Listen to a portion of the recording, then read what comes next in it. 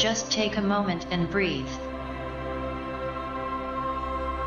Take in the world around you.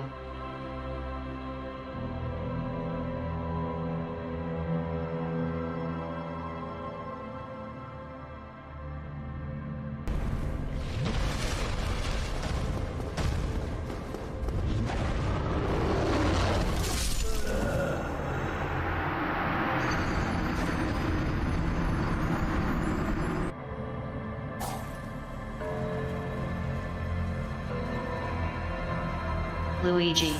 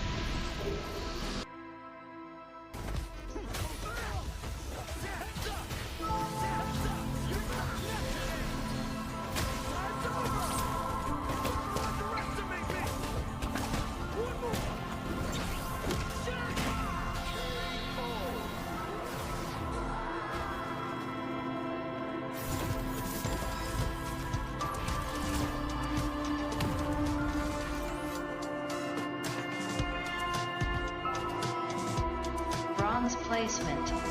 Not bad.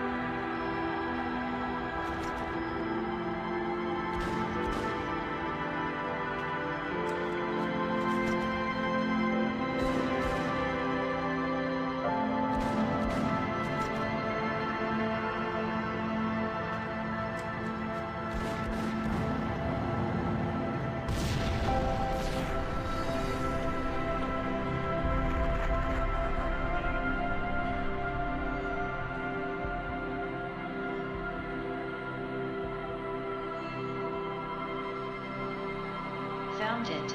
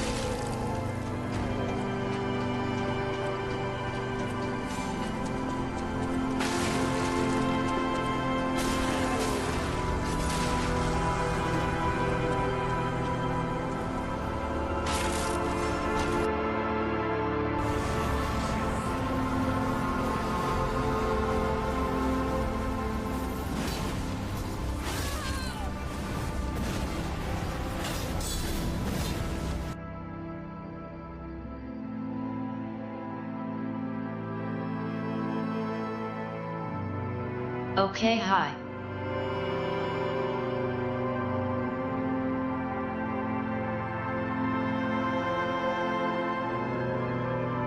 I let myself get distracted and lost track of time.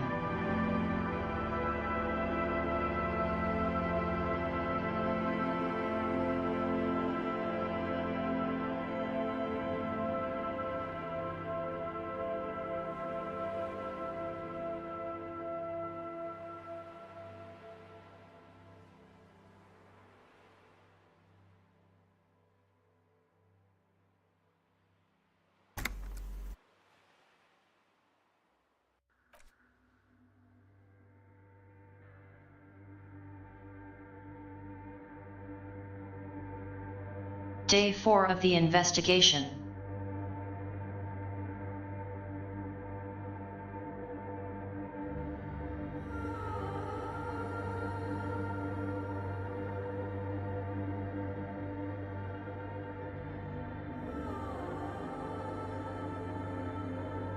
We spoke to some local punks and got the key to the old abandoned church.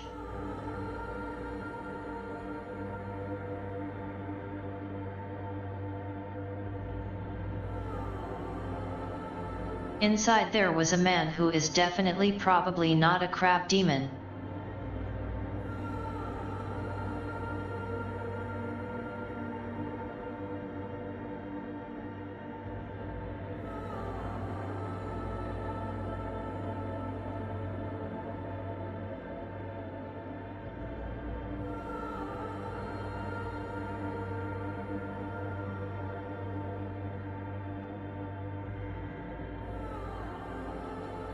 Maybe the missing mercenary hangs out here. But she doesn't appear to be around.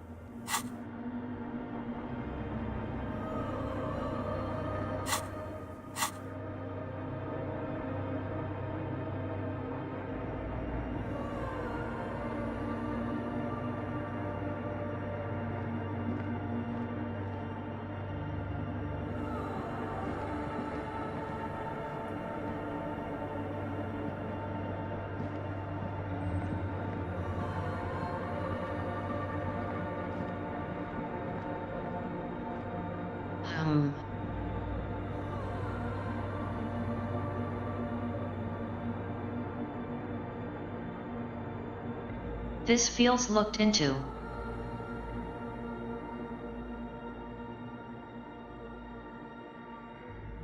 Maybe I need to mess with the radio computer. But I kind of didn't want to.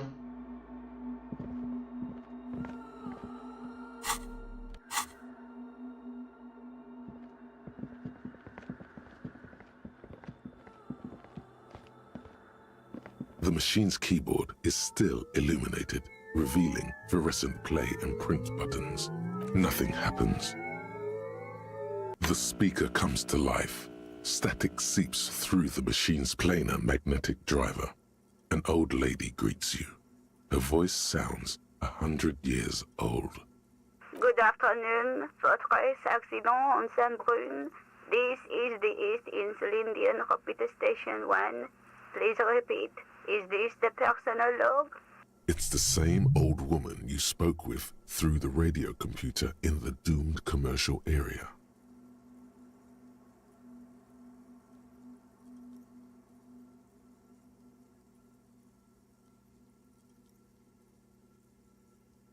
Good. Please repeat the password. Let's look around. There's no use trying to guess the answer. Maybe he knows something.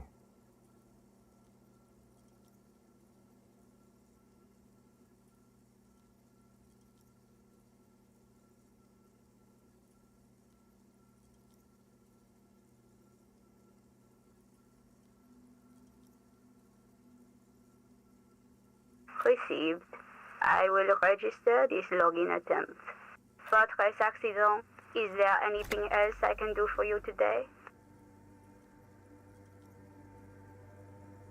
I have two machines registered to this company name in Martinez. One on Saint-Brune, the other on Rue de Saint-Ghislaine. Saint-Brune, that's the church. And Rue de Saint-Ghislaine? That's the doomed commercial area. Anything else I can help you with? Yes, I am alive. I am 74 years old and my name is Yvonne.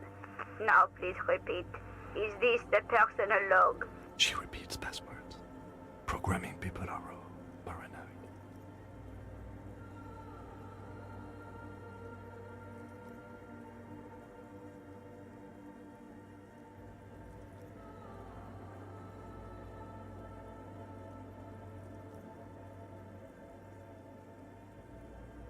I work as a repeater at the East Insulindian repeater station. It's my job to know where you are, Fortress Accident. As for me, well, I am sitting in my cubicle, surrounded by a wall of radios. On an island on the river Esperance, a small woman, all skin and bones, sits in a room filled with audio equipment. Thousands of tiny lights are reflected back from her prescription lenses, like stars in the dark. Now, please tell me why you're calling, Fortress Accident. Goodbye, Fortress Accident. The machine's keyboard is still illuminated, revealing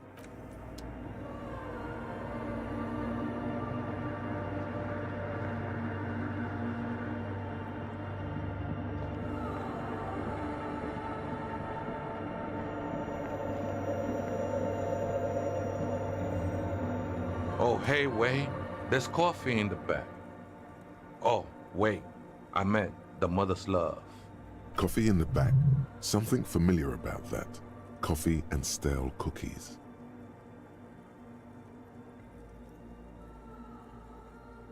Look, man. I'm at liberty to talk about the sacred blaze of the mother's glorious heart, but not about the coffee.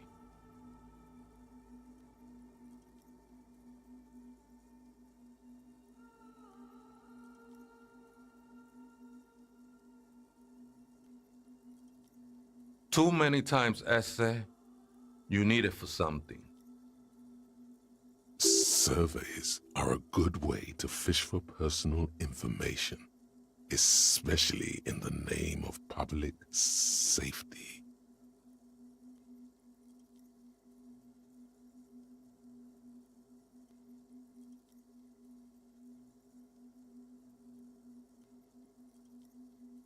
The lieutenant raises his eyebrow, but doesn't say anything.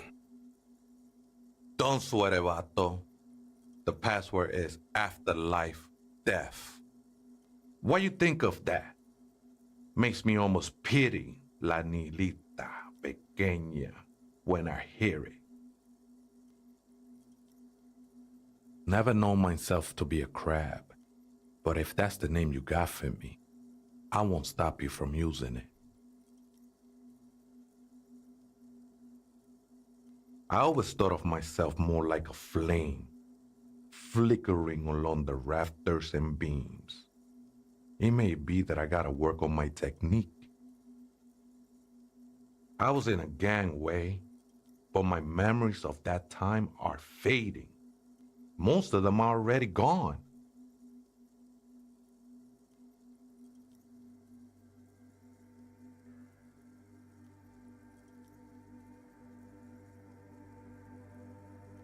That's not really the point, I say. You gotta give yourself over to service. Service of the mother, that is. Do you remember your name, sir? The lieutenant is not particularly interested in this information. He's just trying to assert some control over the conversation. Tiago's my name, but those syllables don't mean much to me these days. A name isn't just your identity, but also, so to speak, your place amongst your fellows, your place in the world. I ain't got no use for such a place anymore.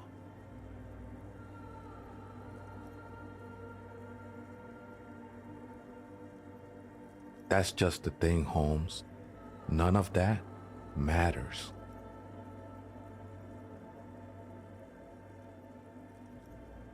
This is a special place. There's a perforation in the world up there, a way out into nothingness. This church was built around it for purposes of veneration. I circled it, nurtured by the silence bestowed by the mother. One of these days, I'll be pure enough to go drink from it directly.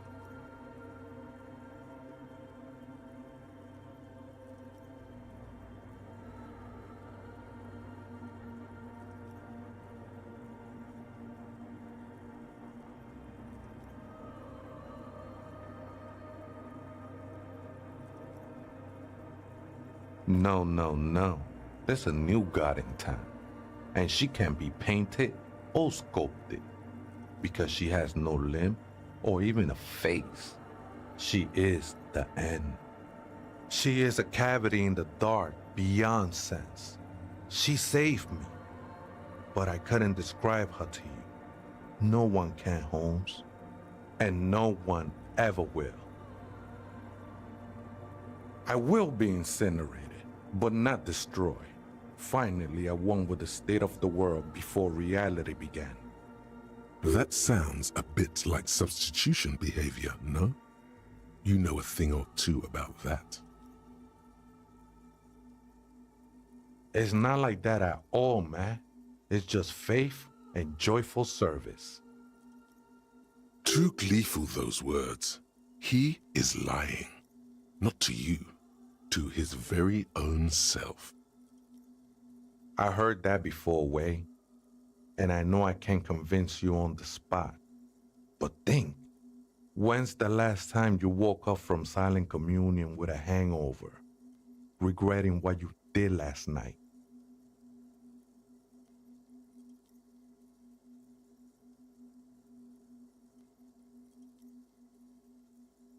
I know it will take time. Don't sweat it. I know it will take time. Don't sweat it.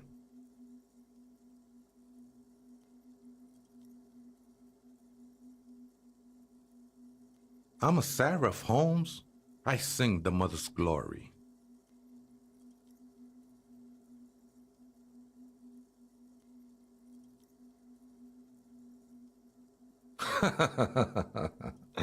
I don't mean literal singing, Holmes. This is the mother of silence we're talking about. It's the singing of a burning heart. You may be thinking, but fire crackles. No, Holmes, that's the material that's burning. The flames themselves are without sound. Hard to say. I think I did some construction work here, back when I still had material worries. Up there, I realized what the true purpose of the church was. Been spending a lot of time here ever since. The past is nothing to me now, Way. It didn't belong to me. I think they were, a long time ago. I had to shed them like skins to get closer to the center of the silence. You could have them. I don't need them anymore. They look pretty dapper, actually. The sinewy figure lingers on the wooden beams, blending into the shadows. Police raid a while back. Did you witness it? Not really, or at least I don't remember much of it anymore. The mother's love has done its job. That's what's so great about the mother. It lets you forget about everything. I think we're done here, Essay. That was an interesting conversation. However, I'm still not sure how it's relevant to our investigation.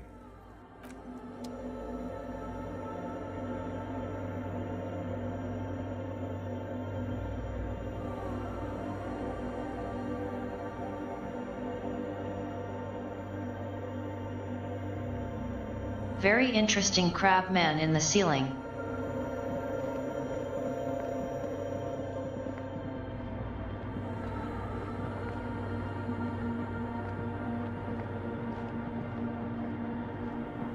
The machine's keyboard is still illuminated. The speaker comes to life. Good afternoon. Good. Please repeat the password. Good. I have unlocked the filament. After ending the call, please press print to access the filament. Fortress Accident, is there anything else I can do for you today?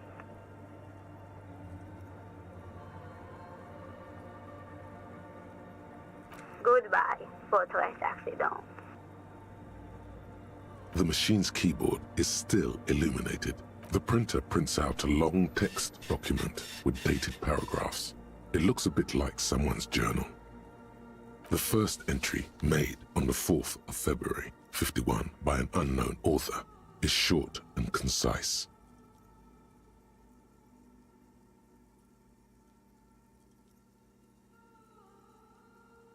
This radio computer stuff. Weird. Arrived at the church. The door was boarded up, so I used the crowbar to get inside. Looks like the place has been deserted. Nothing out of the ordinary, but I'll ask around. Need to figure out how to get the electricity in.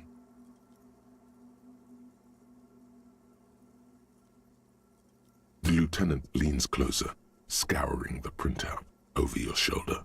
Just as you finish reading, he looks up, muttering under his breath. 4th of February. That's over a month ago. Whoever set up those machines has been here for quite a while. Our case? No, I don't think so. It must be some local eccentric. 6th of February, 51. Had a little chat with the local fishermen. Said I shouldn't go near that place, that the church was spooky and ridden with narcotics. It's a little spooky, all right. Still haven't figured out the electricity.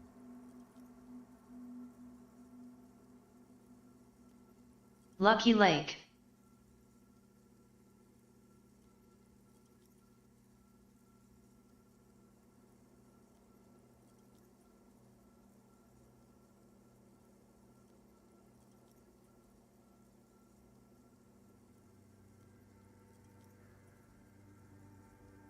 Yet I wouldn't go outside right now if I had a choice. But that's me.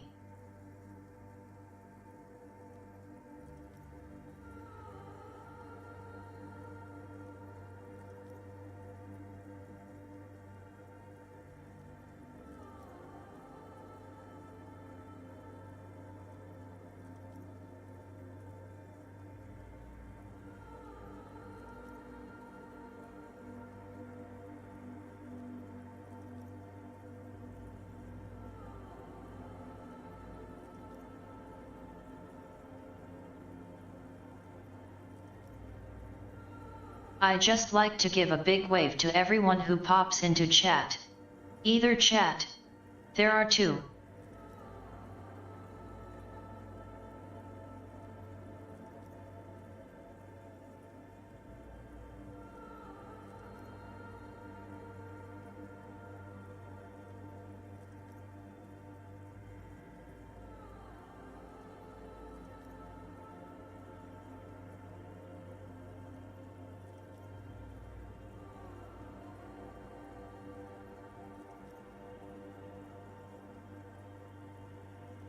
But pop into chat is technically show up in order to chat as in a verb, which I also meant.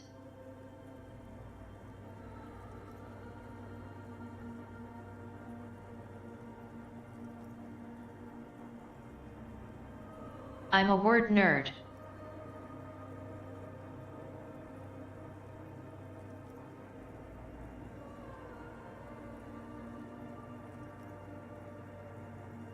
Seventh of February, 51. Finally got the electricity in. Next on the agenda, a new antenna. I'm thinking ESCA series, something advanced. Why would anyone need any of this equipment here? 8th of February, 51. Bought the antenna, had some problems setting it up. Called Simon for help. Heard the others are back to making art. Drinking somewhere out of town. Sulislav started a rock band again. Lexi has been seen asking money from strangers.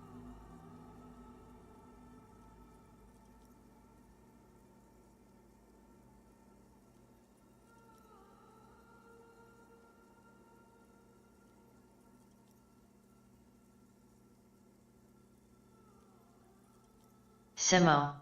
New name. Seen Suli Slaw somewhere before. But don't remember where. But at least the artists have their act together. They're qualified labor. They can get work anywhere. Graphic design, ads. The programmers are doing fine too. I mean, they're programmers. The writers, though, they're fucked. Lexi is new too.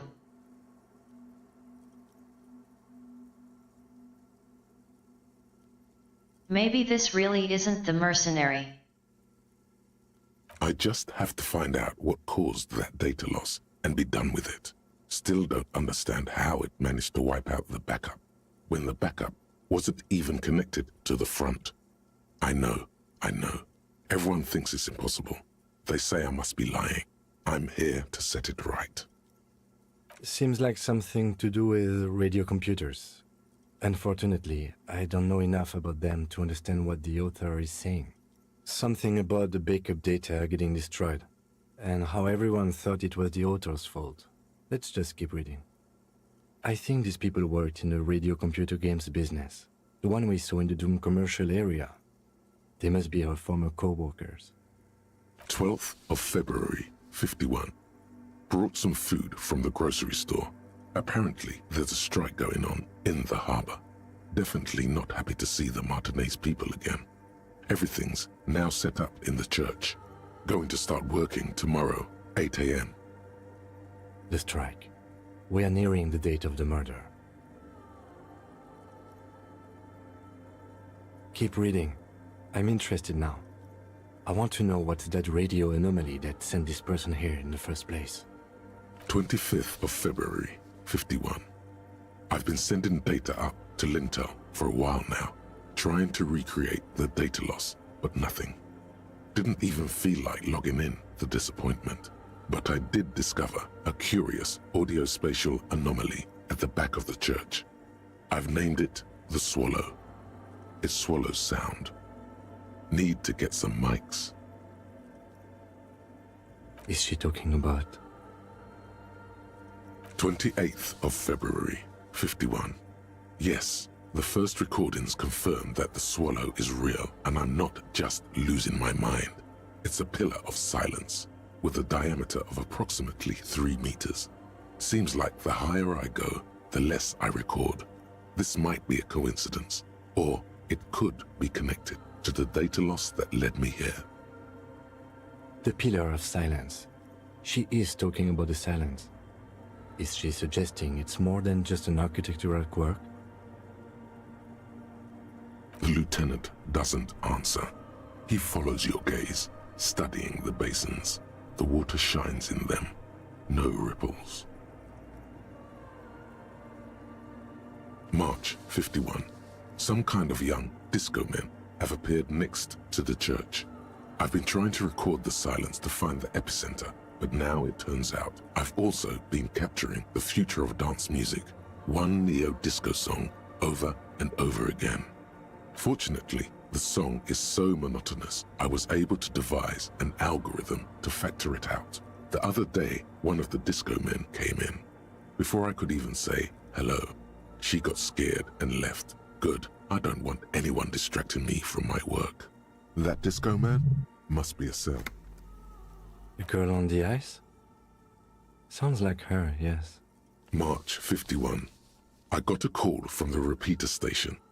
Someone has tried to access the radio computer in our old office in Martinez. Can't do anything about it. The storekeeper still doesn't want to let me inside the building. Thinks I'm part of some kind of curse. How Martinez of her.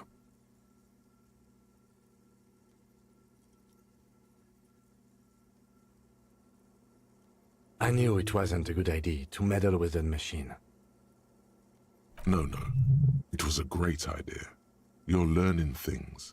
This is how you learn things about machines. March 51. A new 2-meter aux cable. Noodles, crackers, ping energy drinks, water, toothpaste, gum. Also some canned air. Your reading is interrupted by the sound of the church door opening. A strange woman makes straight for the radio computer.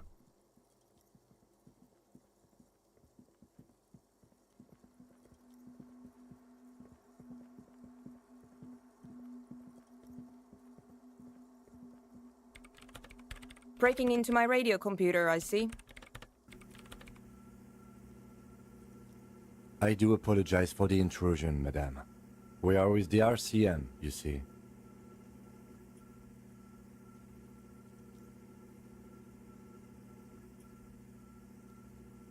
Well, you won't find any music venue organizers here. It's just me and my computer, and it has been this way for weeks. Now please give me some room. I need 2 seconds to see that you haven't destroyed anything. We should talk to her after she has rebooted the machine.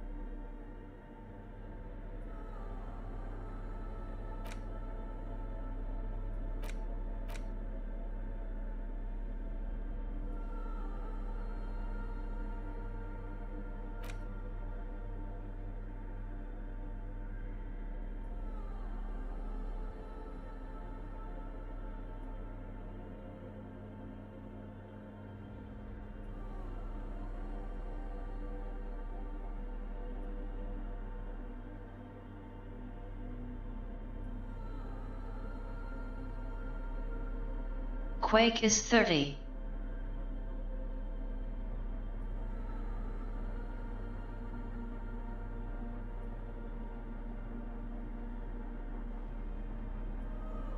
Where does the time go?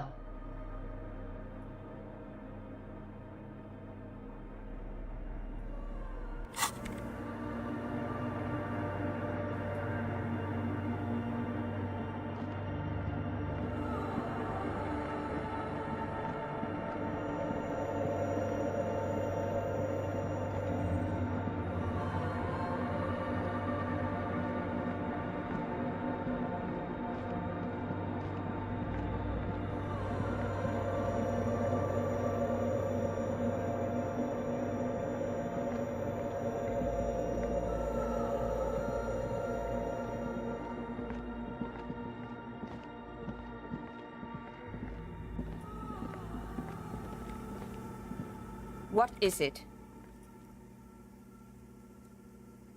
No, you just printed out my personal log and wasted some paper. Yes. Or no. Not anymore. That project is dead.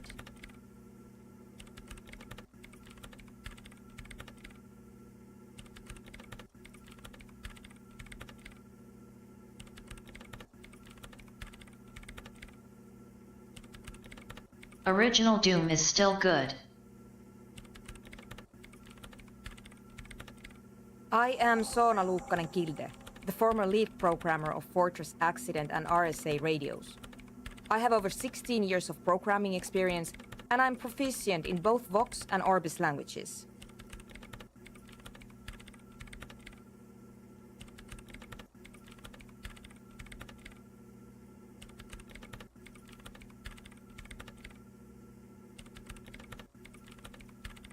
If you're not here to hire me, I don't really know how I can help you. That still doesn't answer what she's doing in an abandoned church. No. Yes. And? No. You're right. I'm not.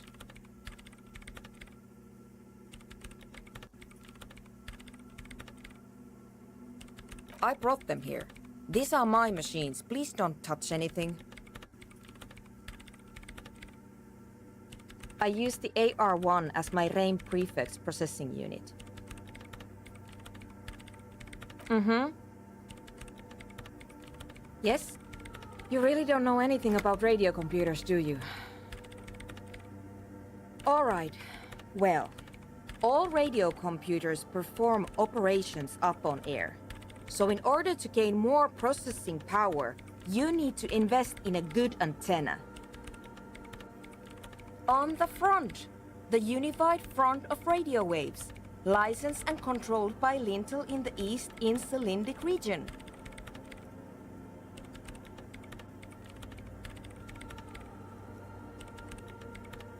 It's all around us. That's what on air means. Like love. I guess it is. So far I've been quite satisfied with it. Martinez is an unstable region with bad coverage, and the operation has been surprisingly stable.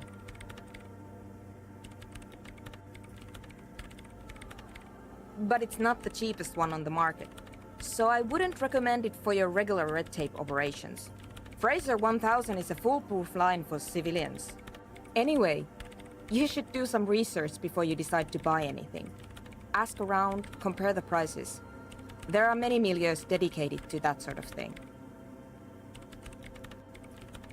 I'm working. The machine seems almost alien with its pulsing core, the light casting her face in a strange shadow. Could you just shh for a moment? Or get to the point. I really need to focus on something. It's not just rudeness. It really is hard to concentrate on whatever she needs to do, and you're not helping.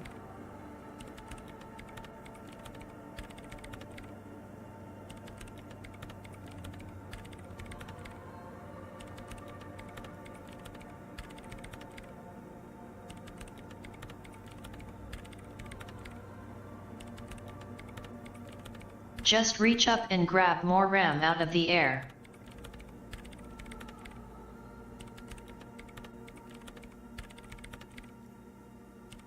Great.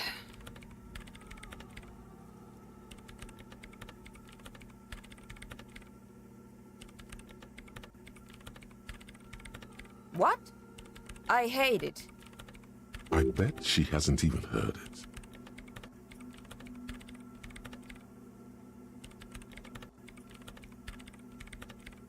Maybe I'd have to be on drugs to get it, but to a sober mind it just sounds like uninspired rug whipping.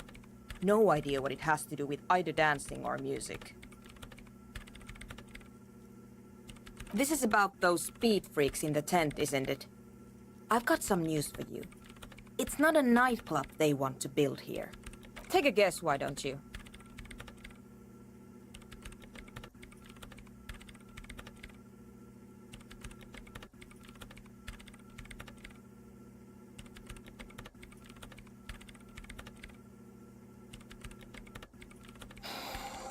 I can't believe they got you so easily. Go have another talk with those up-and-coming entrepreneurs, will you? Thanks. Good luck. I'm not coming in there. You really like those questions, don't you? They're bloodshot. She really hasn't been getting much sleep lately, has she?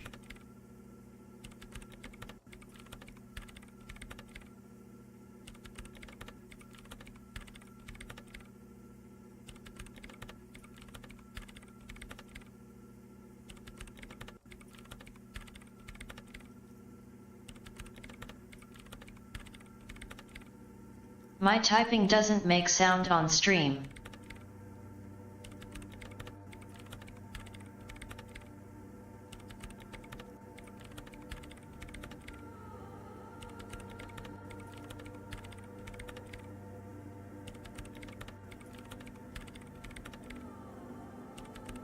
My keyboard is relatively quiet. Also, as well.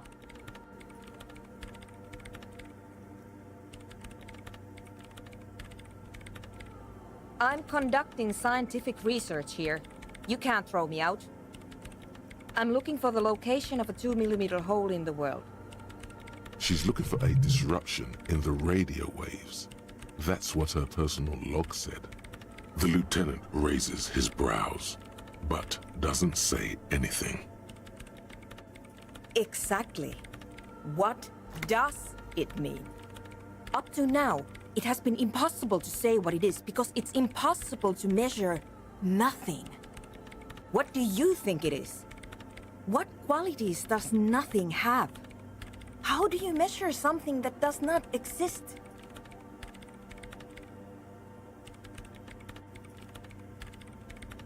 Well, you just measure around it. That's a little above your pay grade at the moment.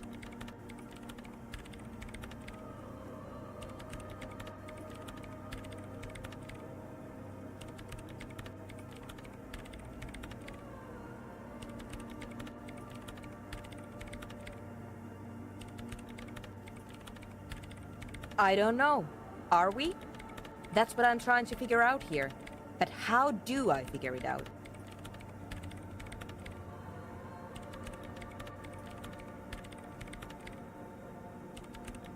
You measure it by its surroundings, by that which does exist, which is what I've been trying to do. I've tried using hydro transducers to record the silence, to find out where it begins. Hydro transducers. So that's what those water basins are. Devices for recording sound through water. But honestly, it's not progressing very well. Yes, that's what led me here. But I suspect it might be something a bit more complicated than that. Somewhere underneath those roof beams, I assume. Only a faint crisscross of rafters can be made out from the dark. Most of the tower disappearing into the shade. There's this place at the back of the church. A place where all audible vibrations seem to decease. I've named it the Swallow. And the higher you go, the less you record. The Pillar of Silence? Are you sure it's not just an architectural quirk? Maybe, but it's oddly close to the physical coordinates of the data loss that led me to this place. I know. No, I don't. Because it's just trial and error, trying to locate the Swallow, the exact point in space. And I don't have a... You know what? It would be really helpful if you could just stop talking and let me work. Great. Thanks.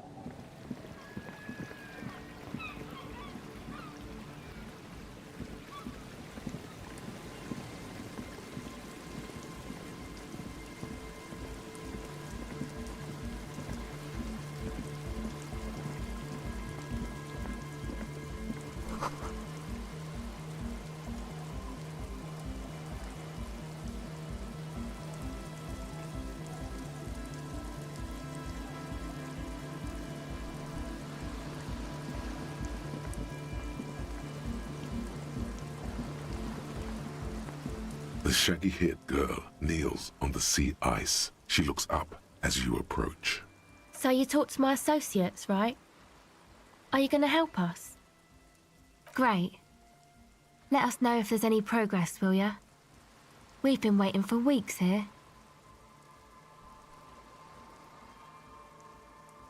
Oh, that. You're not going to believe me. There's no point in me telling you. She's less prone to blurt it out, crab man, than the others.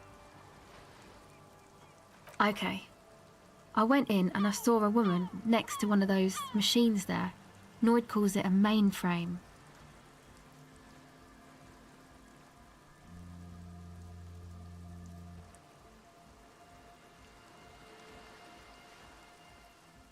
She was dressed like someone who's been raised by their grandmother, you know, strange old clothes. Had this absent expression, didn't say anything, just stood still.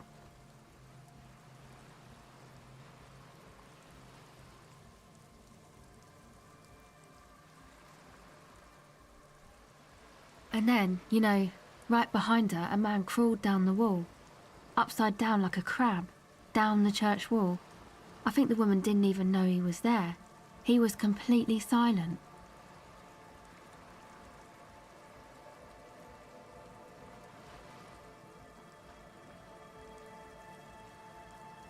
He stopped right before he got to the floor, then just hung there like that, looking at me, right at me. I fucking turned around and walked out. End of story. Like a crab, you say? You saw him? Does it mean that you went in there? Did you see the other spooker, the one in Grandma's clothes? Good, so you believe me. You should go tell this to Andre. He'll know what to do next.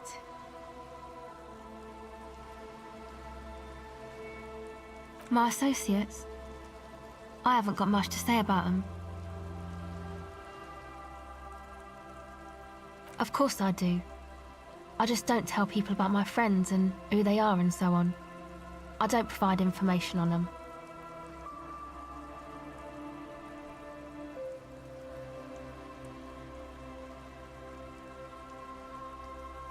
To the cops.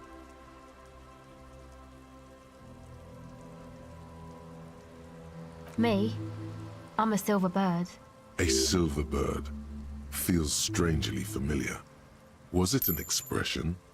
And if yes, then for what? Then your mind slips and the thought is gone. Don't know what makes you think it'll be any different later, but...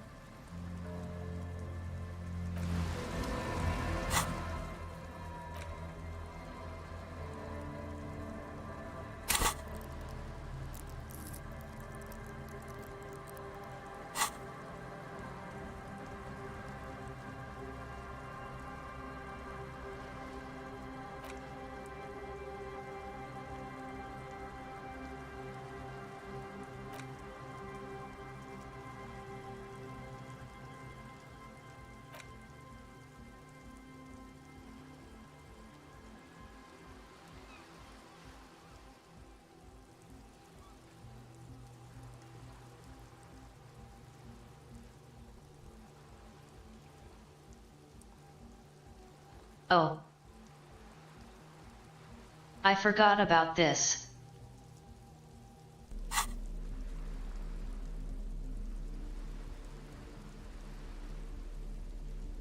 I need to make room in the thought cabinet.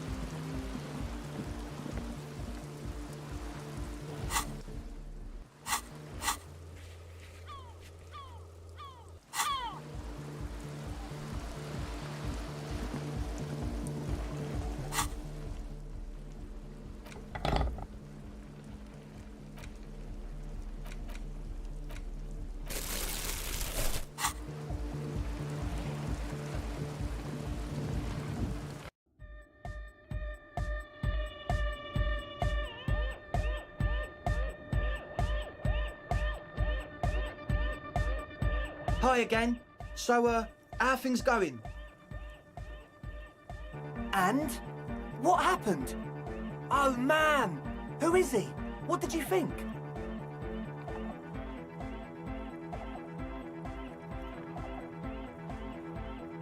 Really?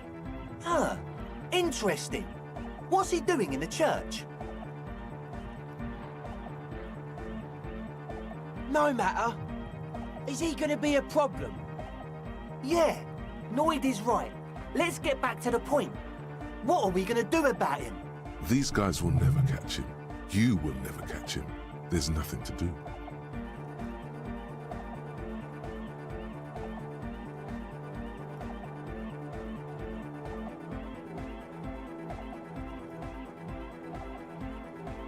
I don't know, man.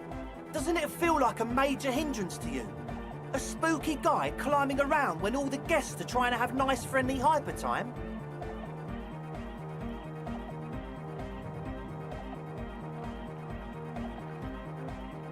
I guess it's not a massive problem, now that I think of it. Everyone is welcome to dance till the morning light! Yeah! Maybe. I guess we'll figure something out. Okay, but what about the other spooker? The one in Grandma's clothes? Did you see her? A programmer? That's odd. What was she like? Did you ask her about the nightclub? Come on, man. Who will you trust? The spooky programmer or us? We just want to make the world a better place. Feel the love! Get down and feel it! A half-hearted sell of something which does not seem worth buying.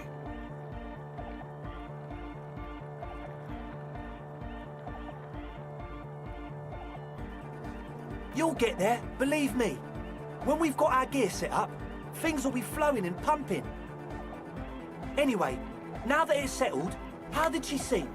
I mean, disposition-wise, about the dance club idea. Ja oder nein? Rocking it or dropping it? What a pity! That's my favourite thing in the world! And she doesn't like it at all! A shame. What can we do now? Do you see a way out of this jam? And into a laser-lit future of dance and unity?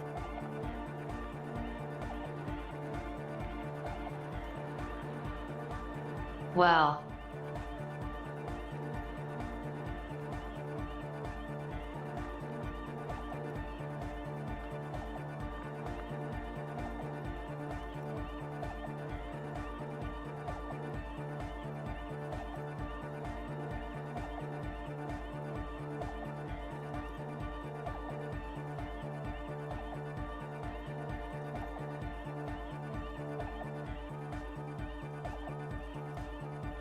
If she could finish her research, then I don't really see why she can't move back into her old office. Unless she can't afford it, I guess. Unity! Dance! And you can't just evict her?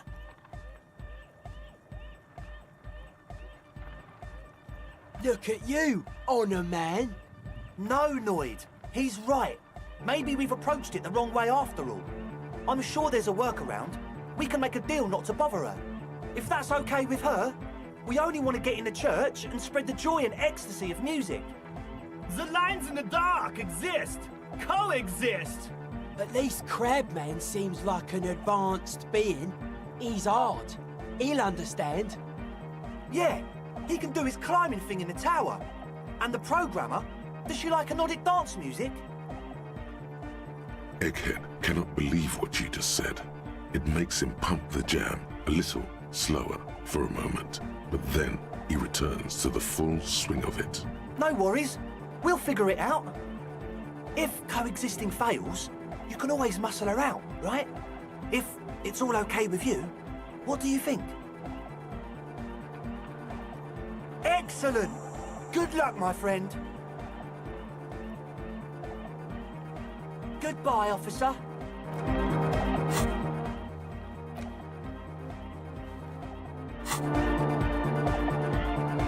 So you had a talk with Andre, and now you want to discuss things with Noid?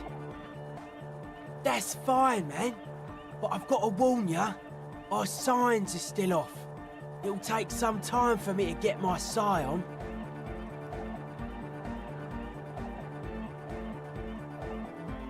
A sticker? You mean the yellow one? Can you describe it to me? Interesting. He wants you to describe it, though he already knows what it looks like.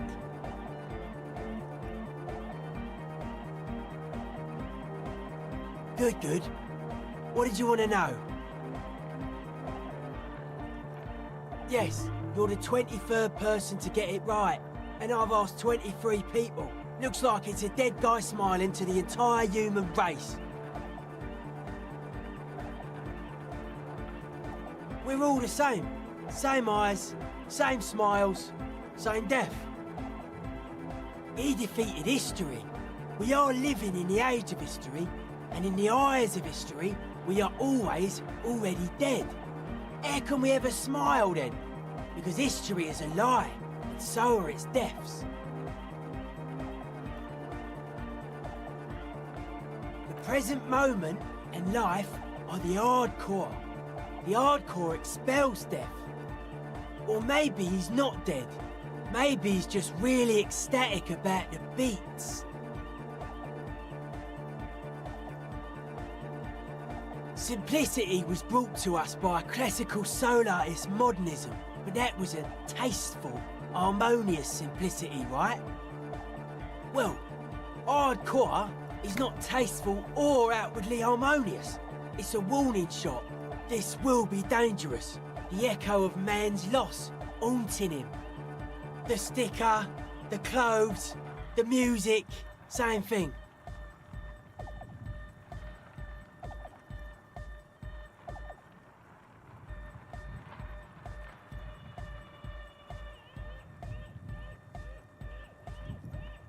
Not alone. Many people are thinking the same thing right now. We all see the same smiling dead guy in a couple of X's and a circle, and a curve. The beat is the same for all. I guess one could write an entire treatise on the thing, but what for?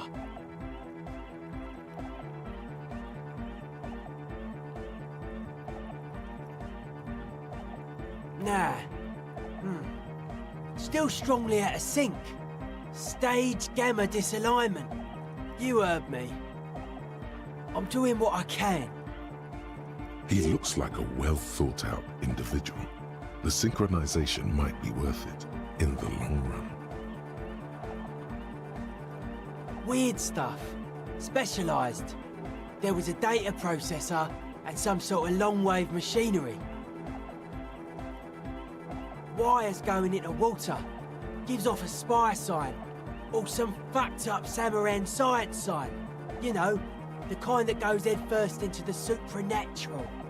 The People's Republic of Samara is a product of Revachol's sister revolution on the Grand Isola. It's known as a severely degenerated rogue state. Nothing's wrong with it. You should definitely be researched. You can still do sick shit with it though. Most of it doesn't exist, but there's also stuff that isn't allowed to exist, because the moralists think it's too dangerous for the plebs. Psionic powers, pale-related diseases, pretenders pretending to be human, folk rights, that kind of stuff. The hardcore aesthetic is esoteric. It's not meant to be discussed with the law at this moment.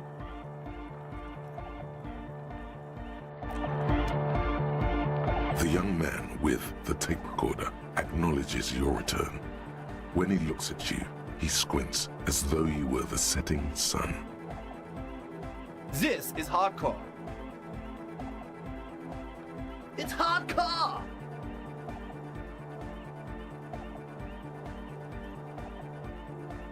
Skibber-dee, skibber-danger. I am the rearranger. Skibidi. Your cop training did not prepare you for this. What to do? Back to the heavyweight jam. Hardcore!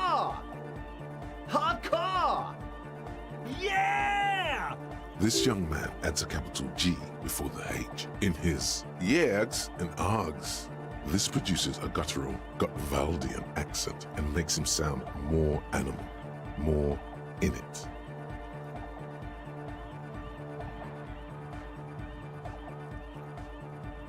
Or maybe it's not Gutvaldian. Maybe it's Oranese. Probably an homage to Oranje, where Arno van Eyck is from, judging by his name. Could you be listening to an Arno van Eyck creation right now?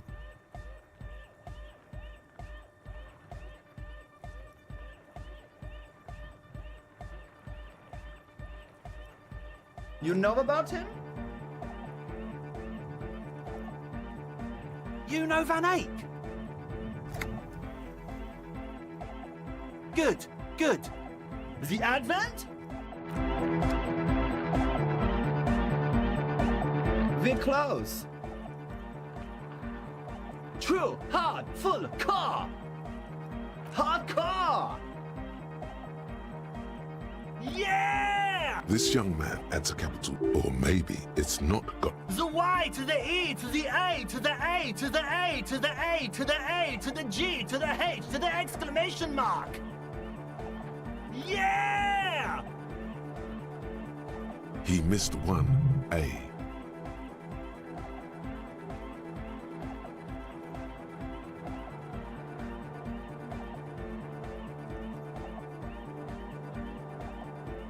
I'm the hard rhymer, the track attacker, the mic enforcer, the sixth checker. I am the law. We're close. True, hard, full, car. Hardcore. Yeah! This young man adds a cap, or maybe it's not got. The Y to the E to the A to the A to the A to the A to the A to the G to the H to the exclamation mark. Yeah! He missed one A. It's nice to be important, but it's important to be nice.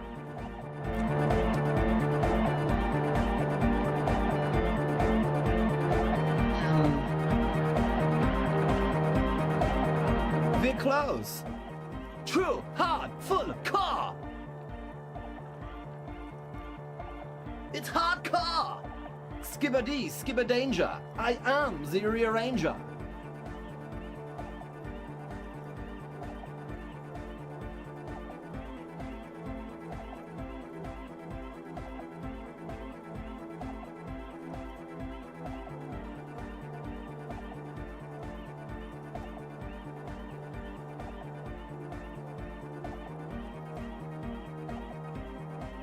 Your cop training did not prepare you for this.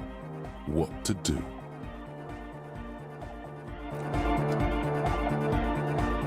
We're close. True, hard, full, car. Hardcore.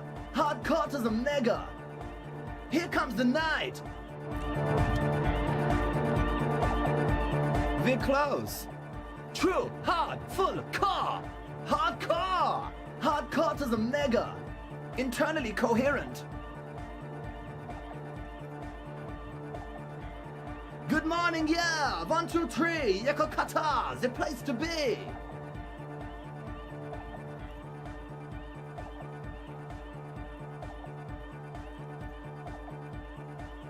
It's the message, so listen and you will see. No illusion, the spirit is what you feel. We're close. True, hard, full, car. It's hardcore. Skibber-dee, skibber. Your cop training did. We're close. True, hard, hardcore. Hardcore to the mega. Internally coherent. Good morning, yeah! 1, 2, 3, Yeko Kata, the place to be!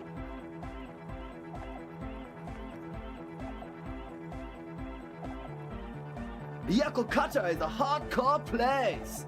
Yeko Kata is an abbreviation from the Gradian term, Zone of Ecological Catastrophe, an agricultural megaproject in the extreme southeast of the Gradian Isola.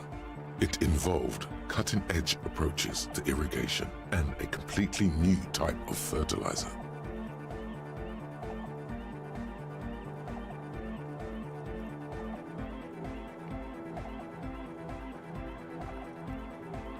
An intricate system of irrigation networks pockmarking the earth, intermittent seas of phosphorus mud, ripped tarpaulin fluttering in the wind. A pair of molten rubber boots also comes to mind. All in all, a truly hardcore place. We're close. True, hard, full, core, hardcore. Hardcore to the mega. Internally coherent. All core! All right! Yeah! Gotta get the people going. Yeah, request. I want everybody as close to the stage as possible.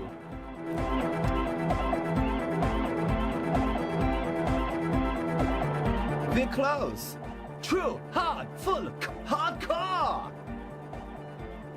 Hardcore to the mega. Internally coherent. All core! All right! Yeah!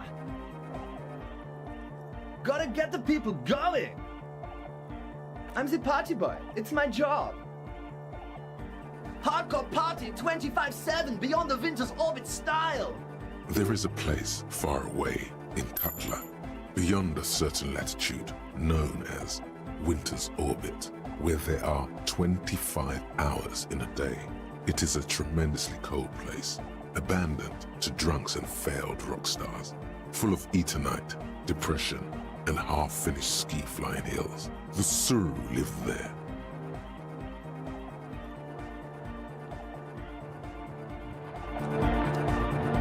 We're close. True, hard, full, hardcore. Hardcore to the mega. Internally coherent. All core! All right! Gotta get the people going. I'm the party boy. It's my job. 2 on the track. Watch your back. Watch out for the heart attack.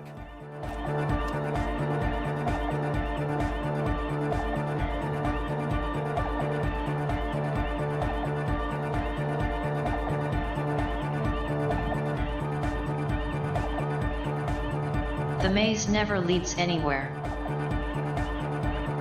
We're close. True, hard, full, core. Hardcore. Hardcore to the mega. Internally coherent. All core! All right! Yeah! He furrows his brow as his very large head traces the sublime invisible movement of the music in the very real air of the stuffy tent. Hardcore! Ah! The question is, what is the question? But there was no question.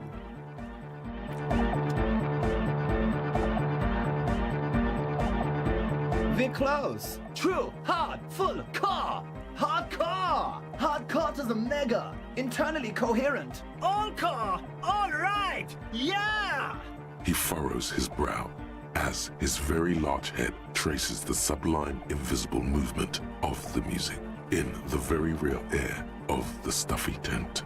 Hardcore! Ah! The question is, what is the question? But there was a question?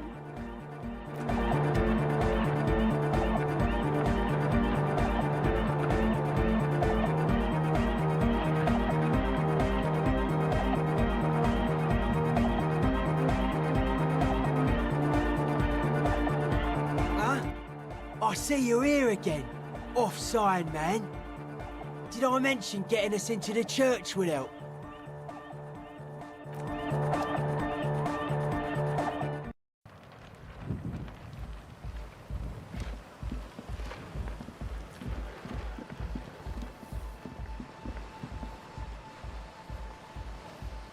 Hardcore to the mega.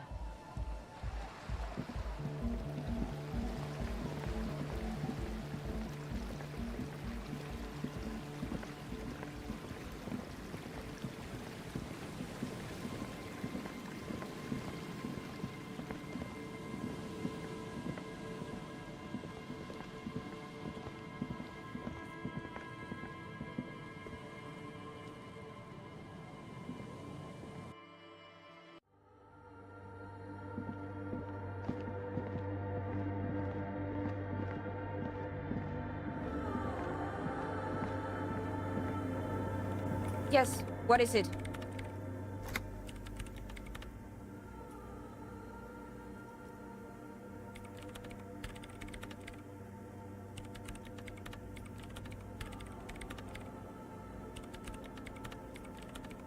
I don't want to make anything work. Yes, anything. I don't want to make anything work. The swallow, you mean? What about it? Great. Thanks. Easy. When her research is done, she can move out.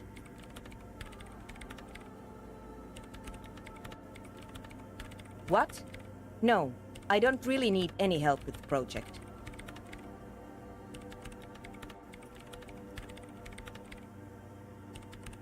She thinks about it. A glassy look in her eyes. A gust of wind brings more snow in from the broken gallery.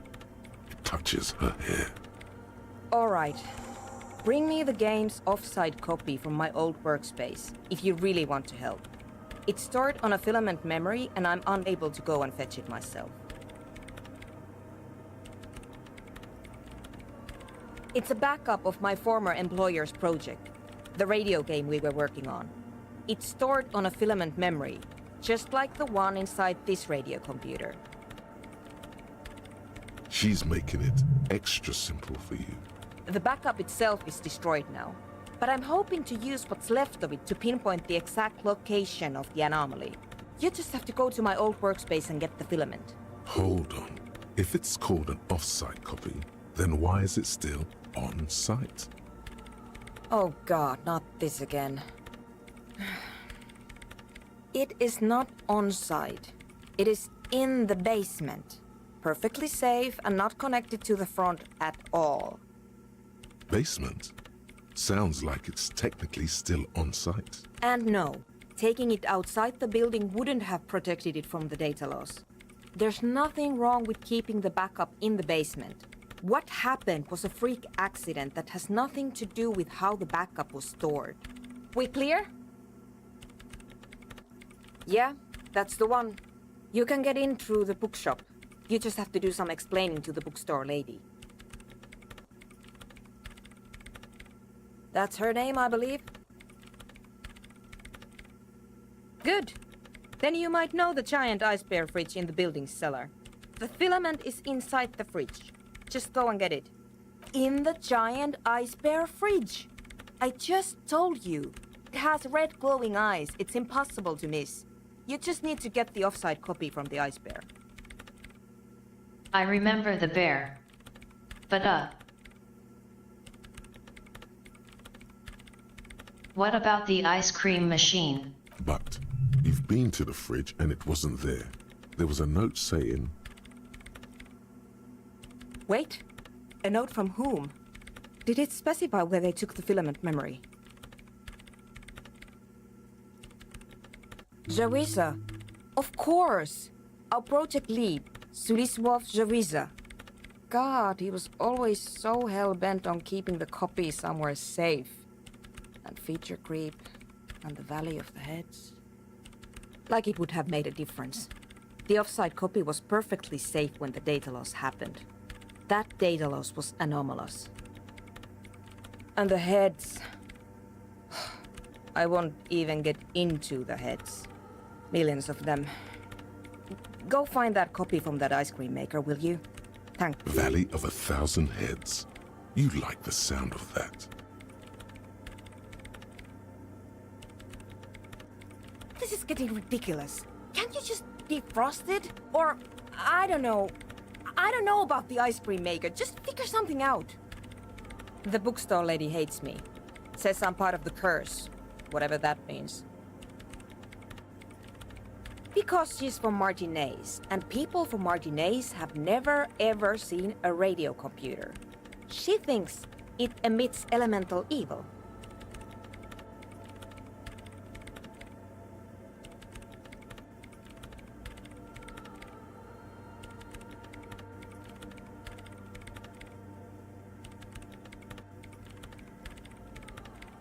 She literally started praying for the higher powers when she first saw my range civic. I'm not making this up. The lieutenant coughs like he's amused. Once I came in one morning, only to find that my terminal was full of those strange trinkets and amulets. Wards. It looked like some Semenine magic. So I should have unplugged the thing and left it that way. And here's my Qualsund multitool. You might need it to hack loose some ice. It opens everything. If you get me the offside copy, then you can keep the Qualsund.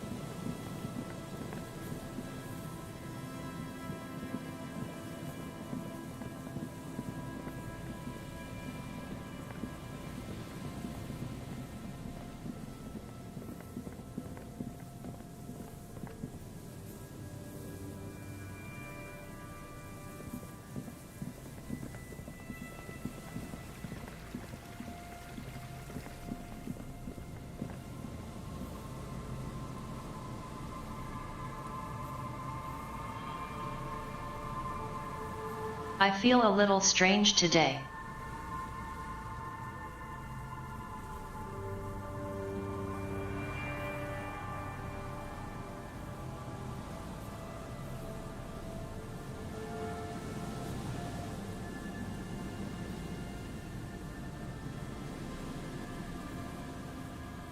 Hang on a minute.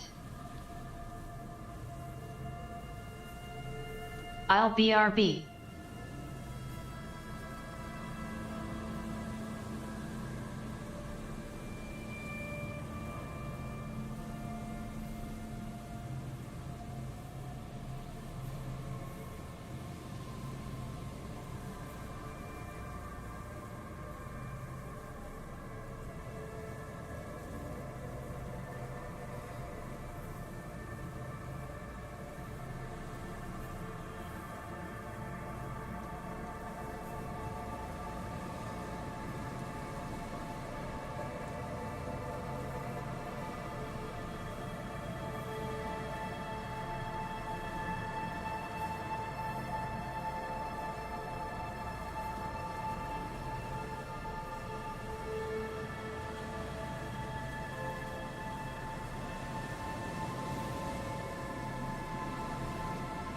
Yesterday I felt fine. Until suddenly I didn't.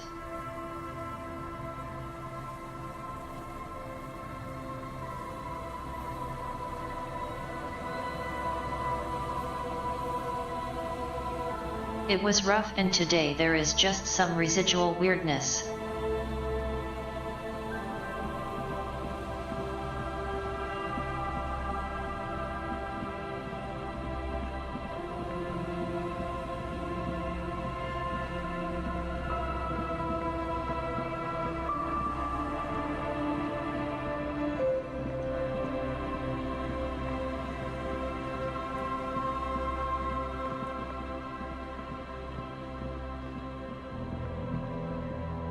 A row of ghostly shades facing a crumbling wall, with another 7 shades standing 10 meters from them.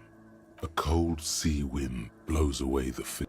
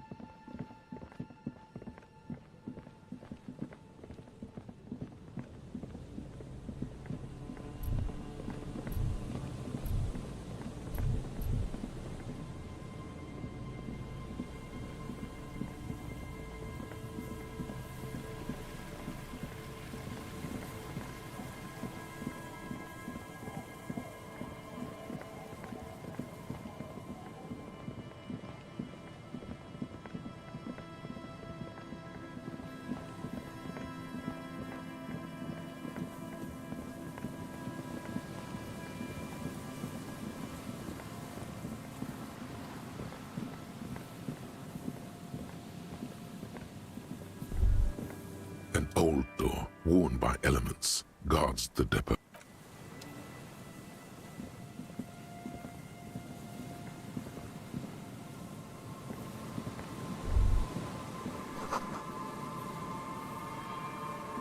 An old door, worn by elements, guards the depot. The wind has blown a sand dune in front of it. The door hasn't been opened in a long while. You see a handle.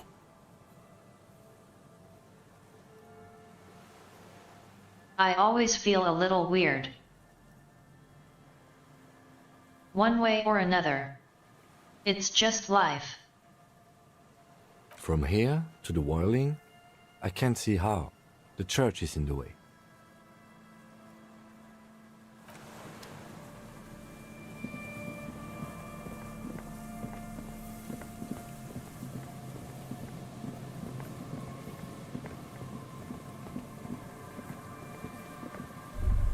Is there something here that would indicate a sniper used this place as a nest for taking the shot?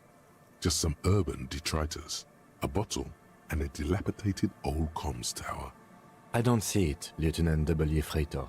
I don't see a person take a shot here and hit something there, in the whirling in rags.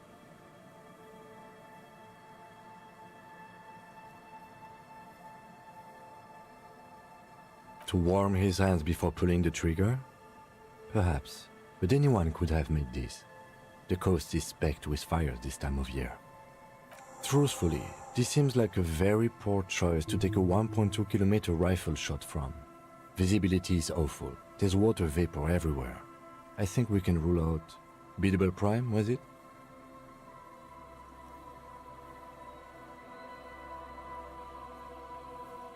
It's not possible to climb that ladder, and even if it were, why? There's no platform up there to aim from. It does look extremely rickety, and wouldn't help much either. Those? A smoking assailant who favors Tumutiri to Astra or Joan? Cigarette butts are everywhere. This is a common brand for all men. Tiomutiri was a Revacholian colony on Ilmaran. The Suzerainty's population was mostly Ilmaran Areopagites, up to 97%. The region was known for its tobacco export, hence the name.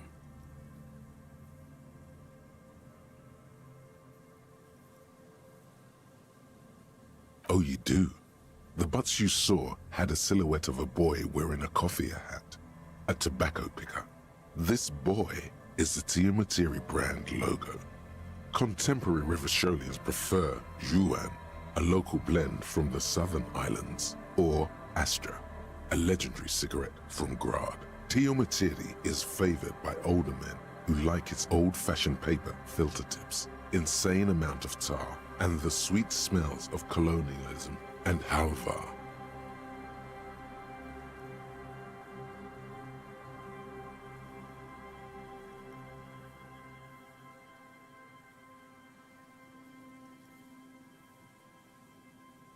What's the point of all this excessive world-building lore about cigarette brands? There, 1.2 kilometers over the cold water of the bay, blue from the distance and the air, you see the smallest rectangle, barely visible. It's late. There is no light on the third floor of the whirling in rags. No shape moves behind it. Glazia must be out on the town.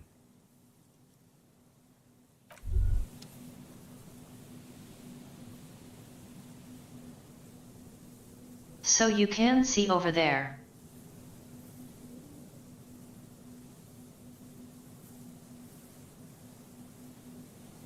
So it's not technically completely impossible to shoot, I guess.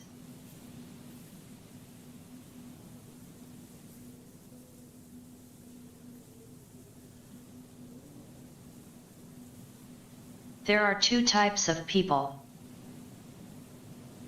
and I am no dancer.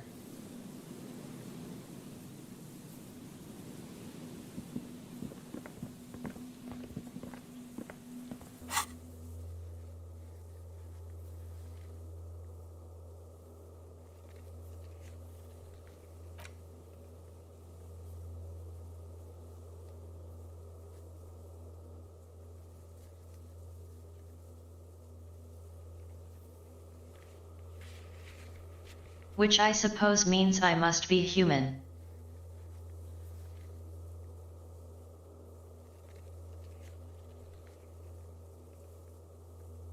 If those are the two possibilities.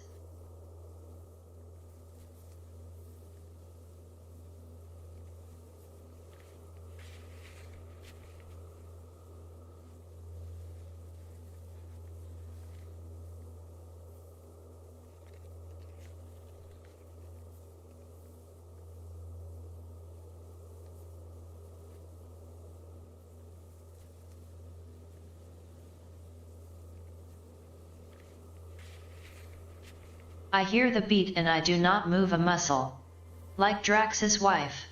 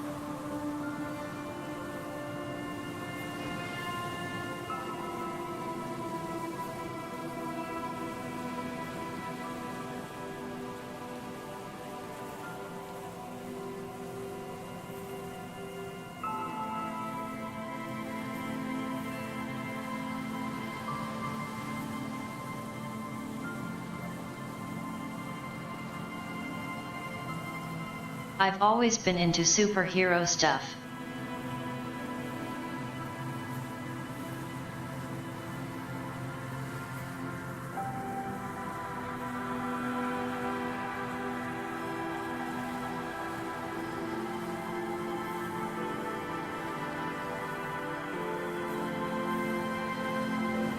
Ever since I was a kid watching X-Men on TV, Ninja Turtles, Spider-Man and Batman.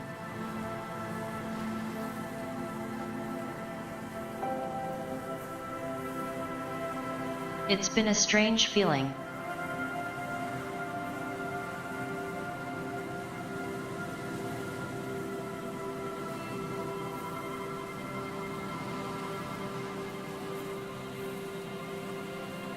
With how they became such a big thing.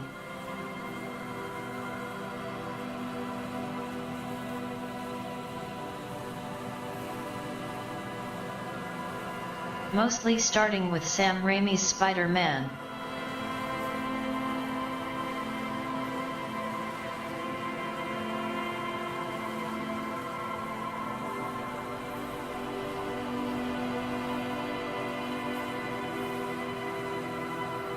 Which, you know, if you haven't gone back to check them out in a while, or ever, they all hold up.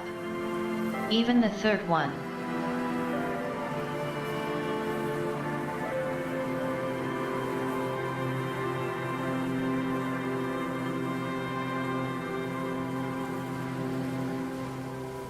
I remember in high school.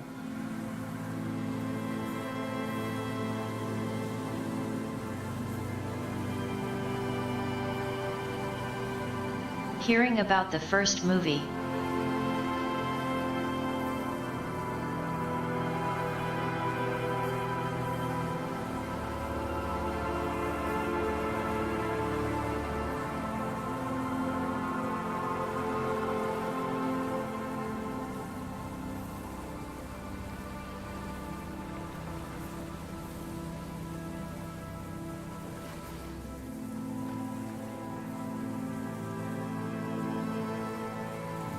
It was like, wow.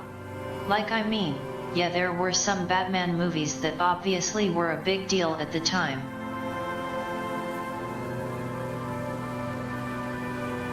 But this Spider-Man, it felt different.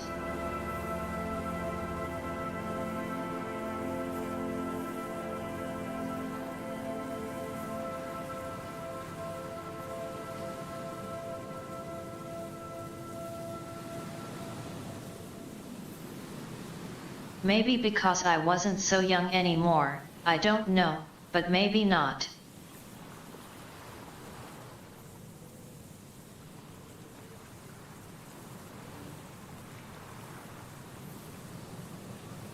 Then Marvel took over everything for like 20 years almost.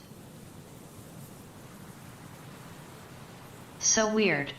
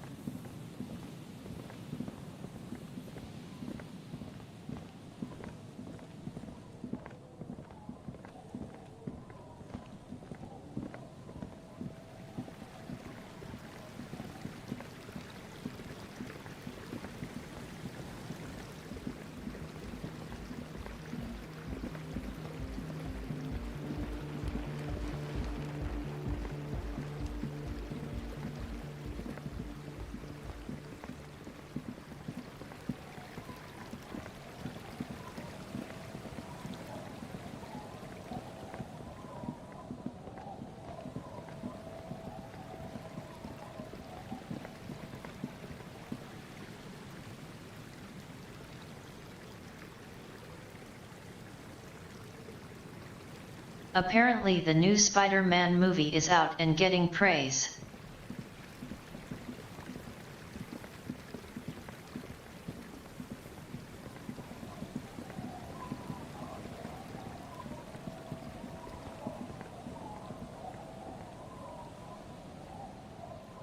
I hope I get a chance to see it someday.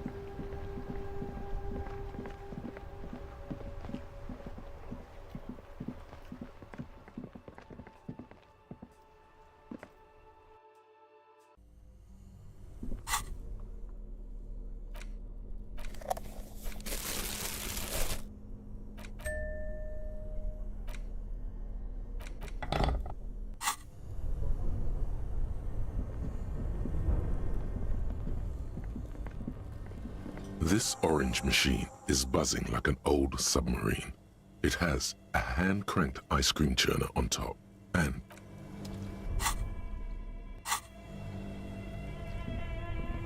only the black cable is plugged. Something close to you dies with a soft electric purr. Very smart. Opening the lid should be much easier after the ice cream maker has defrosted.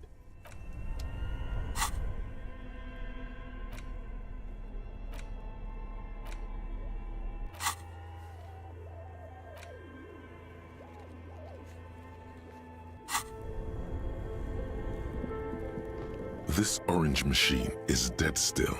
It has a hand-cranked ice cream churner and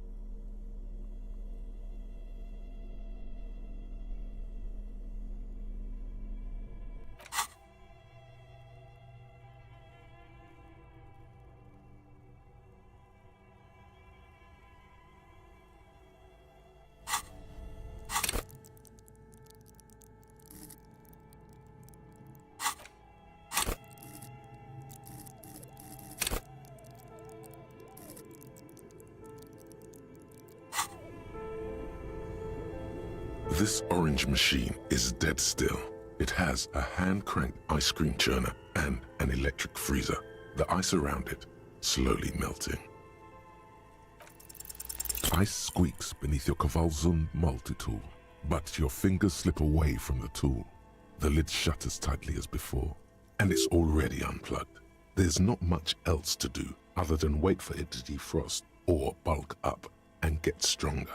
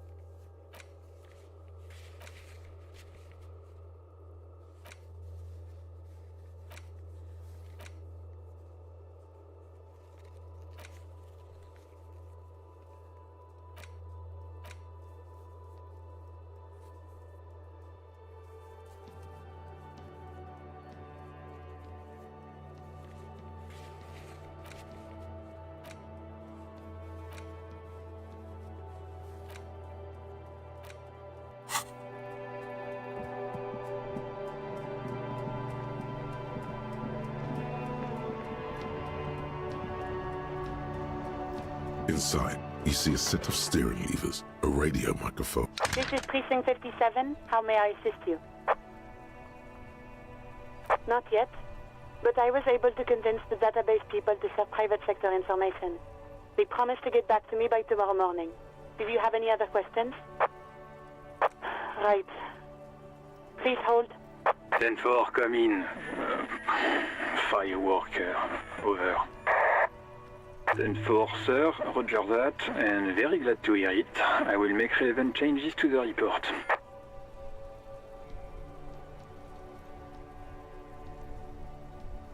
Roger that, 10-10, over and out.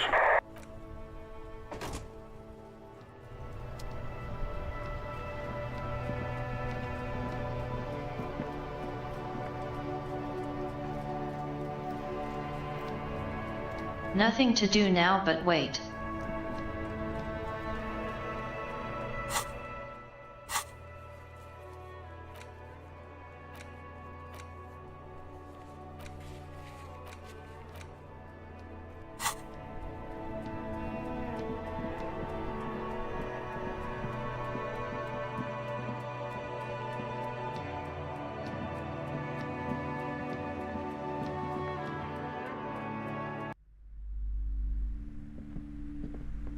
A small mountain of colorful board game boxes.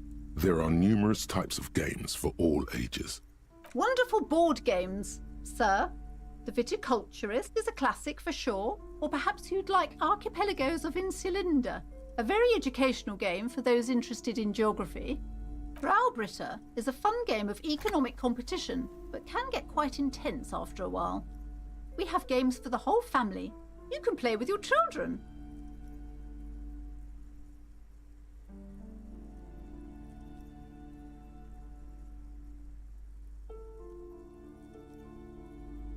Don't be so hard on yourself, sir. You just need to clean up a bit. And technically, friends are a bit like family. For playing with friends, I'd recommend Suzerainty. It's a civilization building game where you build a civilization, then set off to brutally colonize and repress other civilizations. It'll cost 12 real.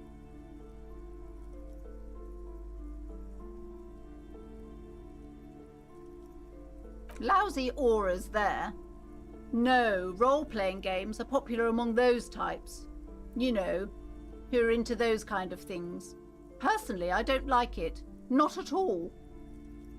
I've heard they turn people into occult enthusiasts. That they have rituals where they try to summon entities. Highly immoral stuff. You can still buy them, though. Not at all. Wonderful choice, sir. A wholesome family game. If you say so, but you better stay away from those immoral occult rituals.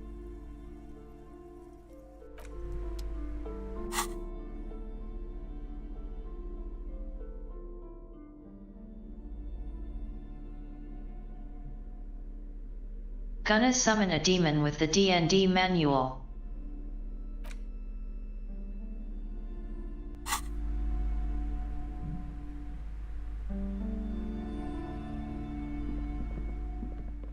The display rack is brimming with worn paperbacks featuring an extremely muscular, sword-wielding barbarian on the cover.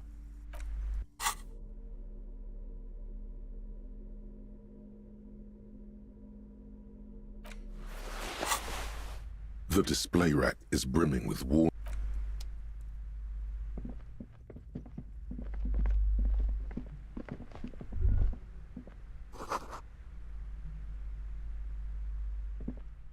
shelves filled to the brim with crime novels featuring the supposedly stalwart Vespertine detective. Crime fiction. These books, furthermore, they have no idea how hard it is to simply remove a body from a tree. What's more, they completely ignore the psychological hardships of year after year coming into contact with people during the worst days of their lives. Not a single mention of all the stress this work creates upon the officer's family. Detective fiction just doesn't tell the truth at all. Now, would you like a list of all the books found on the shelf? Shelves filled to the brim with crime novels featuring the supposedly stalwart Vespertine detective, Dick Mullen.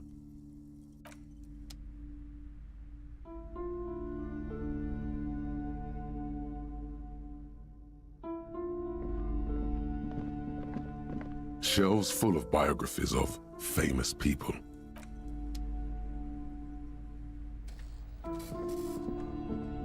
This bookstore is not strictly about crime, romance, and biographies of famous people. There's also a wide range. Sir, please, I can't have you end up...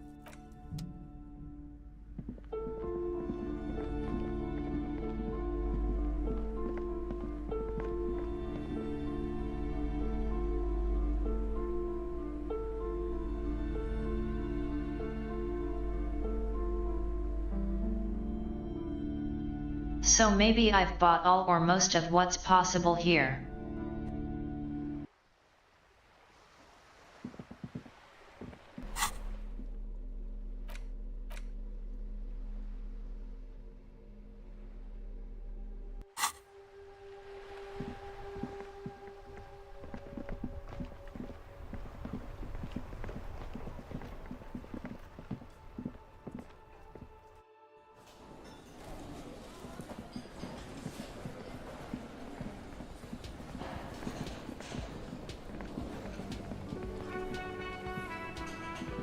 The man ponders his cooking utensils and gives you a little nod.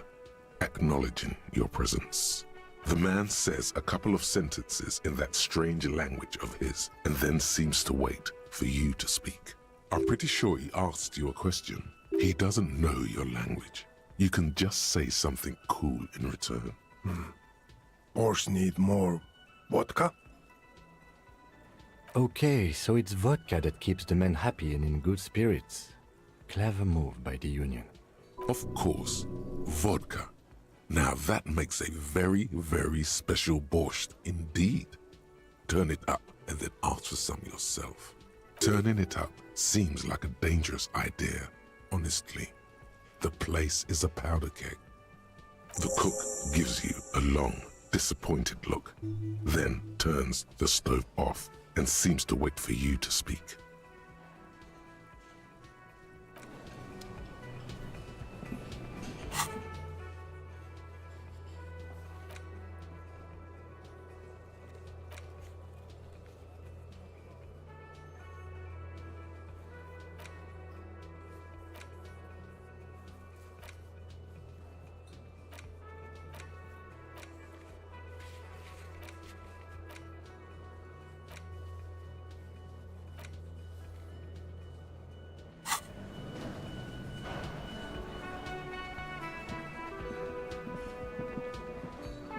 You see a heavy steel door, the old cobalt paint, rough on the fingers. It leads to a side building.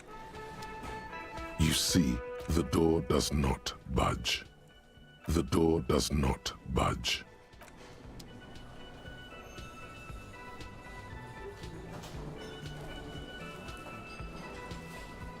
Fancy new tool doesn't help here.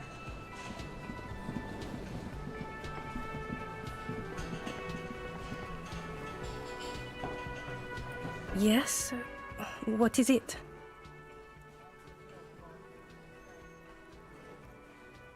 Of course I'm with him. Why do you ask? The sooner you figure this hanging out, the sooner everyone can go home.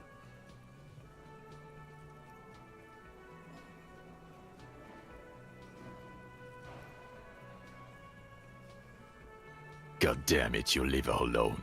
Keep your weird bullshit to yourself and be professional for once, for fuck's sake. I don't know.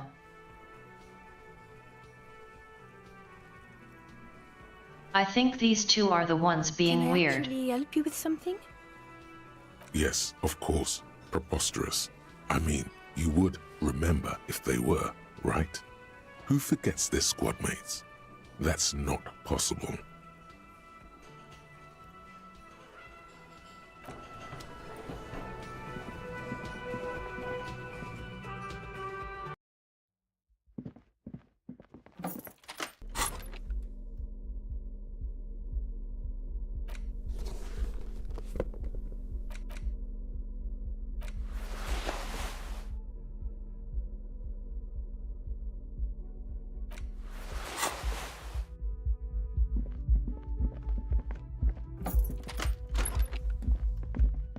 This medicine cabinet is stocked with drugs.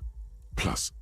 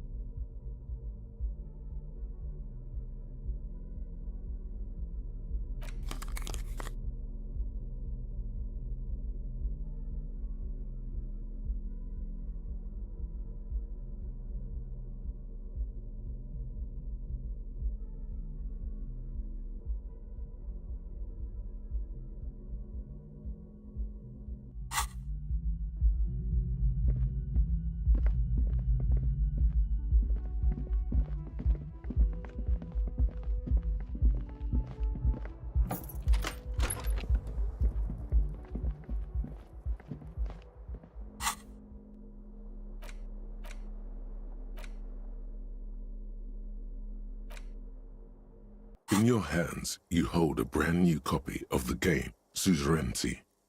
It's snugly wrapped in a skin of plastic. The cover features a charming illustration depicting a mass of grinning laborers loading goods onto a ship, while a richly dressed administrator oversees their work.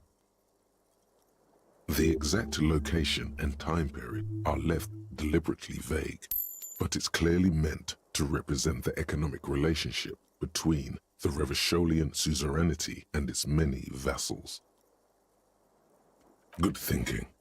It could be a collectible someday.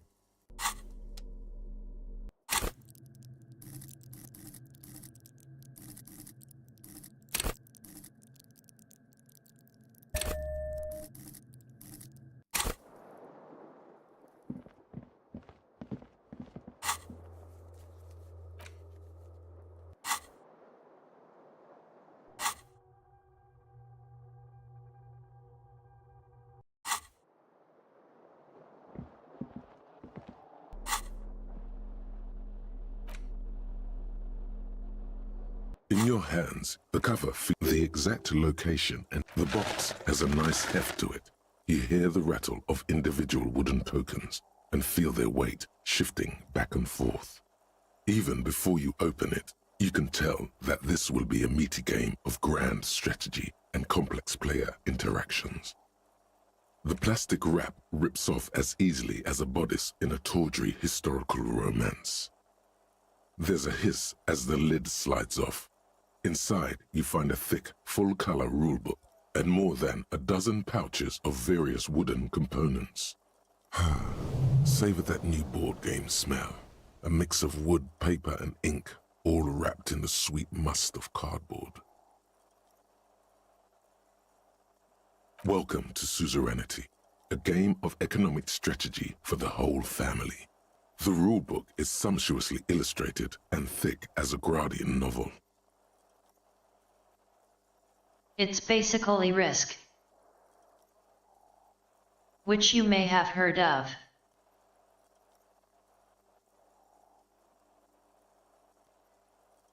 I'm barely aware of it.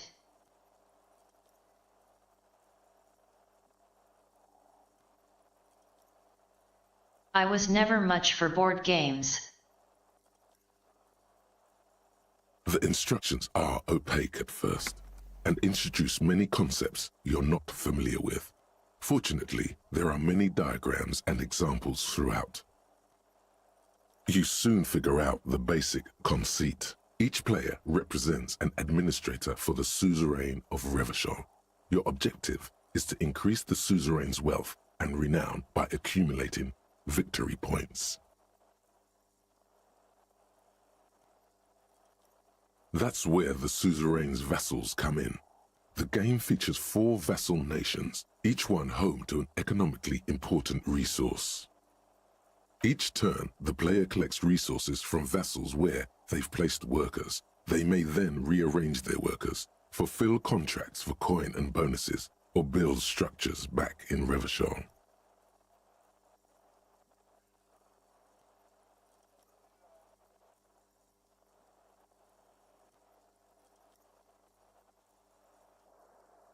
As you leaf through the pages, your eye catches on a sidebar labeled Advice for Beginners. Remember, there are many paths to victory in Suzerainty, but successful players will find one strategy and commit to it wholeheartedly.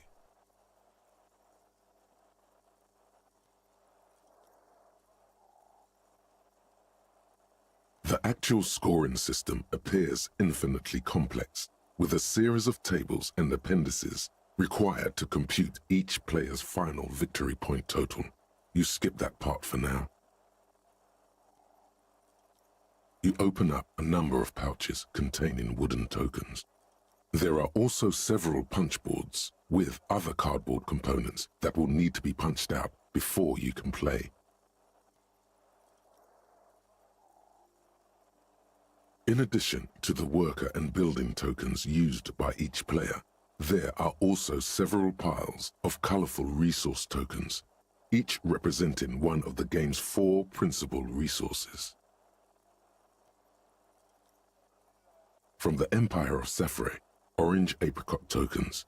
From Ilmarat, the ancestral name of Ilmara, grey marble block tokens. From the Seminine Islands, white sacks of sugar tokens. And from Supramuindi and Sarah Maritza, magenta tokens for unprocessed cocaine leaves. Oh, those are nice. Each cardboard token makes a satisfying tsk as you pop it out. Soon, a neat pile of cardboard coins and counters has accumulated before you. What? You're not going to offer to let me punch any of them out? You hold the open game box before you. The lieutenant looks over the rulebook before he sees something that makes his eyes go wide. Holy shit! The average playing time for this game is 1 to 6 hours. I'm not sure we can afford to set aside that kind of time for a game.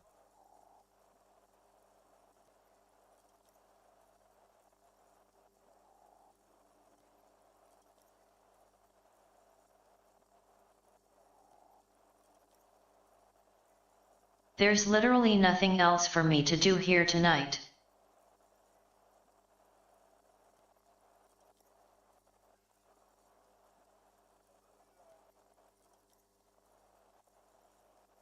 The main case is at a standstill for the moment. And the side stuff requires waiting. What? Does the lieutenant hate fun? Is he the fun police? The lieutenant gives you a sour look. He may or may not hate fun, but either way, he does not appreciate your attitude.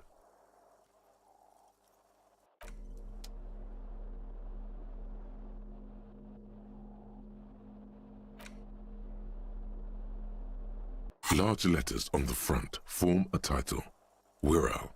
The colorful box is illustrated with bucolic vistas. The cover art also features odd-looking humanoids, some short, some taller, some with pointy ears, others with ephemeral wings.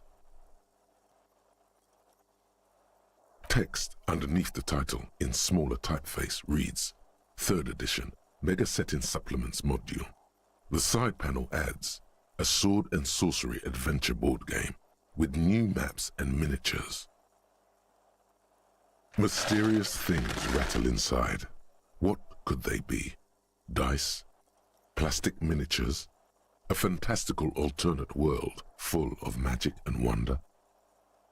None of that witless man from Heimdall, fascist dross, hidden behind faux realistic allegory.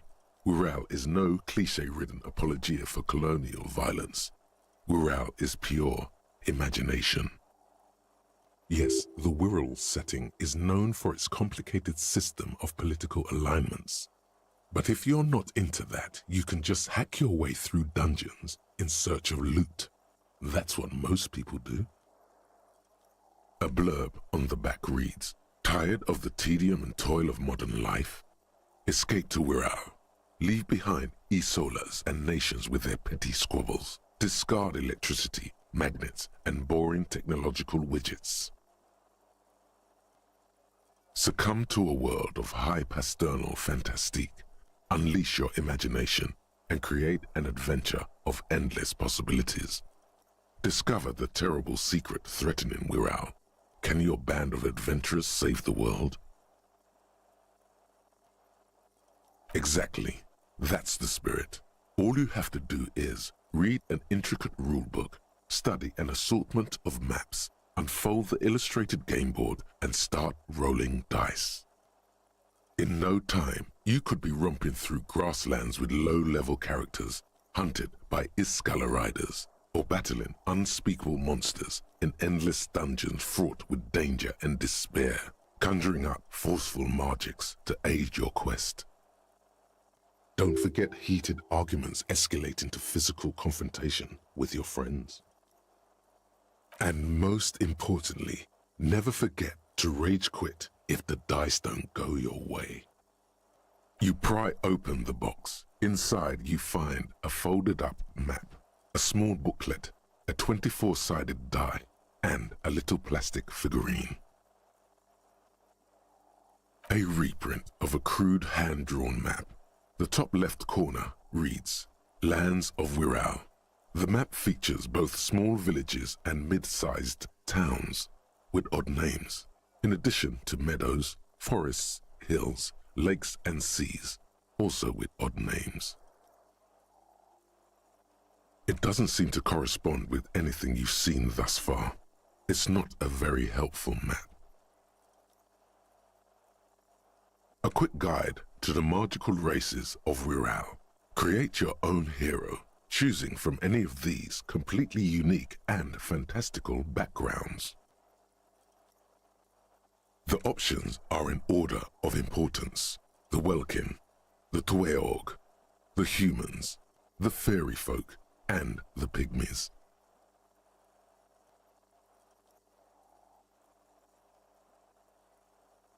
The Welkin, tall, lithe, and graceful, with long flowing hair and pointy ears. They're known for being powerful magic users, but can also hold their own in a brawn-driven fight.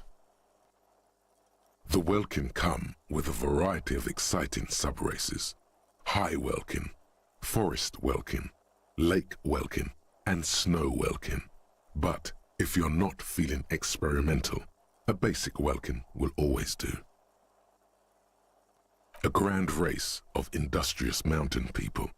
They're short, stout, and muscular, and enjoy digging for gold and other precious minerals. They're also well versed in the art of combat, where they prefer to use axes and hammers.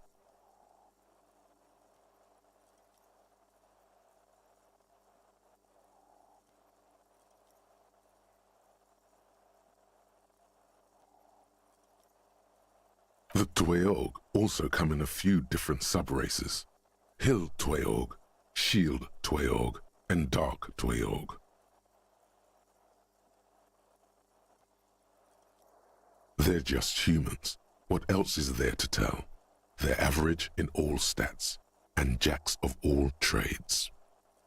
A very small race of flying people, known for being mischievous, full of trickery. They often lure people into their magical traps. There are no sub-races for the fairies. The least popular of the Wirral races, the pygmies, are short, rotund, and dim-witted. Pygmies live in small villages made of shoddy wooden dwellings. They spend most of their days tilling the earth and smoking their pipes. There are no sub-races for the pygmies.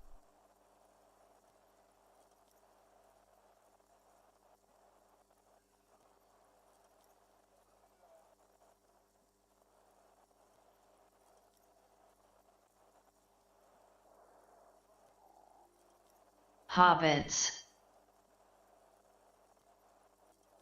It's made from some sort of wood and has been decorated with peculiar plant motifs.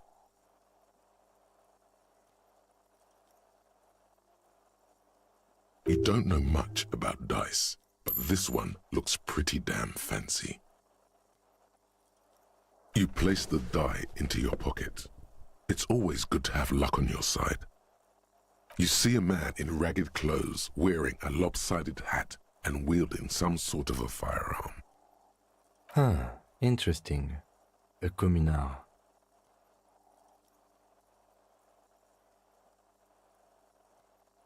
It is not.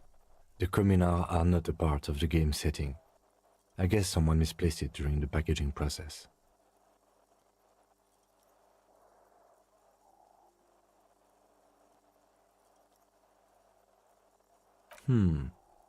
Good luck finding people who'd want to play as communard. You pick the figurine up by the base to meet your gaze. The little plastic man stares back at you, his face contorted into a disturbing shout. Then you pocket it. A colorful box with the title Wirral in bold letters. It's a board game.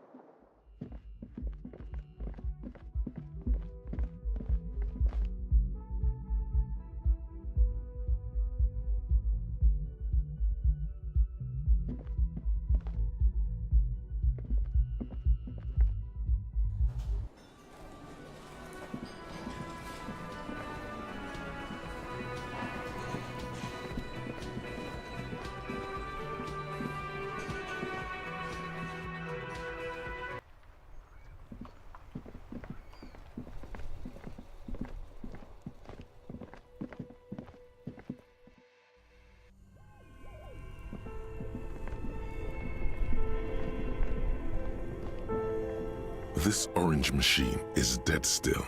It has...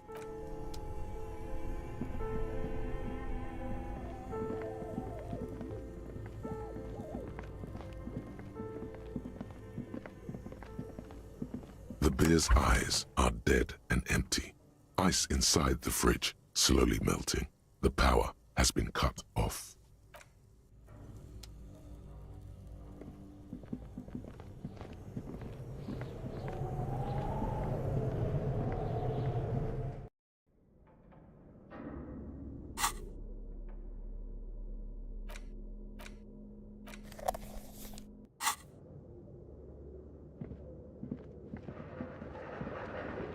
Your flashlight slides over. Some of the writing has faded with age, but you can still make out sections here and there.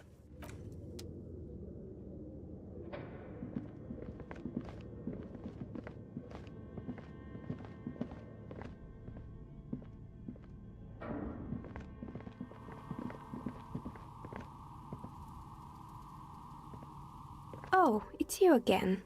Are you looking for a die? Of course. Tell me what you have in mind.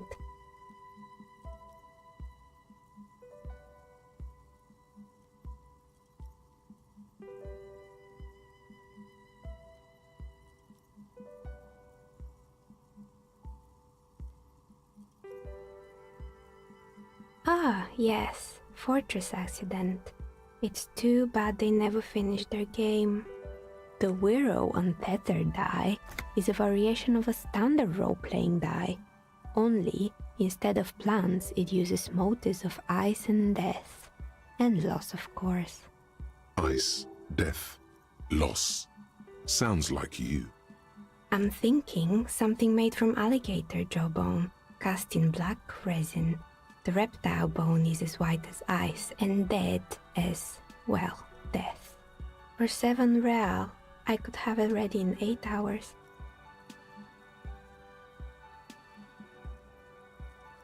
Great, see you in 8 hours then. Was there anything else?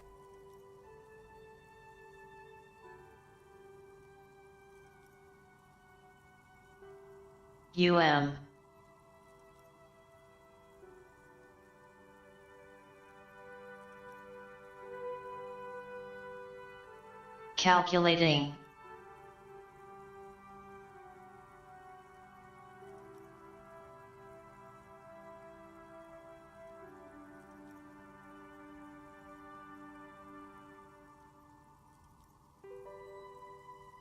"5 a.m.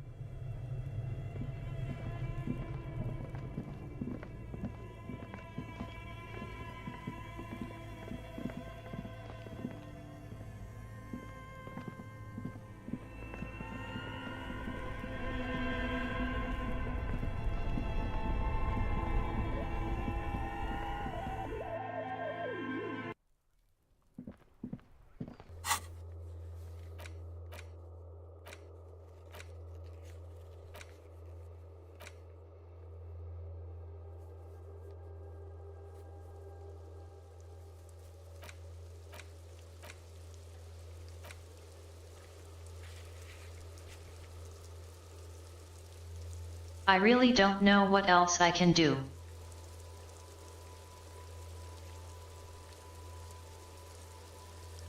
An egghead's maze feels unsolvable.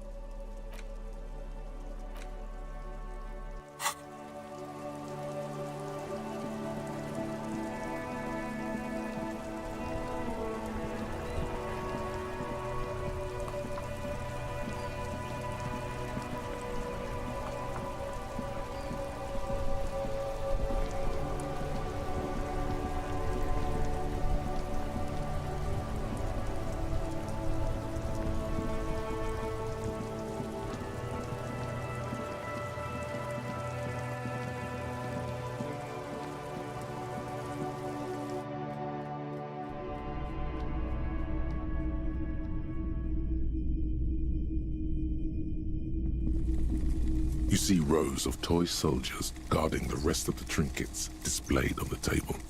Some on horseback, others in rags, others yet in bright blue uniforms. All are stern and unyielding in their duty. Why? What's this? A headless man riding a horse? A headless man wearing futuristic tracksuit trousers that say found. The Headless Horseman. Oh, that's the Headless Phone Rider. The Headless Phone Rider. It's an urban legend about a man who rides the streets of Revachol sporting a fawn tracksuit. As you see, he's missing his head. 50 cents. Bargain priced. I'll throw in the tiny cap too. I think he's looking for it, or something. That part of the story has many interpretations. He lost his cap when he lost his head. Perhaps he's looking for the head. Did I mention that this figurine is supposed to be lucky? Always carry it with you. Big men on big horses, clad in lamella armor and carrying flintlocks, the kind that would mow down a line of enemy soldiers in the blink of an eye. I used to be very serious about my Franco-Nigerian nights.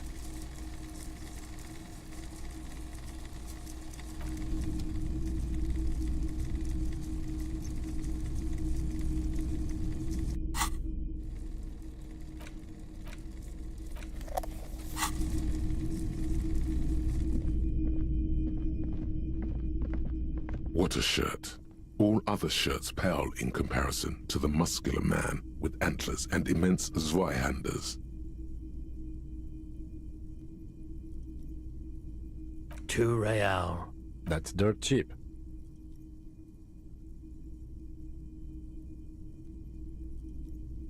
You should. Welcome to Hyundai, officer.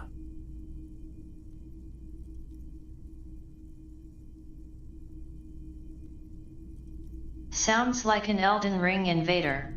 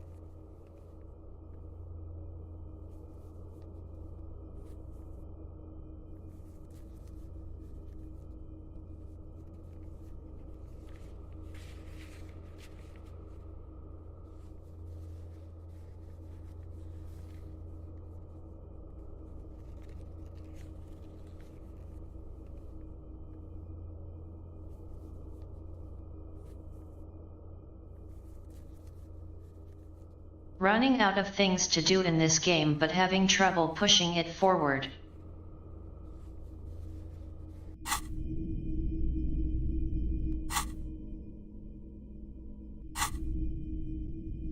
A typical Martinez streetlight sits among assorted floor and 700 real.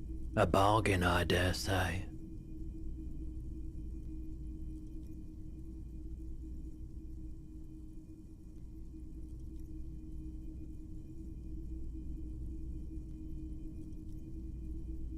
The light has undergone 3 transformations, and every transformation, large or small, has a price tag. the light has been removed and rewired. That's 2 transformations. But what about the third? The most important transformation is the light's placement among ordinary, indoor fixtures, which has adjusted its morphological field. The light became suitable for use inside the home just a few days ago. Okay, that checks out.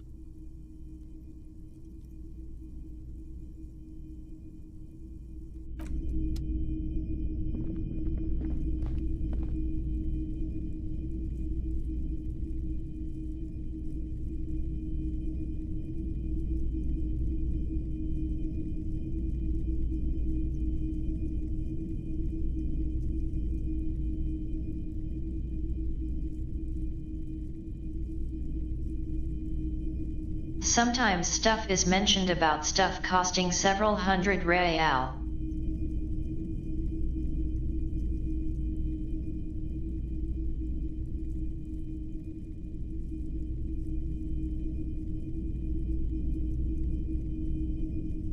I wonder how much money it's possible to make in this game.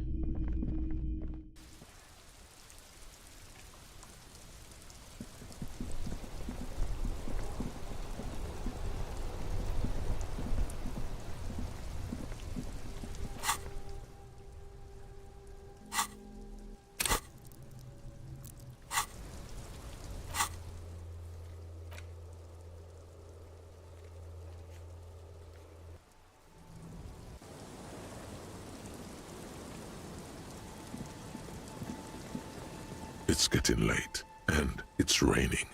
Time to call it a day.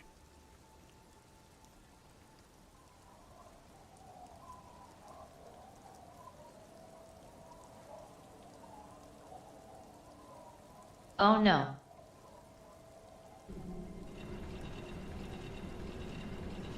I didn't mean to press that.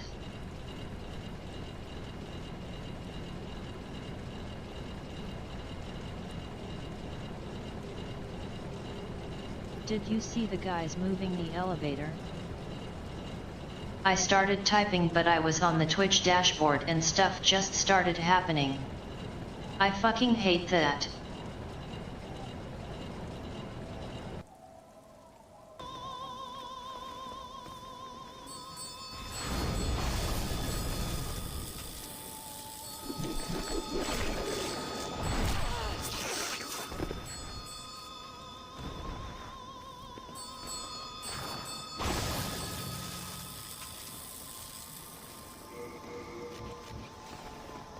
If I'm just typing, no shortcuts should be shooting off even if I accidentally am not in the typing field. Anyway, I'm taking a break, I guess. LOL. What just happened?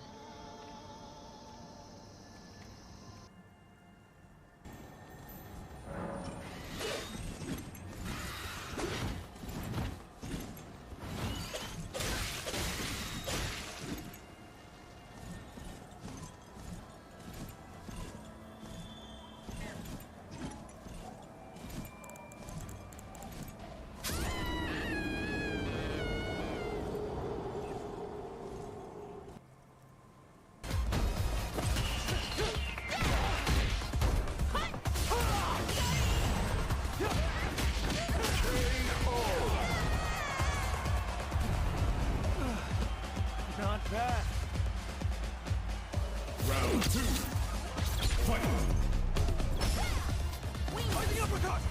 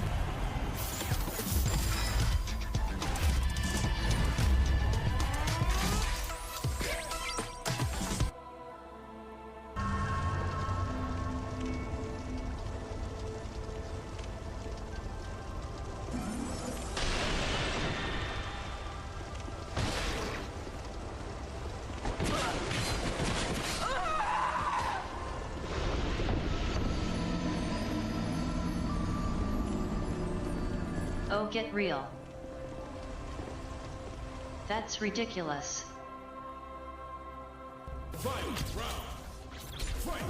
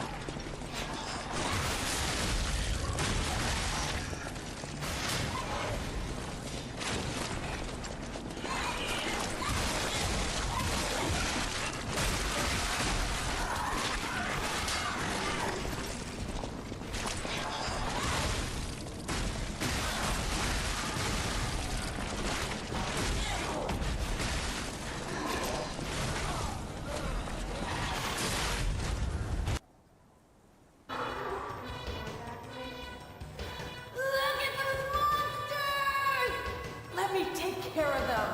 But, Chris, get in contact with Brad right away. Okay.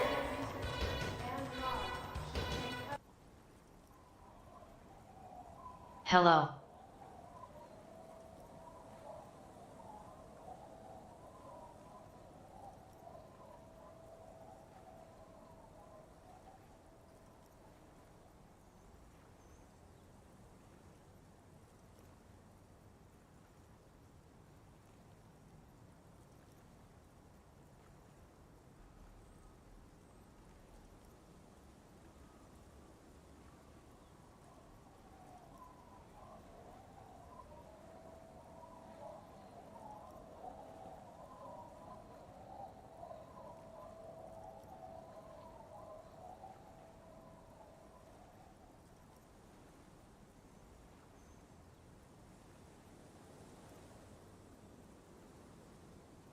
I feel like an old house, warped over time, bending and about to fall over.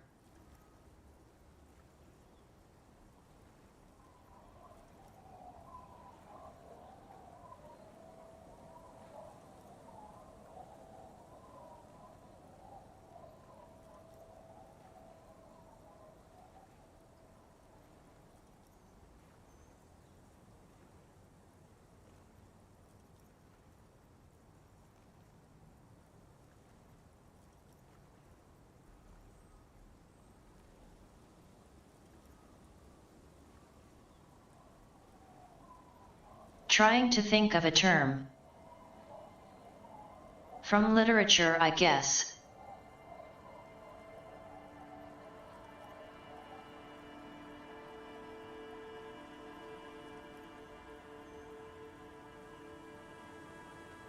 Where the place looks like it matches a feeling or something.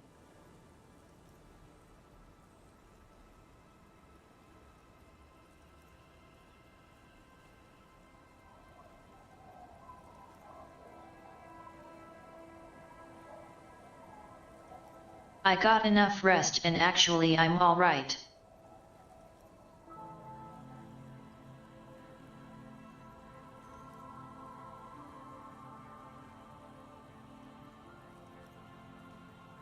I'm just worried about crap falling over. Old stuff eaten up by termites.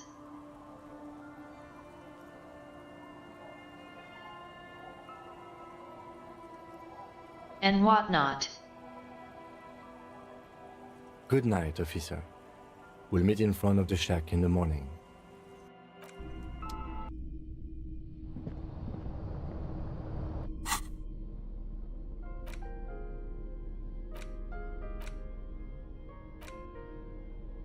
In your hand, you hold 4/5 of Dick Mullen and the mistaken identity.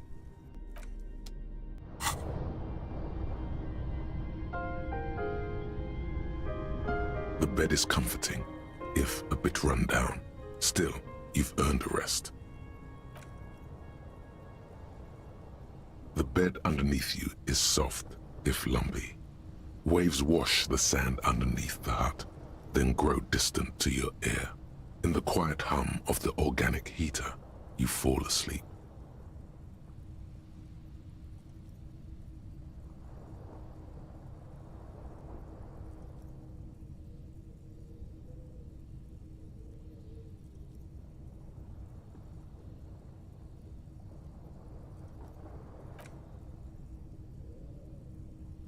Like a deftly cast fishing net, sleep pulls you out of the world and into its dark shore. The rough mesh chafes, tightening around you, it digs into your brain. This voice isn't very restful. How have things been going for you out there? Helped anyone lately? Saved anyone lately? Murdered anyone lately? This bastard isn't even listening to you. Because you know you are a murderer. A disco music listening psycho killer who offs poor people and then forgets about it.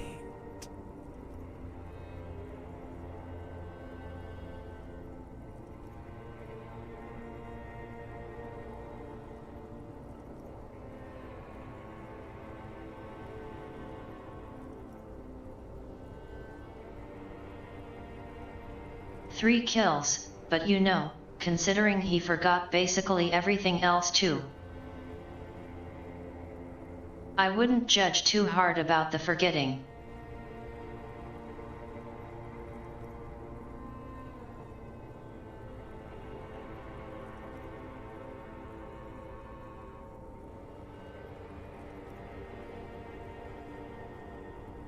Hear that? Iceman wants to sleep. He doesn't care about killing people. That's nothing to him. Black water under the bridge. The thing he's really scared of is much, much worse than that. We're trying to help you. All these processes, these tortures, voices and tremors are all just distractions, flares and countermeasures to keep you from the last dream, the worst of them all. The last dream will be total annihilation. Cinders peeling off the fuselage. We won't be there to help you anymore, Harry. We will be dormant. You will be naked and alone.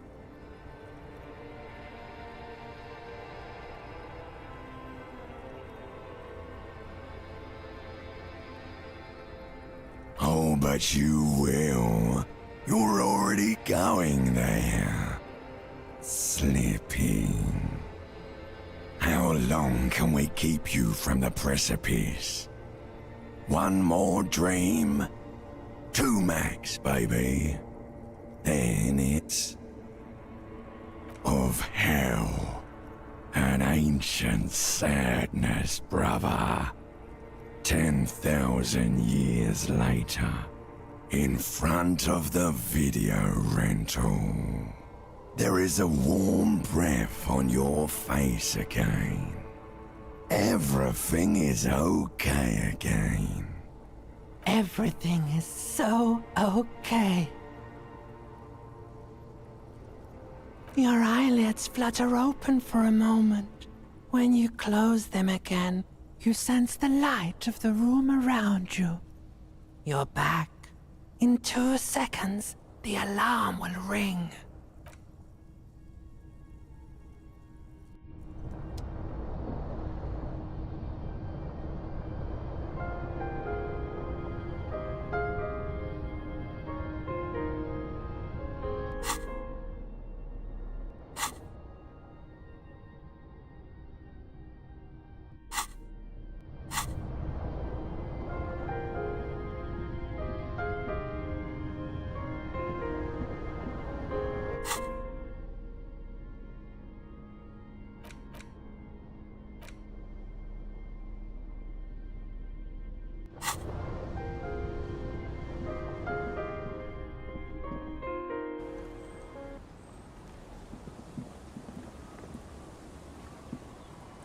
Yes?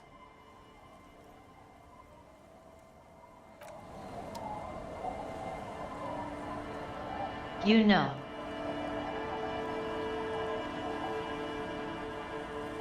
As much as I appreciate Kim,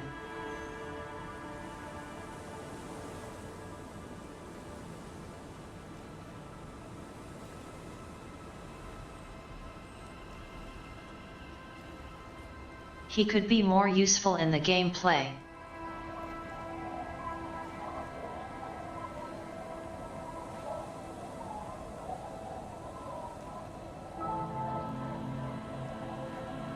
Like, if I'm stuck and feel like the case isn't moving forward like it should be. Like how right now I'm just trying to spend a whole bunch of time with nothing to actually fill that time.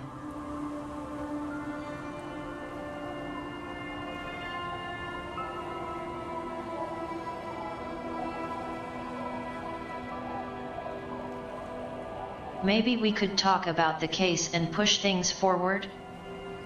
You know, optionally.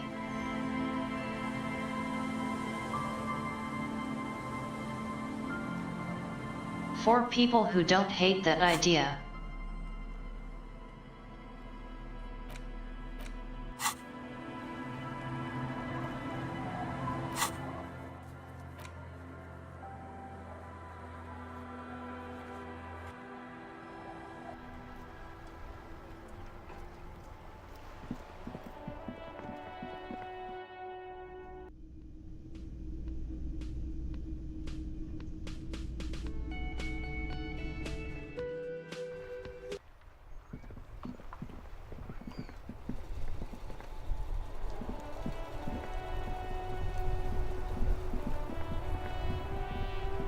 Officer, care to play a game with the lonely old man? Actually, never mind. Wouldn't be the same. The prick is gone. I can barely believe it. But he's really gone. He is trying to retain his jolly facade, but the underlying sadness casts a deep shadow over his wrinkled face. Yes, in peace.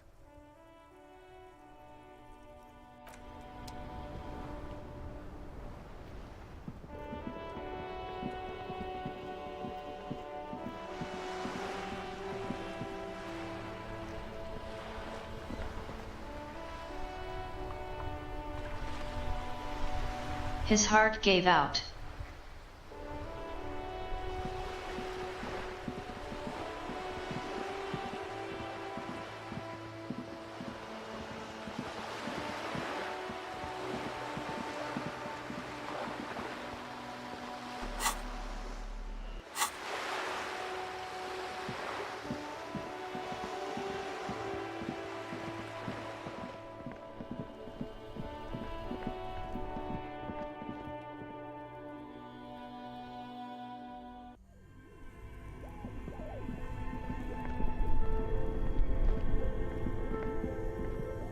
This orange machine is dead still. It has a hand-cranked ice cream churner and an electric freezer.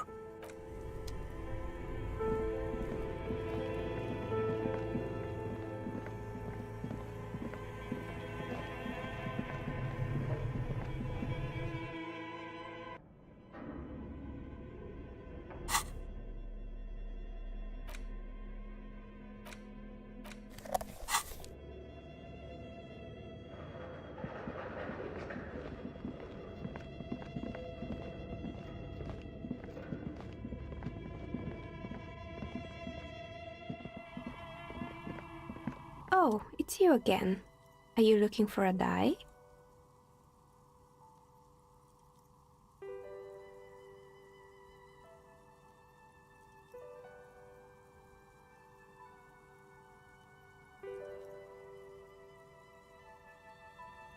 Very good.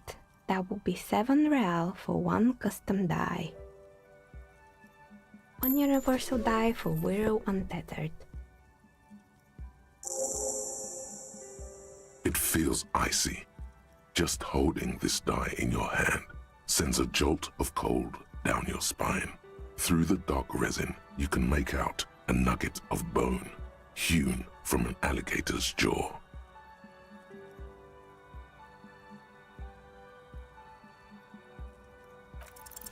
You feel nothing. If anything, it's uncomfortably warm in here.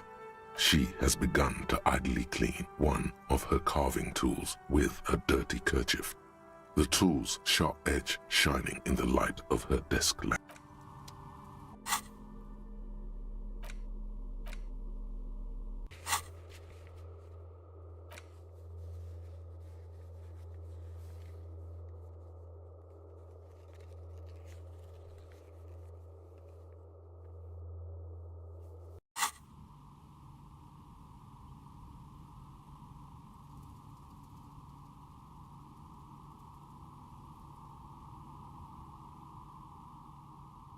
Yeah, Miss Custom Dice is very nice.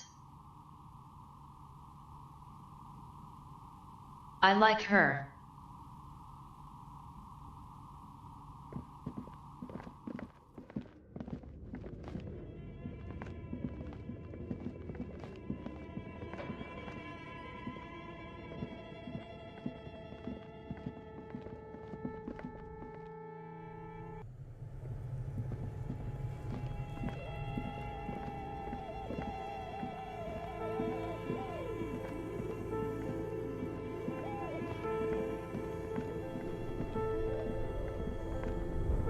Thing is,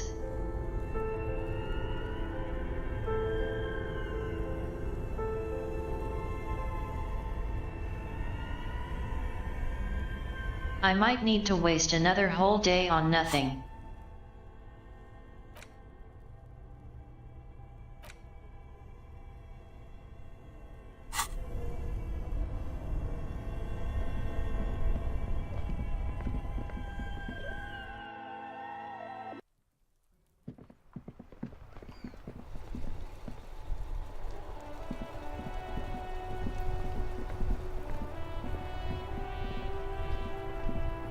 Inside, you see a set of steering levers, a radio microphone, a pull-out toolbox, and the soft glow. This is Precinct 57. How may I assist you?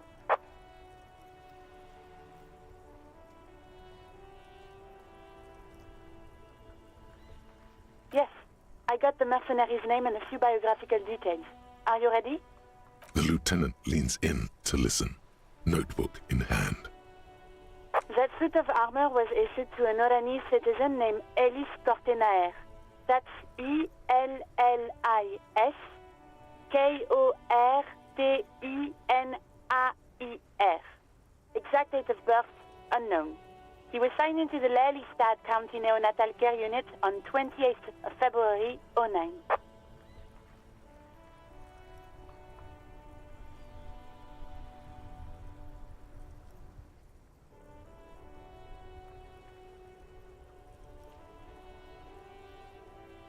He was found as a newborn in a leaf compactor near an abandoned farm. He spent 4 months in the neonatal unit, survived apparently, and was assigned to a foster family at 2.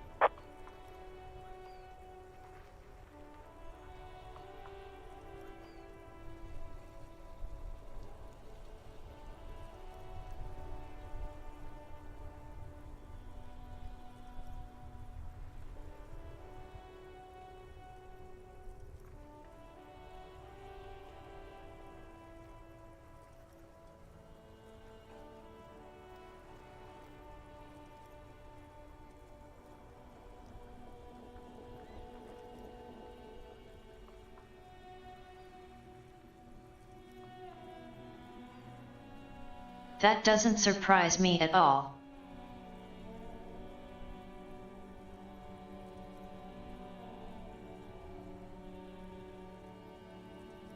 This game has words from all over the place.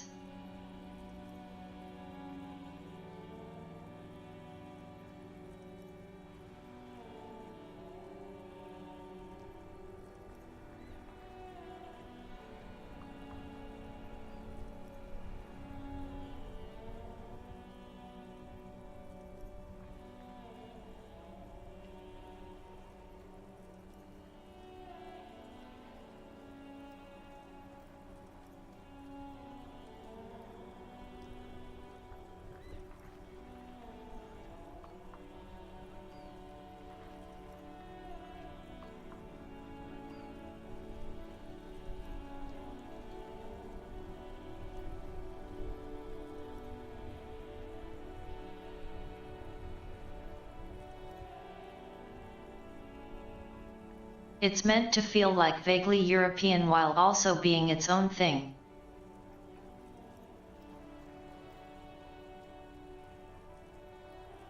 This is what the ICP knows about him.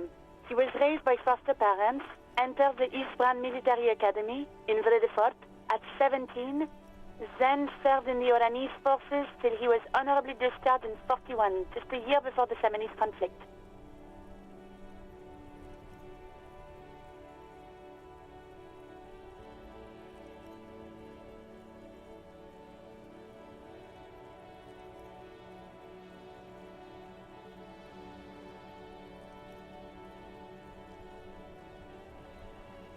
French feels like the most heavily influential language in the game. At least in Martinaise.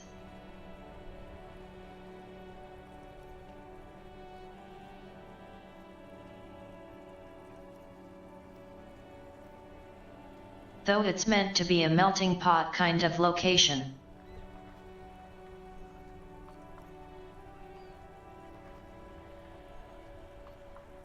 But Revachol in general, I suppose.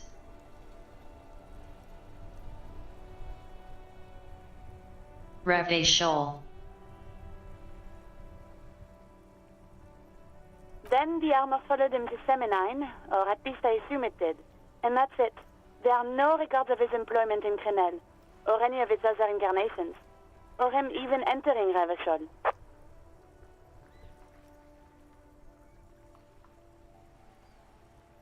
It's a garden tool used to press leaves into these cubes. It's a detail the hospital had, the only detail in these files. So I thought it would be good for you to know. It is. Thank you, Alice. None, officer. Sorry. Even that is a small miracle. These organizations usually double-check their inventory.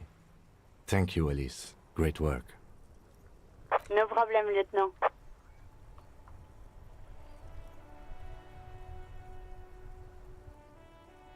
A name. This is very good. Elise Cortenard. I'm glad the inquiry was helpful to your investigation, officer. Did you have any other questions? 57th, over and out. In the cabin, you see a set of stairs.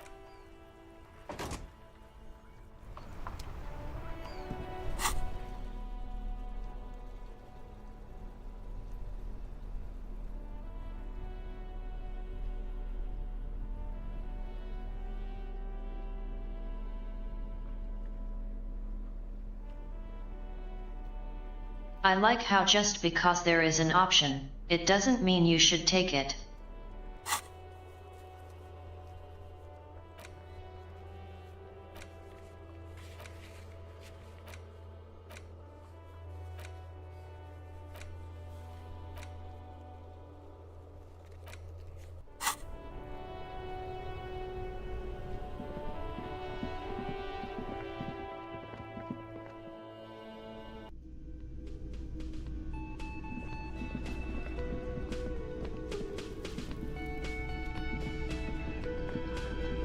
I love this song.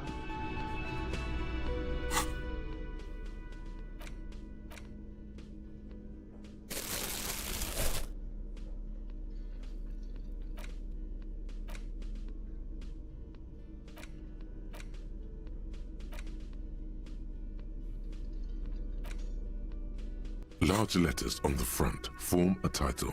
You pry open the box. Inside, a colorful box with the title. So, no D&D campaign.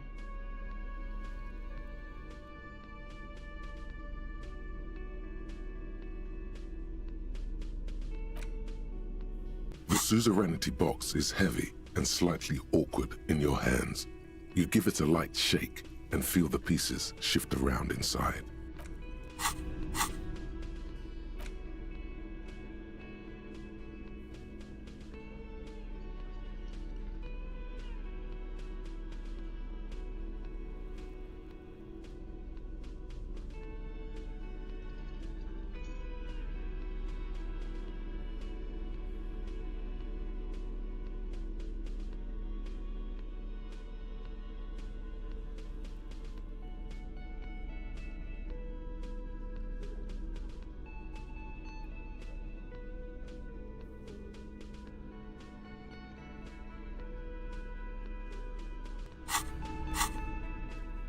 crinkled chewing gum. You feel you carefully fold.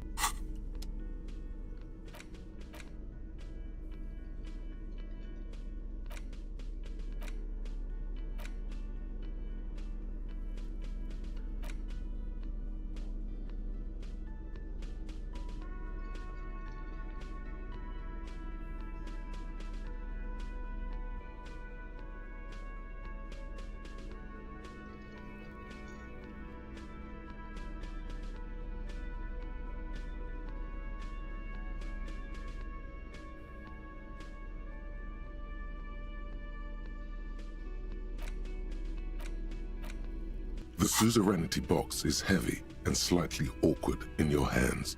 You give it a light shake and feel the pieces shift around inside. Have you tried goading him? In your dreams, maybe. I've thrashed my share of trash talkers before. Now come on, let's put childish things aside.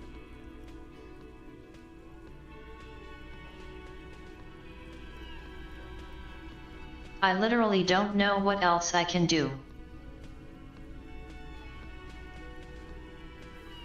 I need to just pass a day somehow.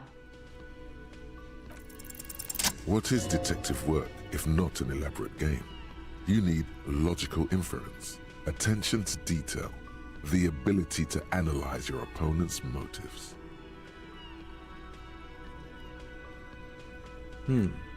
I do feel like my thinking has become somewhat rigid. Maybe a little diversion to keep the mind limber is just what's in order. See? He's doing the hard work himself. All he needed was a little nudge. Alright, you've convinced me. How do we play? You explain the basic setup procedures to the lieutenant, who seems to be a quick study. You each take your bag of tokens and counters and unfold the board between you. In the center is the crown of Revachol. Radiating outward are her colorful vessels, each one supplying some raw material desired by the suzerain.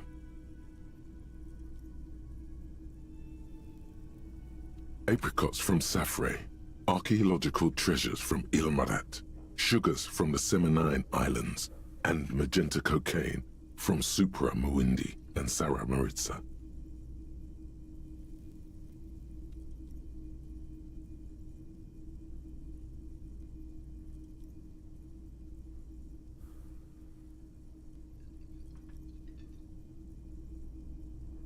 So like I was saying before about things being from all over.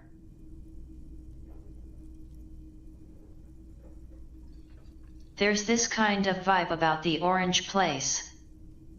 The name might be Dutch, but it feels like Russia.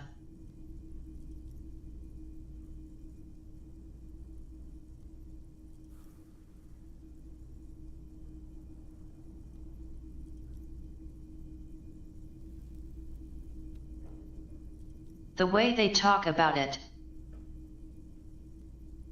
Mother Orange or whatever. The old world. There's also a neat little log to keep track of your progress, in case you need to put the game away and return to it later. The lieutenant goes first.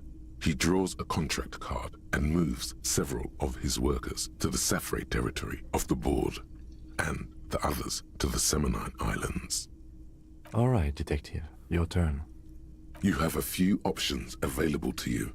Will you try to fulfill contracts right away, or rearrange your workers to maximize production on future turns? Remember what the rulebook said. You'll want to choose a strategy early on and stay committed to it.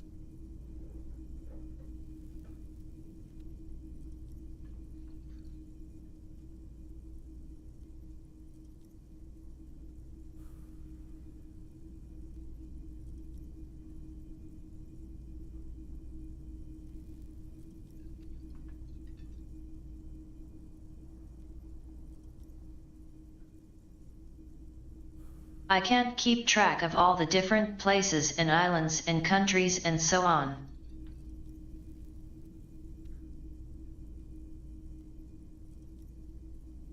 They are a blur of names I've mostly forgotten.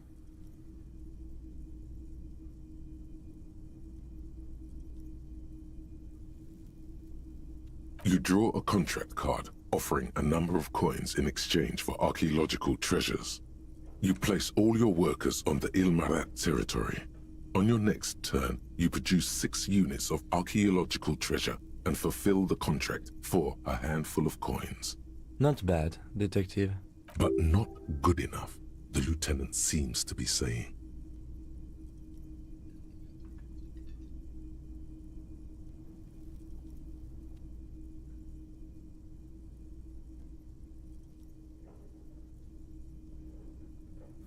It feels like there would be a map.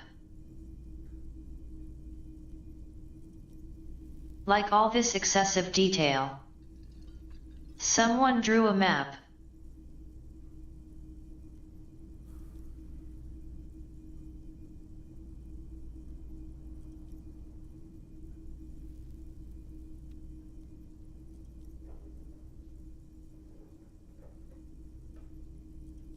Even if it isn't publicly available. Hell, a fan probably made one.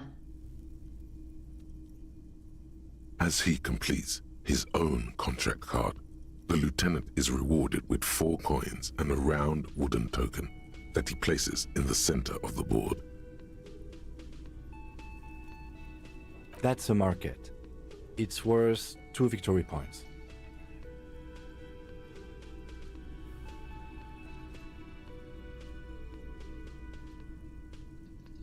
Don't worry, it was mostly just luck. You'll earn some points soon enough.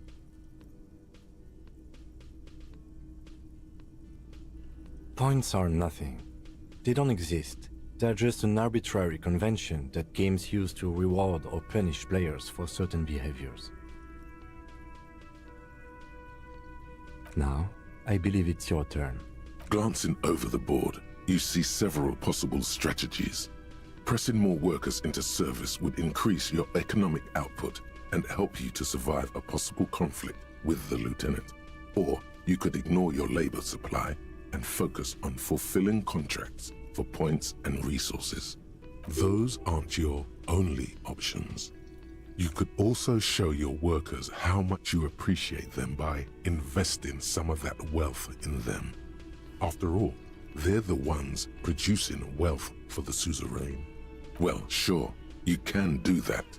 It's just not a terribly effective strategy, but then it's up to you. Who cares about workers or territories when the real action is in Revachol? You spend your turns fulfilling contracts for sweet coins and one-time bonuses.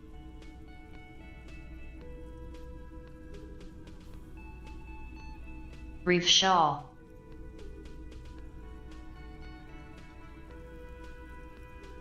Revachol.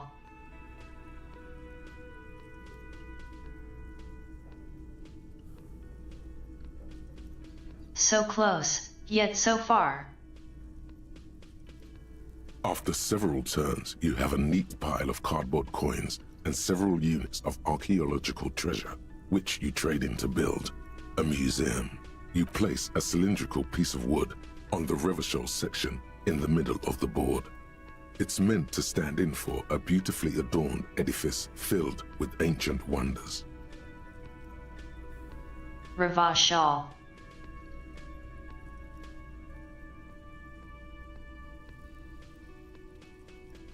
Not bad.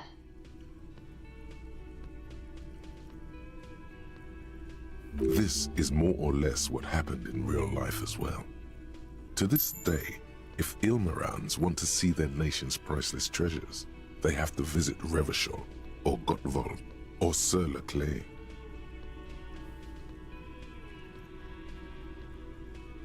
Well played, detective. That museum is worth 3 victory points. Now it's the lieutenant's turn to respond. He moves aggressively onto the Safre territory. Soon, his workers are producing a steady supply of extremely valuable apricots.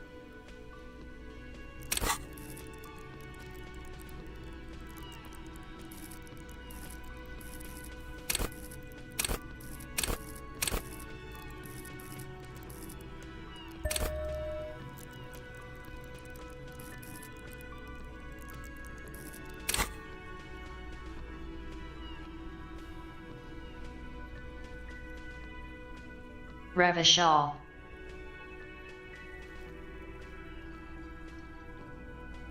For several turns, you struggle to respond to the lieutenant's burgeoning apricot empire. Eventually, you relocate the majority of your workers to Supremawindi and Saramaritsa, where they begin producing a bumper crop of cocaine tokens.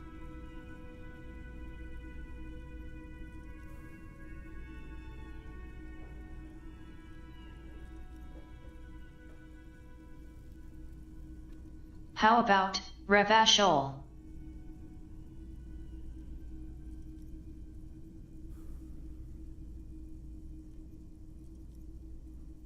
Revachol.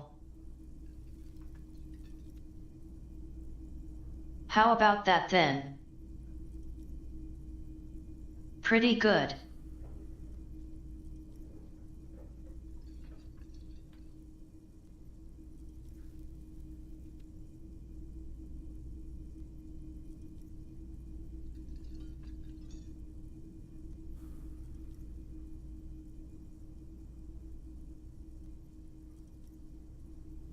You draw a new contract card.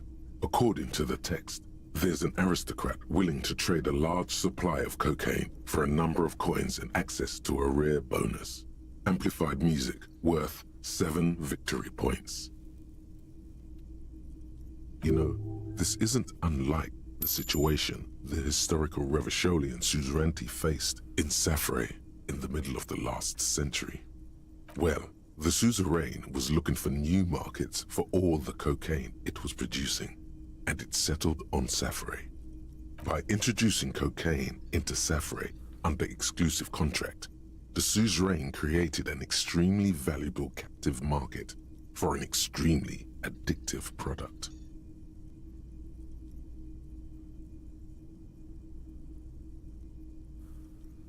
If you could somehow get the lieutenant's workers addicted to your cocaine, you could not only make them less productive, you would also force the lieutenant to pay you for your cocaine tokens each turn.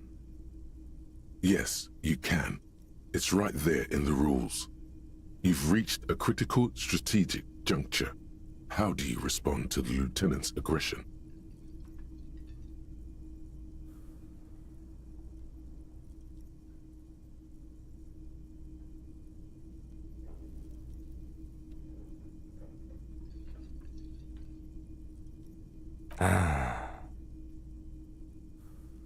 That wasn't necessary of you, but you have my thanks.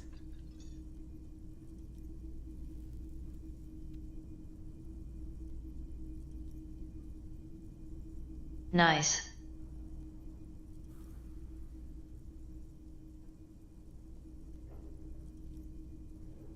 Thank you very much, good stuff. And hello.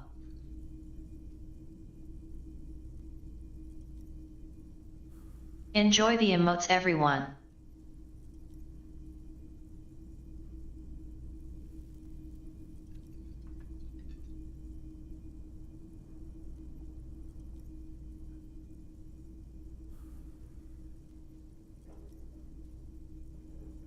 Friday. Gotta get down on Friday. With each passing turn, you slowly bleed the lieutenant of coins as his own workers become less productive and more dependent on your magenta cocaine tokens.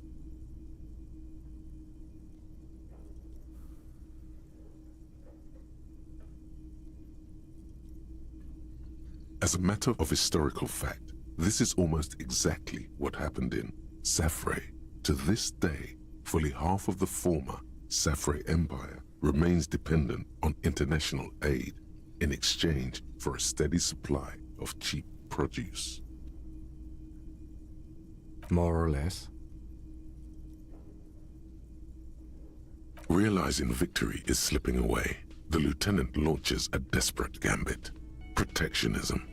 By erecting tariffs on your cocaine, he hopes to starve you out of the market at the risk of incurring the suzerain's disfavor. The end game is upon you. Do you escalate the trade war with the lieutenant in hopes of crushing him with your economic might?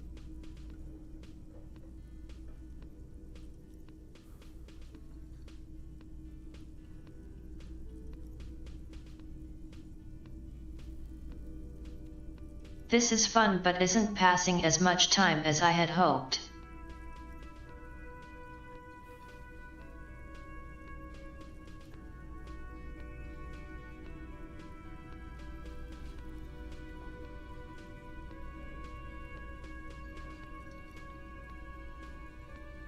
Also, yet I was talking about Spider-Man earlier in the stream.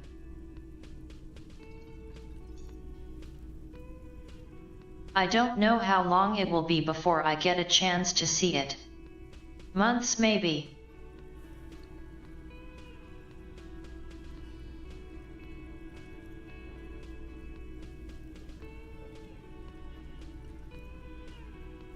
I already read the books.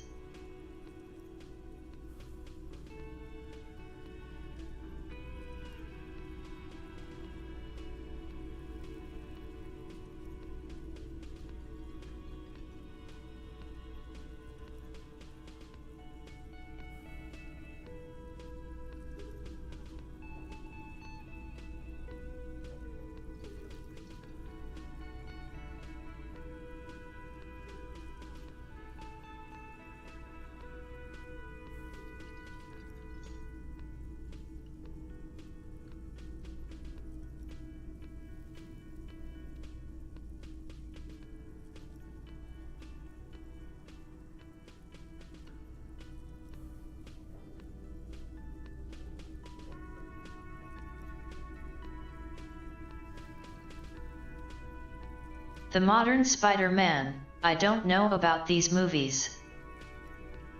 But like, they're alright I guess.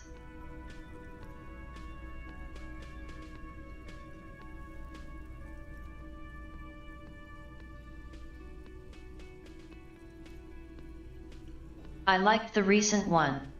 The one before this one.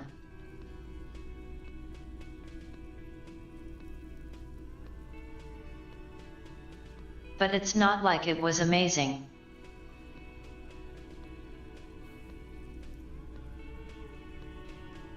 Or spectacular.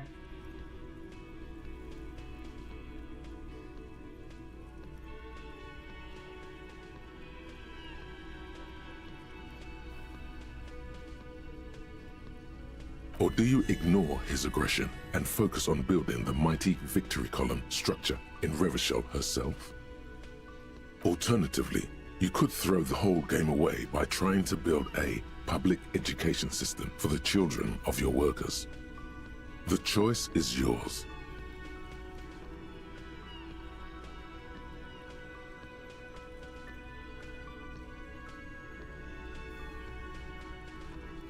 Building the ultimate structure requires diligent economic planning, which you completely fail to do. Rather than build a glorious monument to Revachol's economic superiority, you have to settle for a handful of post offices and school for the blind. A risky gambit, detective. Sorry it didn't pay off.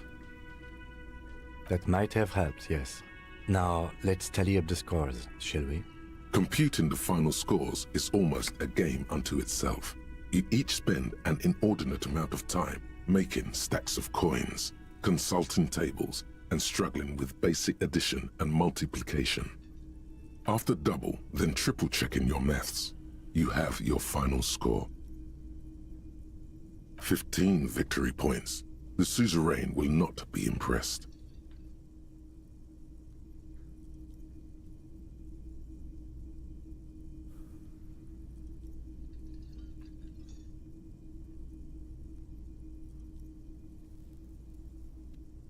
I haven't actually read a lot of Spider-Man comics.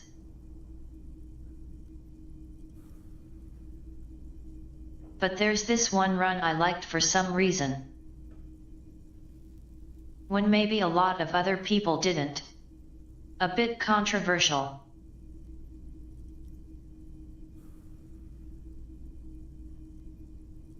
The Superior Spider-Man.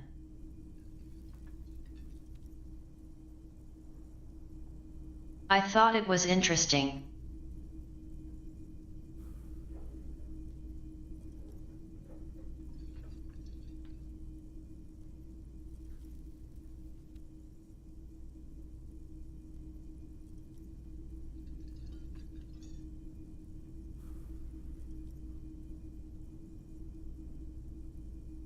It's about Doc Ock taking over Peter's body. Really weird setup.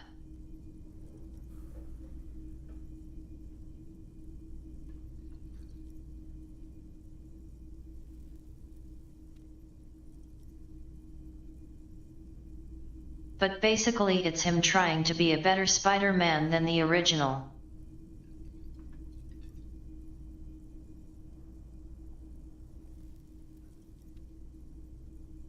You know, despite being a super asshole.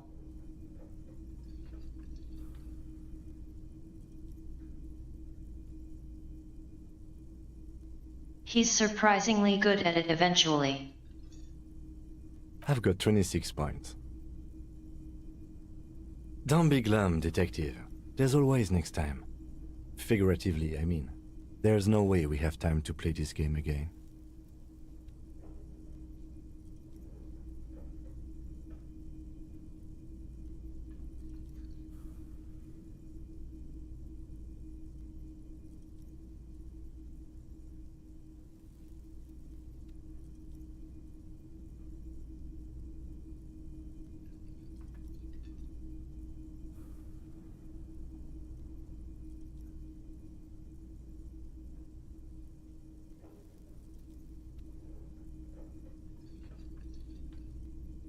I guess maybe I like redemption stories even if in theory, I'm not sure I would.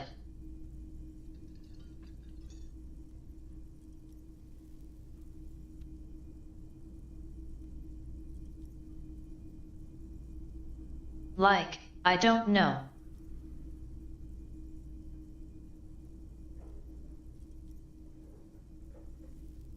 I was rewatching Angel recently.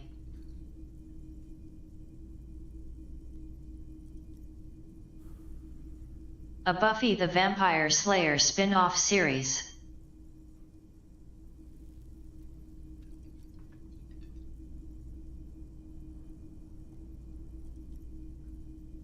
He's a vampire who used to be really super evil.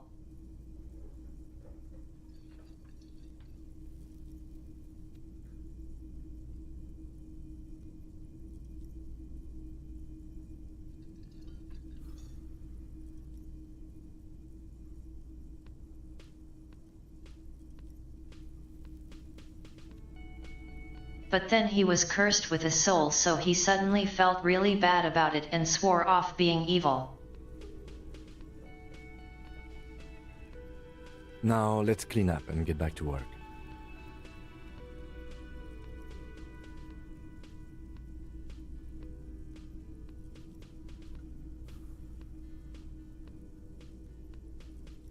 I'm not calling that a good redemption story, by the way.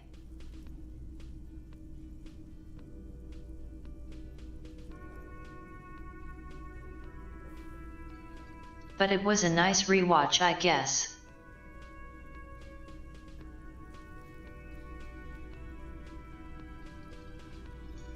Just because I used to watch those shows way back when.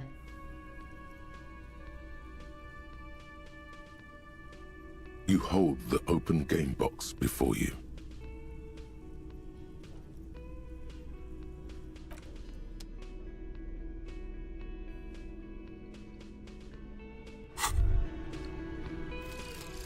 Date of birth generator. You were born in the year 07, in the last year of the commune of Revachol, right before it fell, in the old military hospital on the ground floor, where people usually came to die during a snowstorm. The revolution had about 1 year left to go, and the fires were still burning bright. There were explosions in the blizzard. This was 44 years ago. You are 44 years old. The bloating might never leave your face, but beneath it, You still have some years. You still have some hope. Oh, so he was drinking and drugging hard.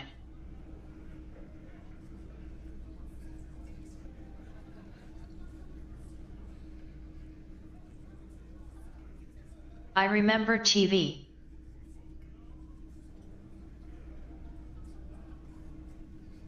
They used to send it through the air. And then there were cables.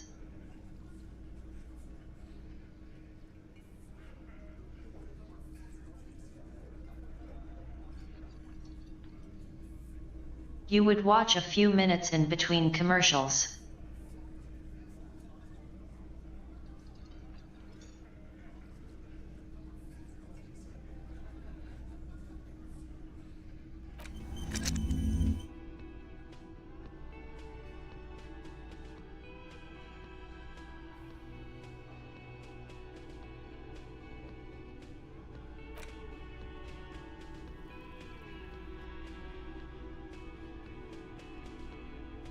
"16 hours and 20 minutes.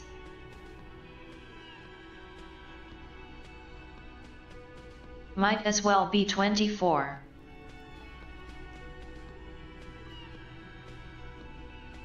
I'm telling you. TV was different back then. It was a bigger deal. And the shows were longer.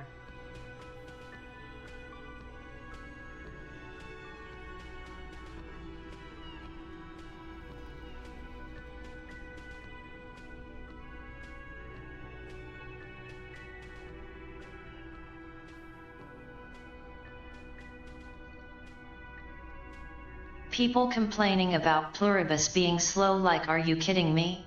This is from the guy who made Breaking Bad. That was slow as hell. I'm not saying it wasn't good. It was good. But it was slow.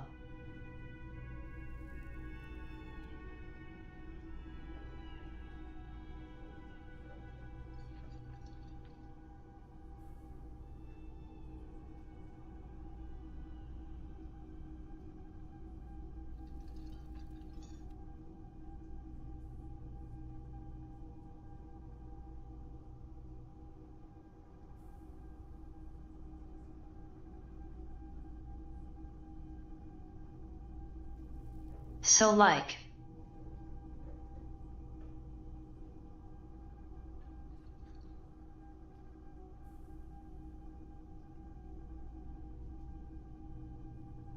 I was pretty close to never waking up the first time at the start of the game.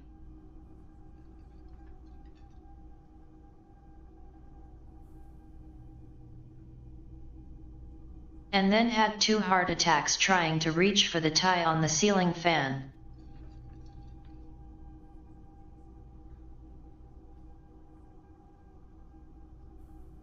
And I was probably going to do this anyway.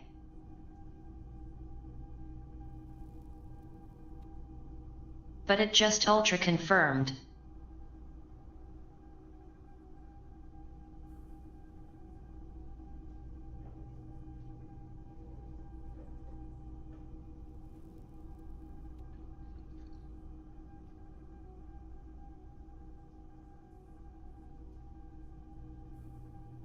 This was rock bottom. Swearing off drugs and alcohol right there.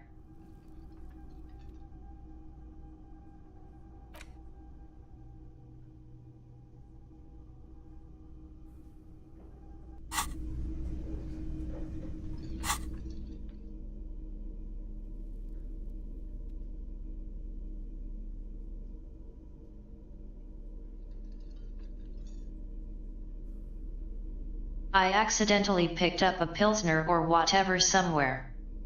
But I haven't touched it.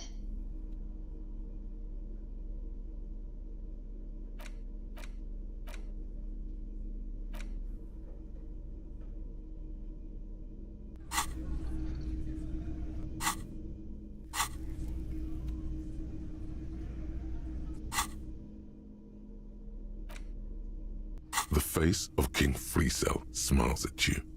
Comrade, as you... but like only 4, perhaps. So please, if you value our radical Mazovian What do you expect?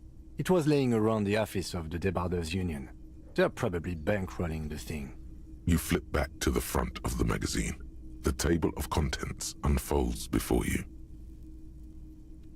This section includes you also... Whoa. Bear wrestling. Flip back to that. Apparently, the material conditions of other countries hold no interest for you.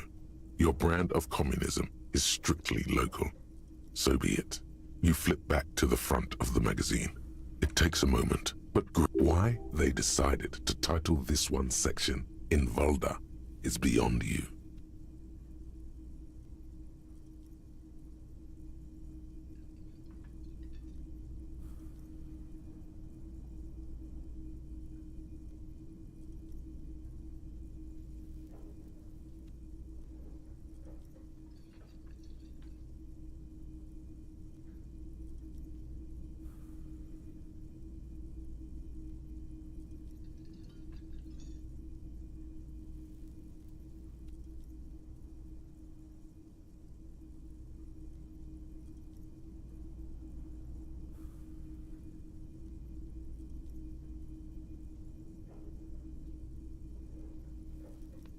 Obviously, because it's cool to drop random phrases in foreign languages.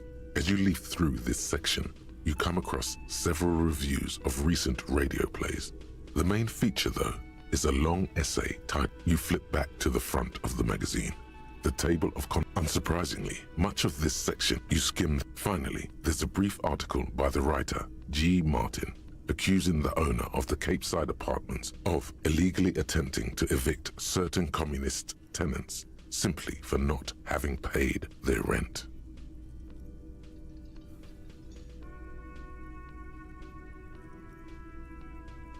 There's a reason I didn't pick all these other options.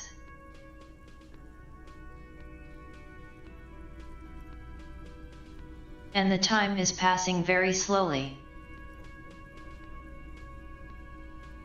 I'm supposed to do this for a whole day. Is that going to take a real house? Hour. I meant hour.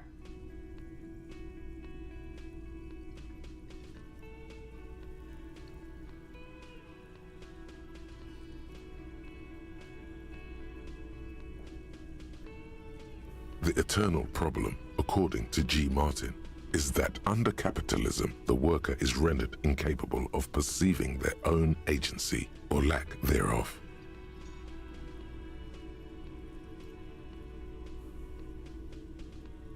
I read all the cases.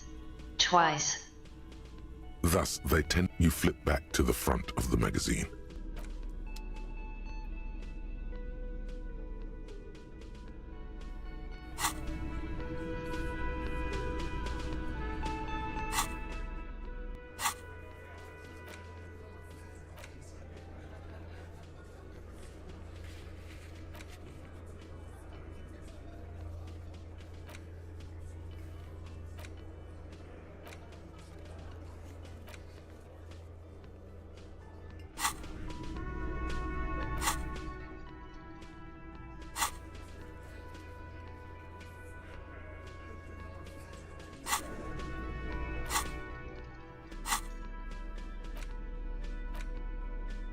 In your hand, you hold...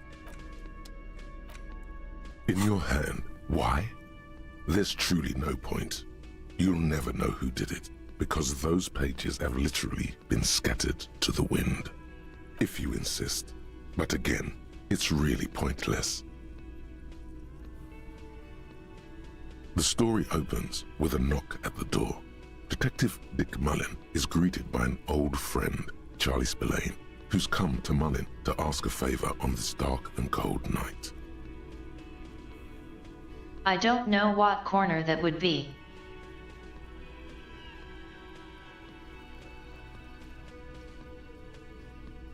But if you want to nudge me in that direction, I don't mind. Spillane needs Mullin to drive him in from Vespa to a small town. 2 days late, desperate to clear his name, Mullen manages to convince the... What's the matter, detective? The lieutenant shrugs, resigned to the idea that his profession will rarely, if ever, be accurately represented in art and literature.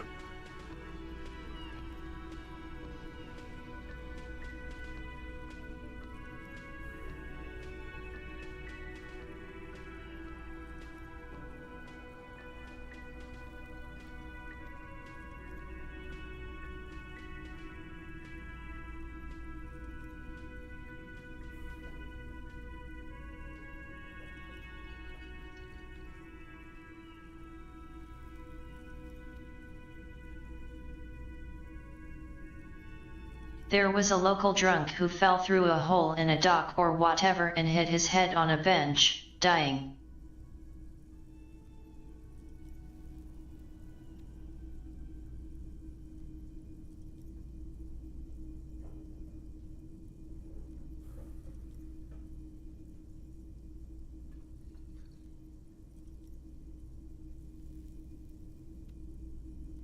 Notifying the family was harder than I expected it would be. Of course, Mullen didn't do it. That's the whole premise of the book. Anyway, Mullen returns to the seaside bar where Spillane was murdered and meets a beautiful, mysterious woman.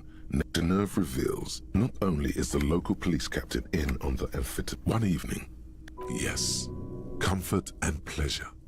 As the two lovers share a post-coital cigarette, always aim for the center of mass. Whatever it is, Mullen never hears the words.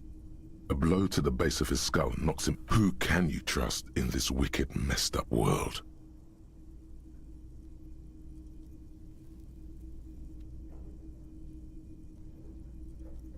Can't trust anyone. Not even yourself.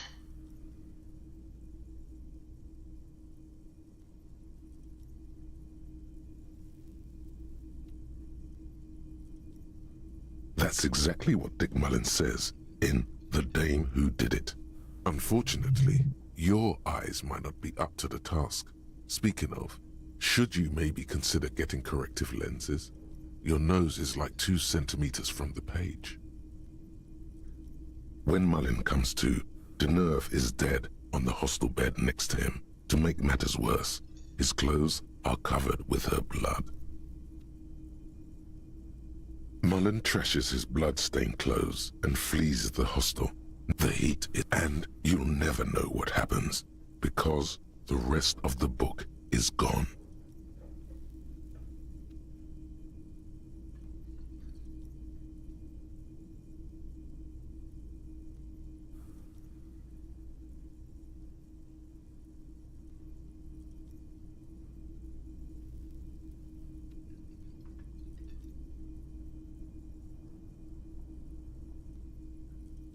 Thinking about action movies now.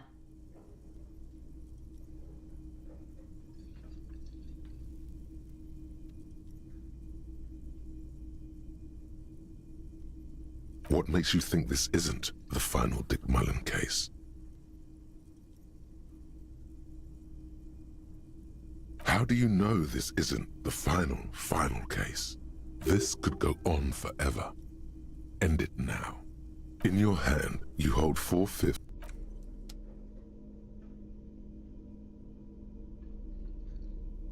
Well, that burned an hour.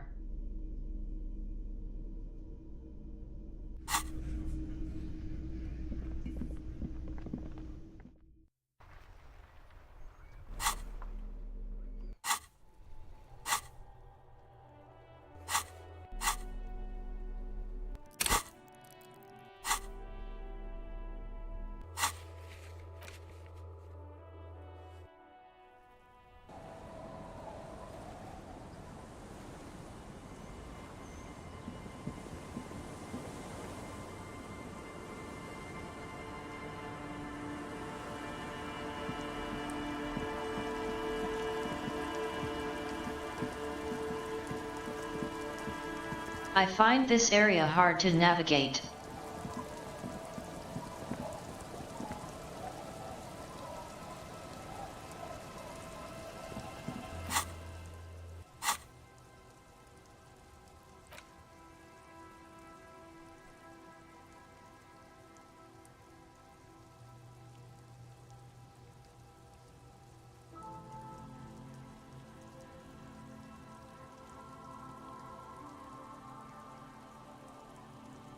Volume trick shit compression. Got all the shit together and compressed it into a diamond.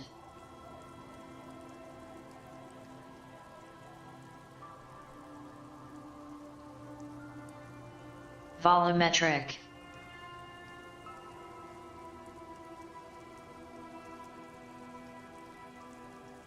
Volume trick.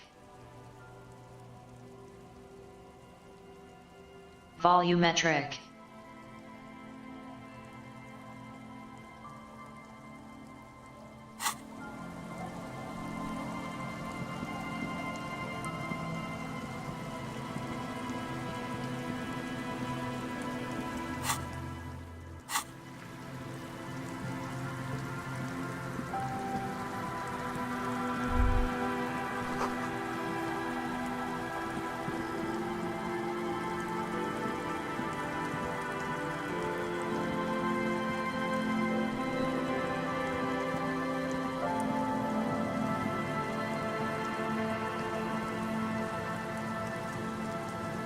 The snowy days turning to rainy days.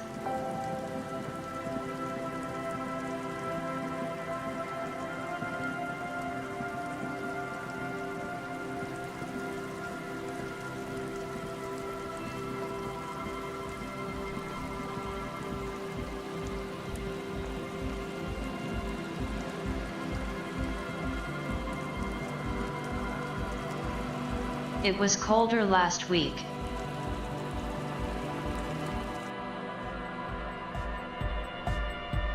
We're close. True, hard, full, core. Hardcore. Hardcore to the mega. Internally coherent.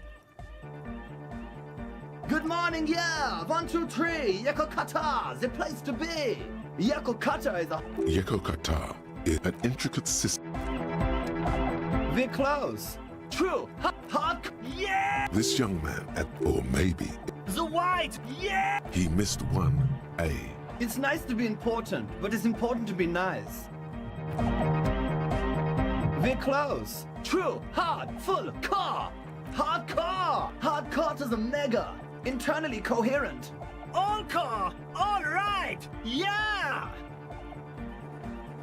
Gotta get the people going. I'm the party boy. It's my job. 2 on a track. Watch your back. Watch out for the heart attack. Yeah.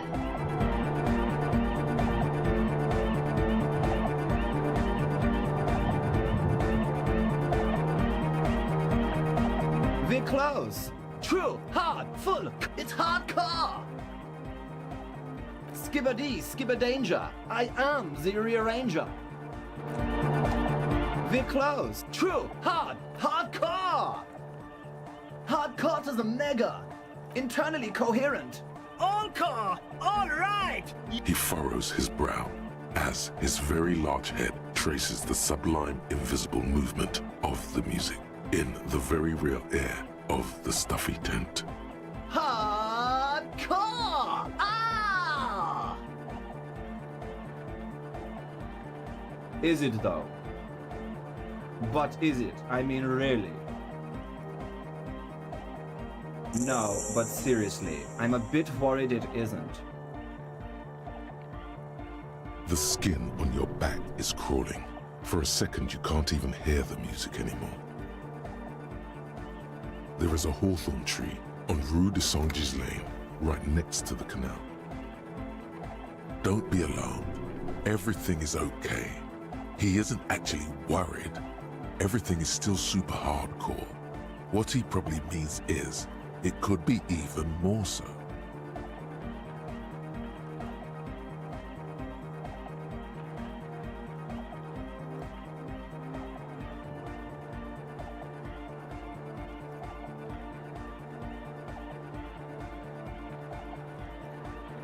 There's nothing wrong with it. I'm still in love with the hardcore. Sometimes I just feel like anodic music is in its infancy, you know? For example, take this Arno van Eyck jam I've been pumping for the last month, and will continue pumping for the rest of 51. Isn't something holding it back from being hyper? It's like it's only ultra. I think it's super hardcore, but you're right. It's not hyper hardcore. If anything, it sounds a bit proto, like it's not fully formed yet. You might be a moribund alcoholic and a failed cop, but you are pretty certain a thing cannot be both proto and hardcore.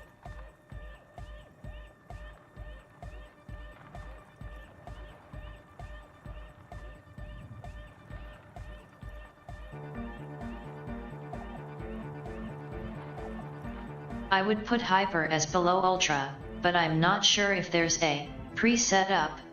I don't know blah. The words. They fail me.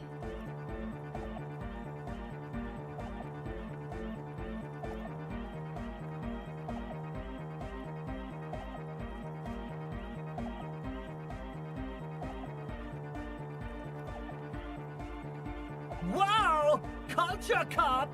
I think you might be right. But how could it become hardcore then? I know it in my heart, but cannot think it in my head. If this is not hardcore, how could anything be?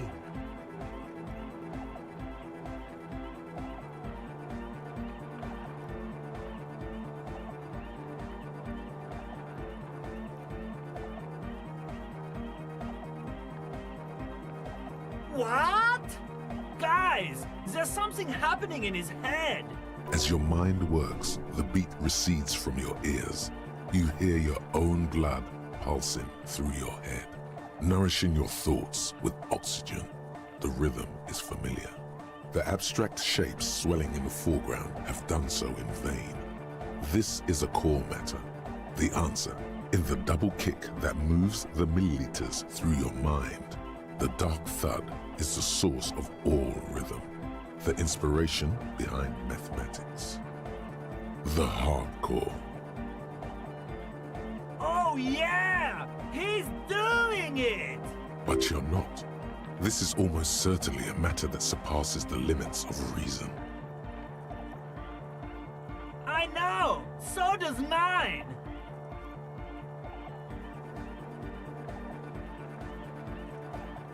No! This is the answer!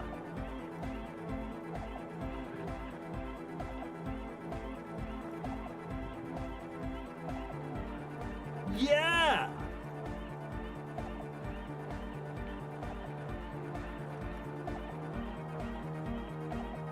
No nation, but transnation! No war, but class war!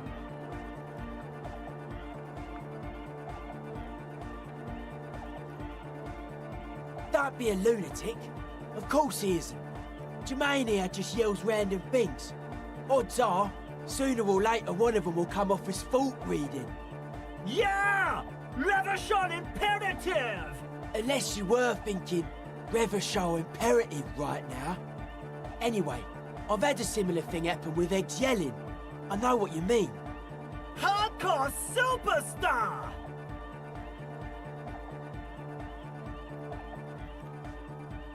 He's not a communist.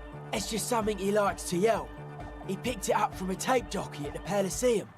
She was a communist, though. Yeah! With the rebel yell! Yeah!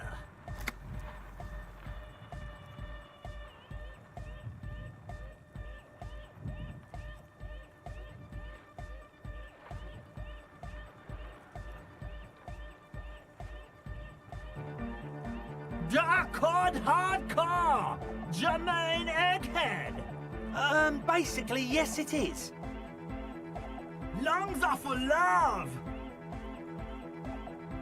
When Dolores Day was anointed innocence, her lungs started glowing through her body. For the world loved her, and she loved it back. Yeah! Lungs are love. Why wouldn't they be? Are the lungs not the place where you hold the breath of your soul?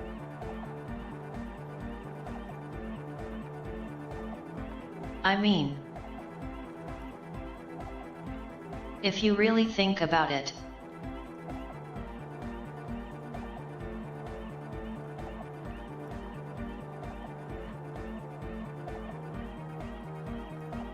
I guess it makes about as much sense as the heart.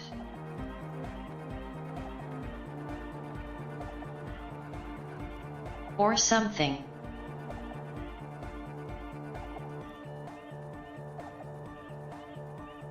Love! In a woman's lungs! Lonely as I am, I'm not afraid. This strange, damaged feeling grows on and on, 'cause I've never loved someone like you before. A dopamine surge accompanies the words. It feels like electricity flowing down your scalp, dissipating into your neck.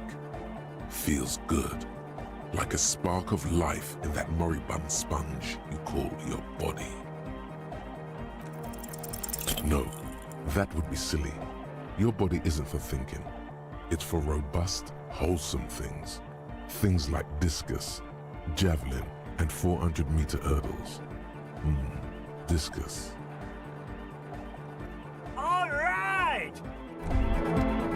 Why does art inspire you so much? Excellent question. Art is a diverse range of visual, literary, auditory, and performative creativity. It's an expression of imagination and technical skill. Additionally, it's history, criticism, and pure enjoyment. In short, art is the highest form of human communication, representation, narrative, emotion, and agency intertwined. Have you looked in the mirror lately? To be honest, you have the exact features of the modern artist, with that wild hair and those clothes. Perhaps you should try to write poetry someday and critique architecture.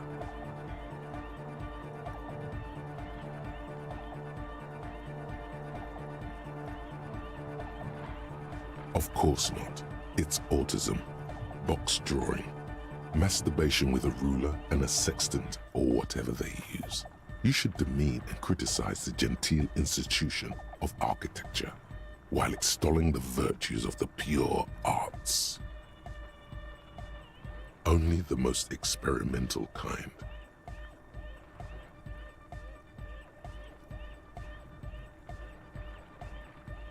Yes, you seek substance.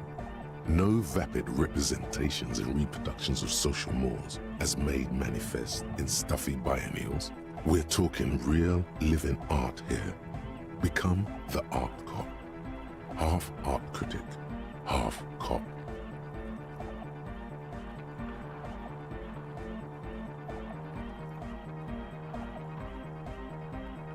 Exactly. It's not only your duty to only catch the criminals off the street, you must also apprehend criminals of the printing press and the gallery, the trite and derivative artists and writers of the world.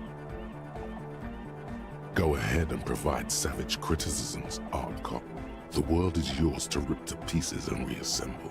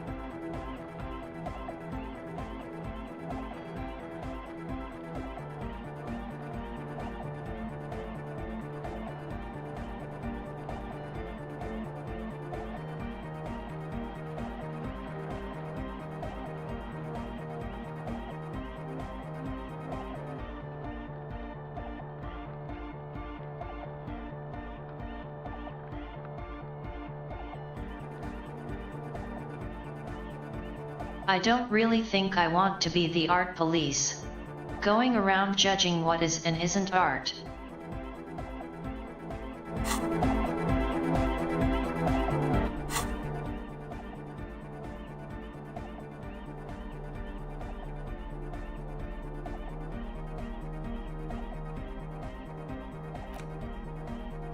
worn map features the patchwork grid of the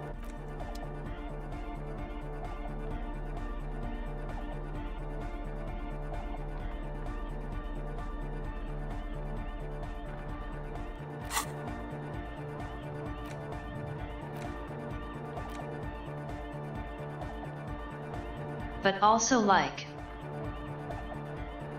internalizing these things.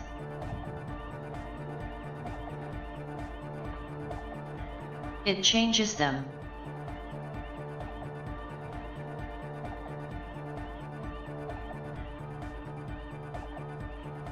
And there are bonuses. Sometimes.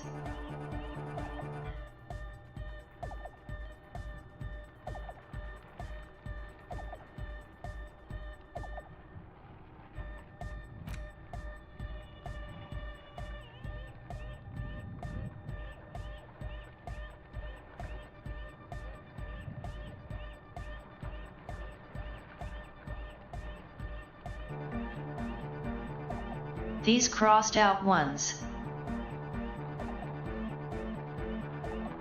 I discarded them to make room for more. And now? Just gone, I guess.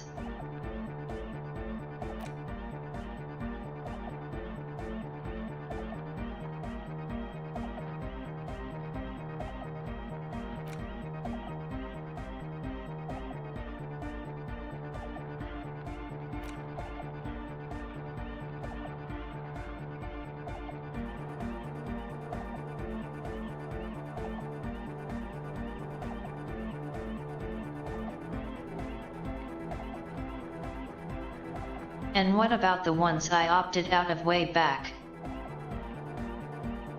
I don't even remember what those were.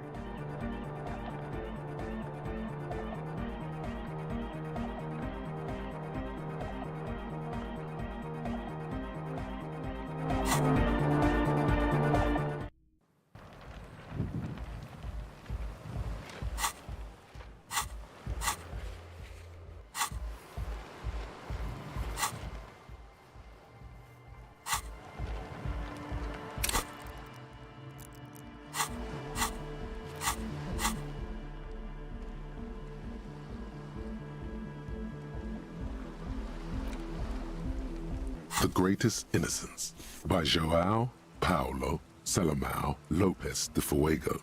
The book is large and heavy.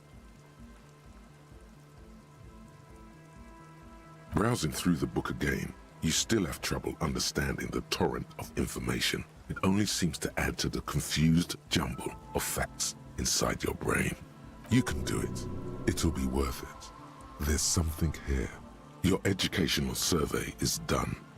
Did you catch any of that? No. Oh well, it's pop quiz time. Let's see what you've learned. This probably for the best.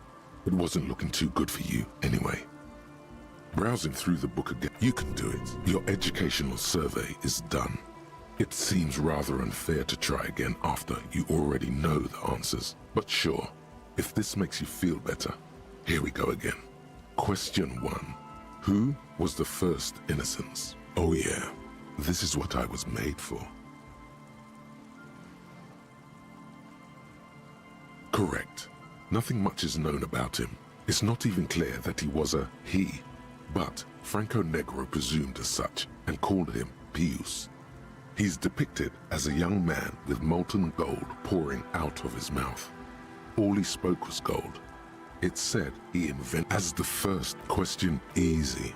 Everybody knows the answer to this. You, me, anybody. Correct.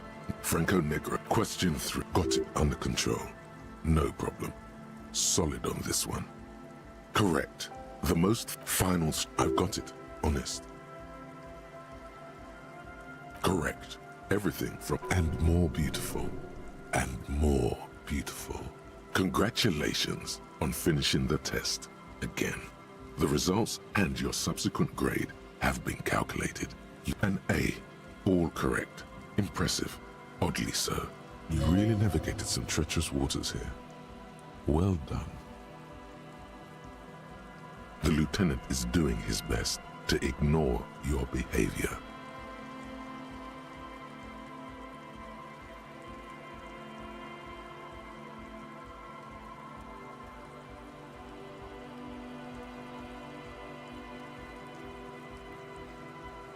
Poor Kim.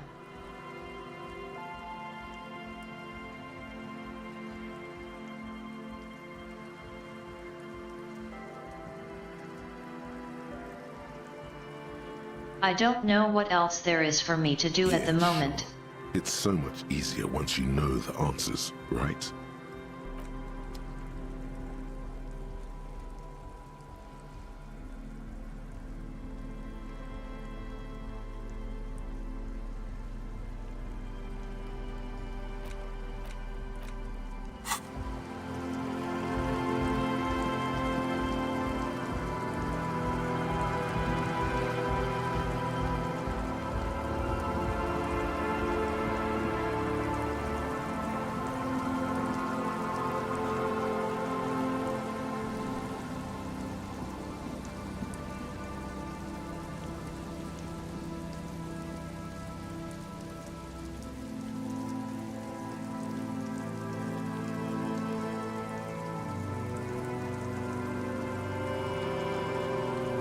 But I already went in and found stuff and spoke to the NPCs.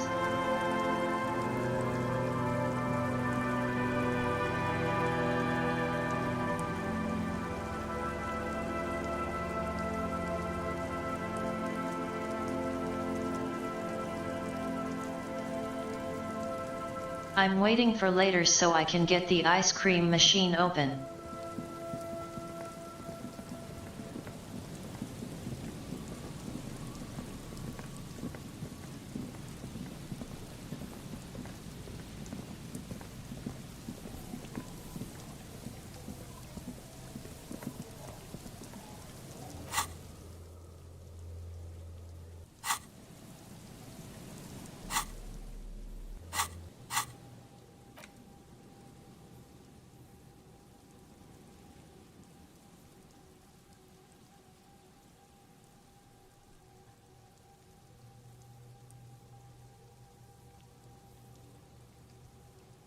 I need 13.5 more hours to pass to get more physically prepared to open the thing.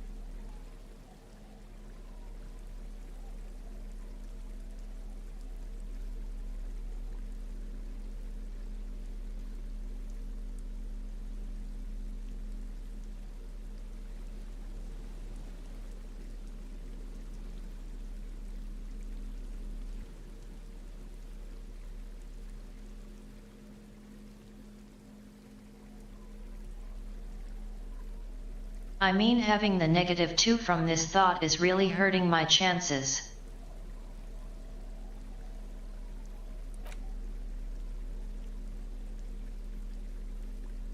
Like a lot.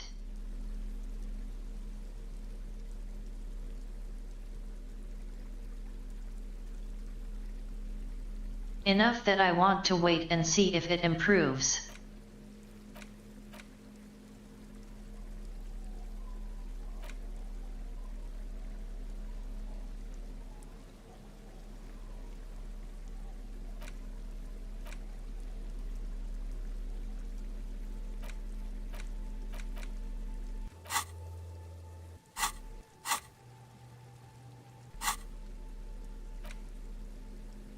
In your hand, you hold why?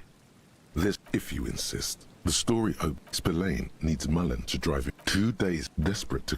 What's the matter? The lieutenant shrugs, resigned to the idea that his profession will rear... Of course, Mullen didn't do it, and not just secrets. Your secrets are unknown, even unto you. So does that make you a rich man or a beggar?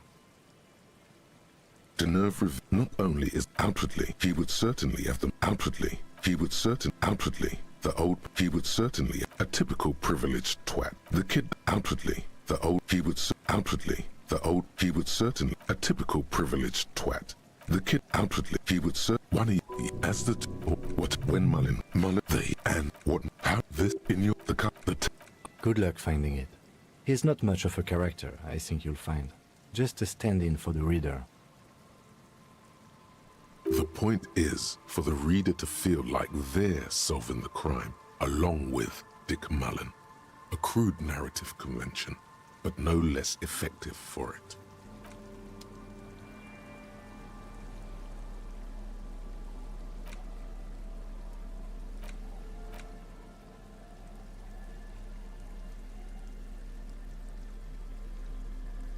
I only really have the 2 books. The greatest innocence. Browsing through, you can do it. Your educational survey is done. It seems, oh yeah, this is what I was made. Correct. Nothing as the question 2. Easy. Everybody. Correct. Franco net question. Got it under control. Correct. The most finals. I've got it. Honest. Correct. Everything and more congratulations. And A, you really navigated some, but endless tries aren't really fair. Don't you think?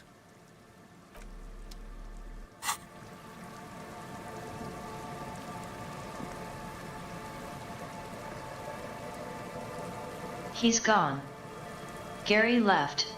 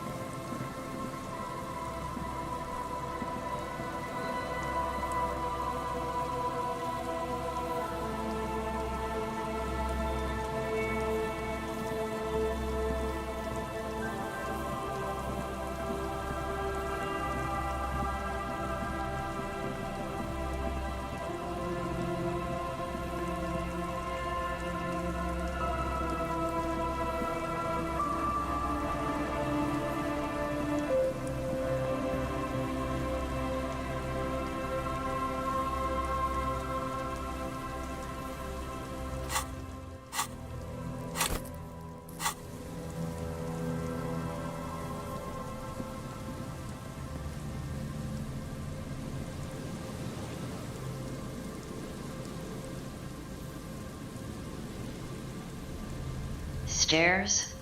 Is there a way in here?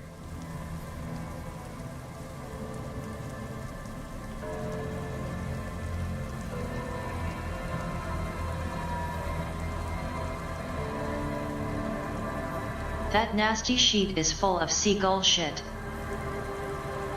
What good is it?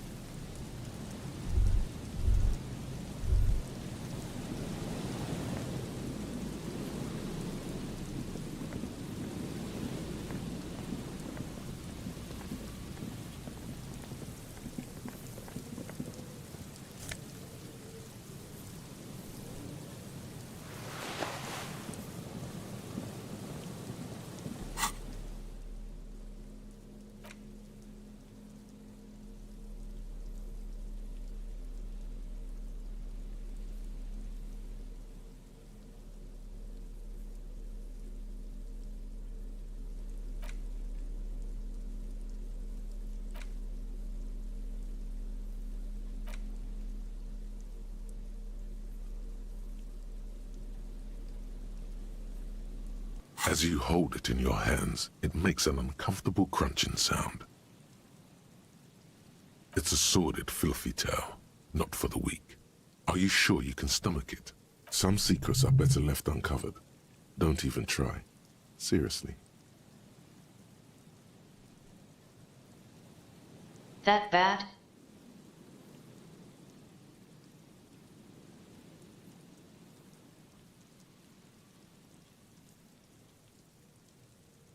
Good choice. The less you think about the jacket, the better.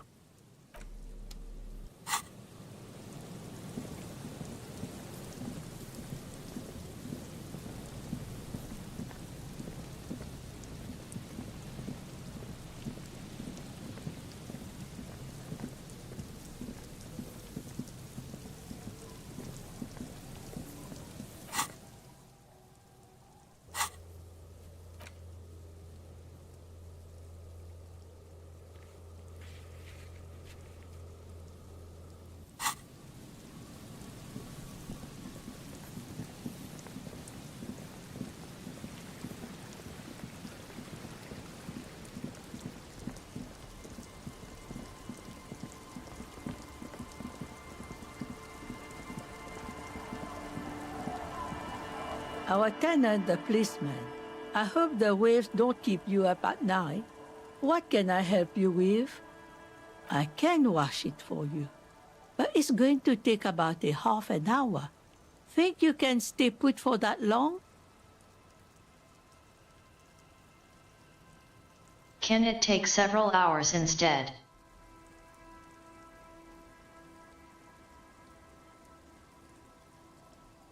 Like really put it through the ringer? Hell yeah. No, we must run around ceaselessly. It would be torture to stay put. I could use a breather.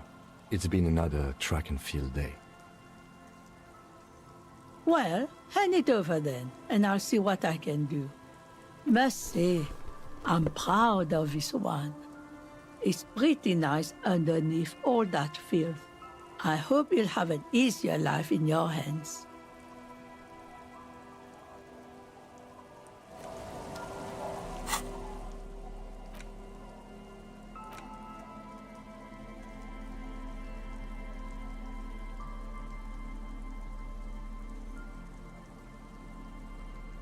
Not bad.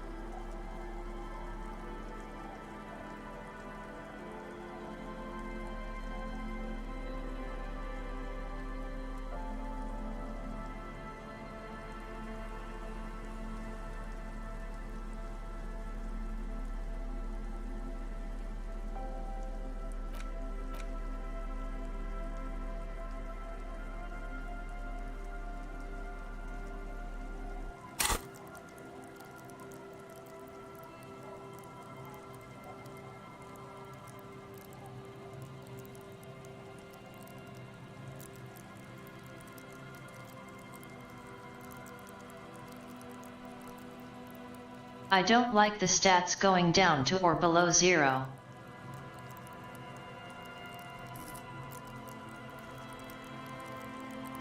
Gets me worried.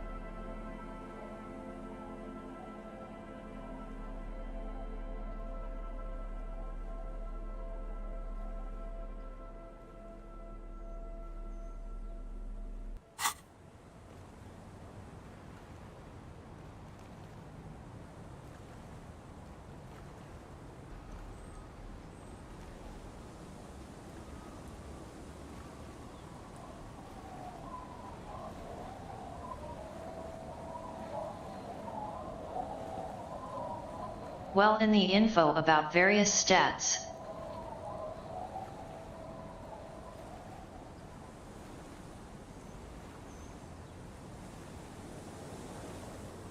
It talks about having too much or too little usually being bad. Or at least potentially.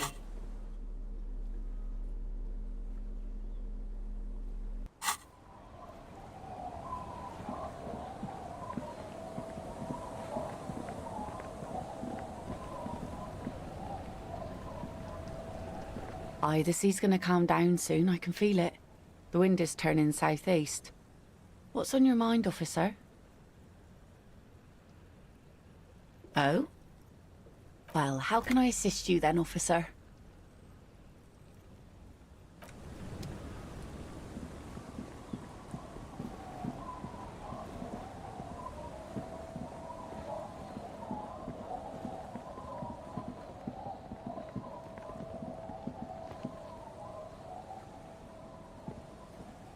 The worn and beaten wooden planks of the bench do not look overly comforting.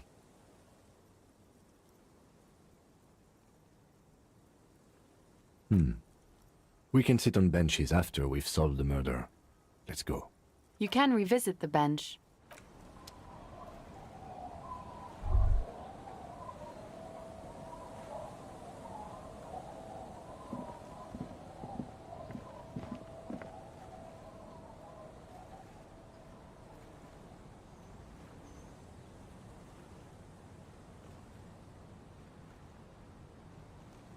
The murder-related stuff is all inaccessible at the moment.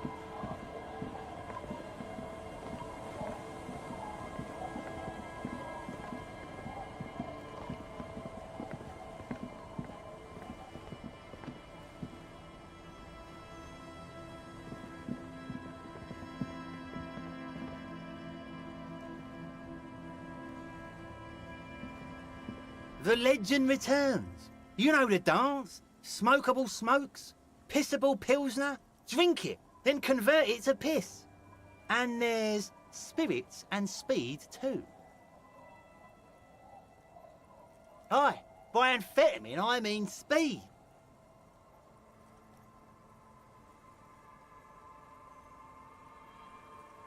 Good, my man. Now what can I offer you? Don't call, Abigail. There's no use in yelling at drunks. He's barely holding it together. The drunk man starts coughing a really disgusting, hacking cough. He does not sound well at all. Don't call. There was little chance he'd be a reliable witness anyway. Tequila Sunset.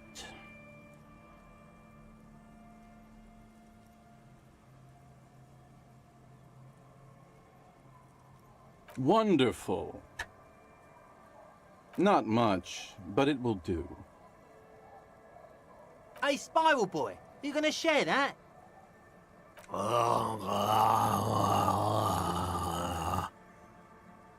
Shut up, guys. I'm telling a story here. Something happened to you. Something happened to me, too. My actual name is George. But around here, you already know. I was once a reasonably high net worth individual. A founder/junior partner at a high-concept creative services agency. When my story begins, I had just landed a major contract with an insurance firm. I used the profits from my agency to finance what I called a cultural incubator. Abstract value generation, value per person, high concept stuff. I developed the paradigm, worked within the paradigm, but the burden of leadership weighed heavily on me. So I went jogging every so often to keep myself sane.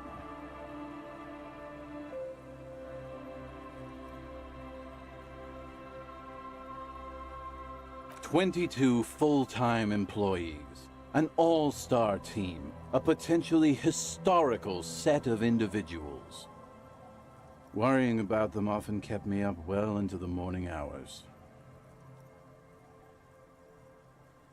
It did. With my trusty Sansarique tracksuit, I felt like I could conquer the world.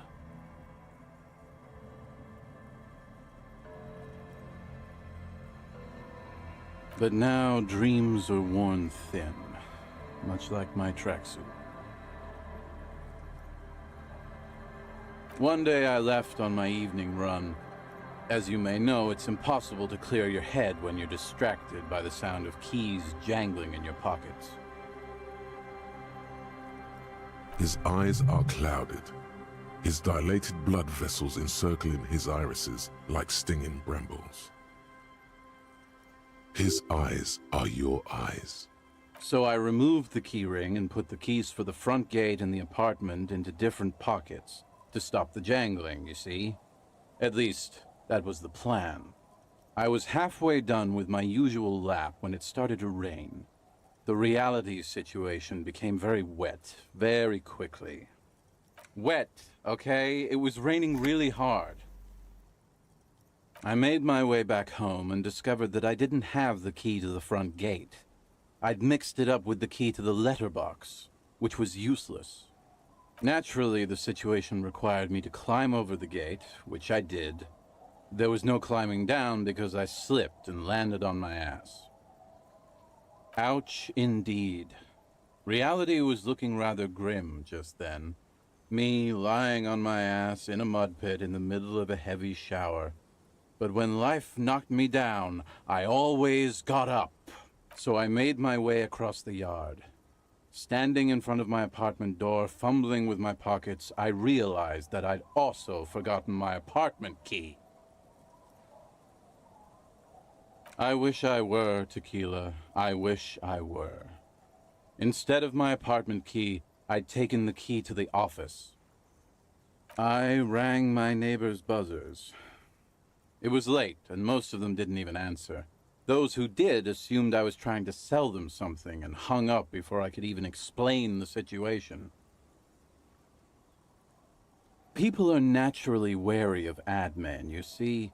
One moment someone chats you up, 5 minutes later you've bought a box of edible lingerie and a strap-on. I don't begrudge them, especially since I was known to be one of the best.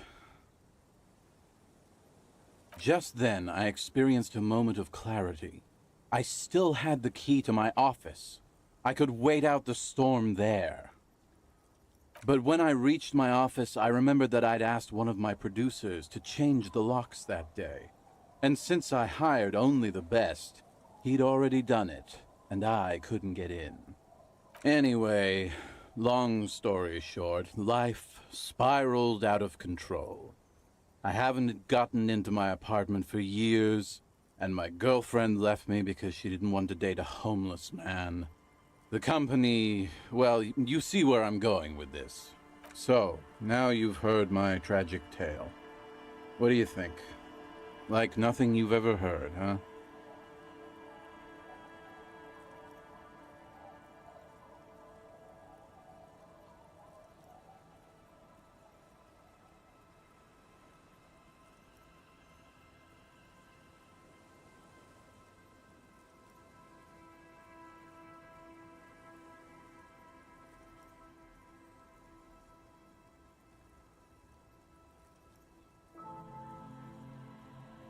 These all feel like bad options.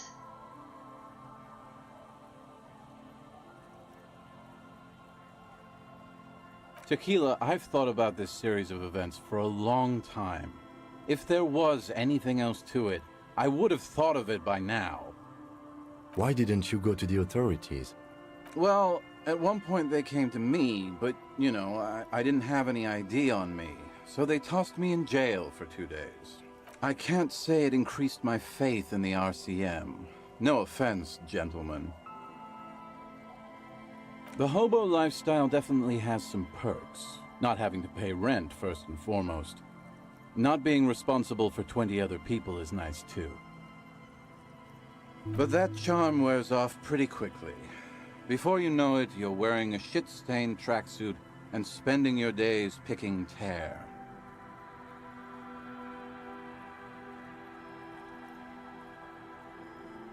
Good fucking question, Tequila.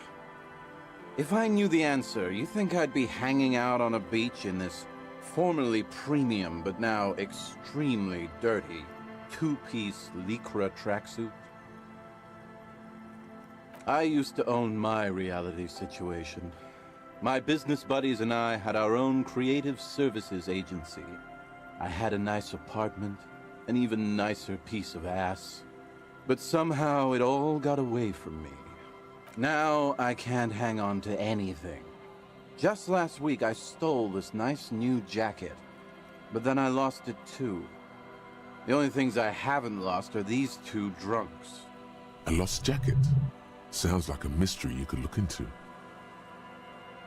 My agency, man. The Boom Boom Room. Our concept was combining high art with the lowest forms of marketing. The color red, breasts, and oil painting. I convinced my partners to reinvest some of our profits in an even more high-concept cultural incubator called Thin Air. The artists were happy, the clients were happy. I was financing a group of poets in East Revachol who were developing a new universal poetic language. But then it all went to shit. Sounds intriguing. What say you, Art Cop? If it sounds like it makes no sense, that's because it doesn't.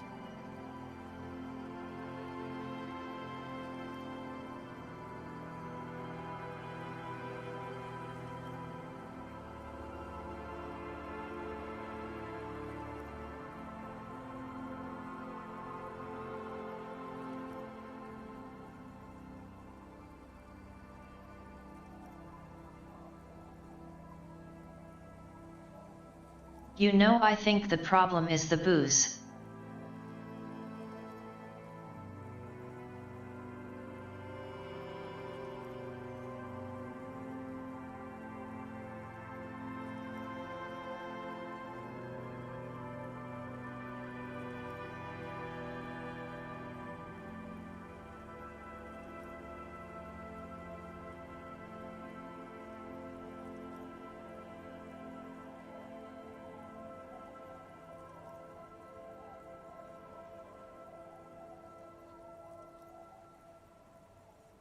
I know! It was fucking awesome! Too bad I went on a jog, unleashing a cascade of doom that washed it all away. What? You've never seen 100% Lycra before? Go on, feel that primo material. You really shouldn't touch it. That might be the right idea. This here is one of the last of its kind. Should probably be in a museum, honestly. Can't get it anymore. It was too primo, even for Grodd. By primo, he means possibly carcinogenic. Lycra, TM, was a synthetic fabric developed by manufacturers in the middle 40s.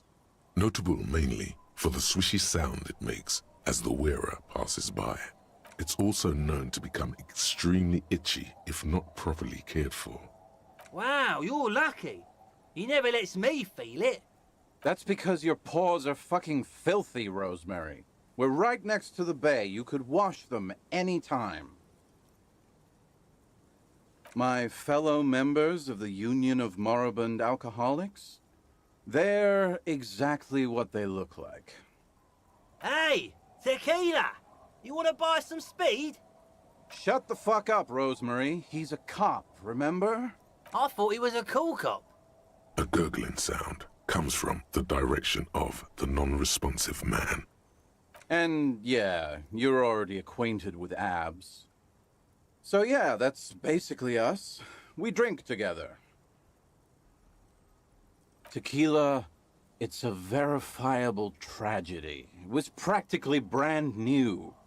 Sure, it didn't really go with my Lycra threads, but it did itch a lot less.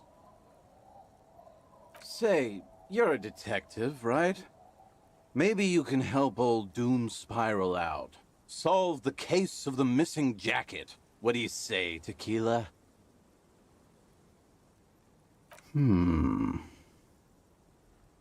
Nah, this isn't it. Found? That's medium concept stuff. Totally not my style.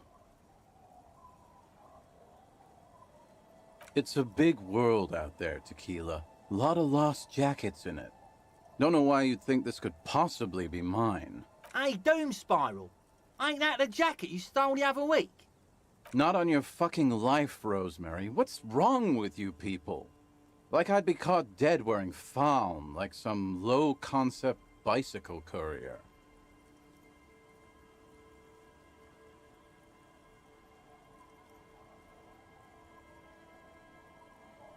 He's too good for this jacket. Tell you what, Tequila. Why don't you just hang on to that one? I'll get another jacket someday. At least you got a nice jacket for your troubles. I do. But as you can see, my fuel tank is running quite low. If you catch my drift. Cottonmouth is keeping my tongue imprisoned. Okay, let's step aside for a second. I have something I want to talk about.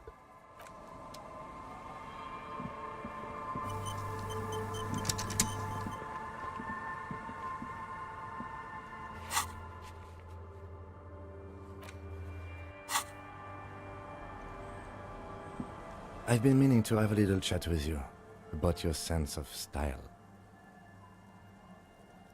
It's just, well, you look more like a high-flying businessman than a police officer. That's right. You're an entrepreneur of the peace, here to disrupt legacy law enforcement with buzzwords and privatization schemes. There's nothing wrong with it per se. It's just a little much. You know the expression, the clothes make the man? The right outfit in the right situation can make all the difference in the world.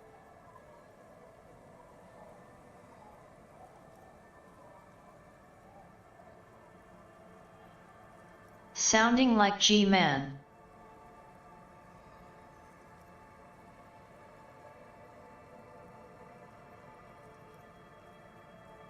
Let's not get ahead of ourselves, detective. A warm smile. You know. Thinking about it. Kim over here.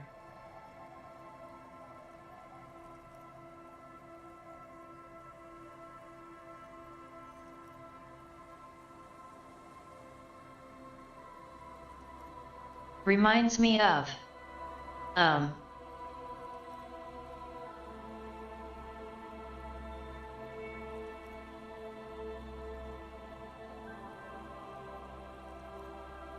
Canada in Akira. I think.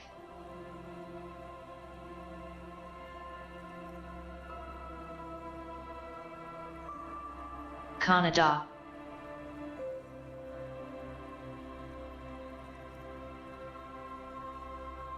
Canada.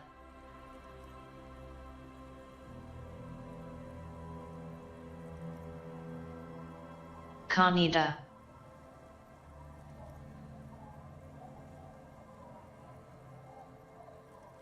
Whatever.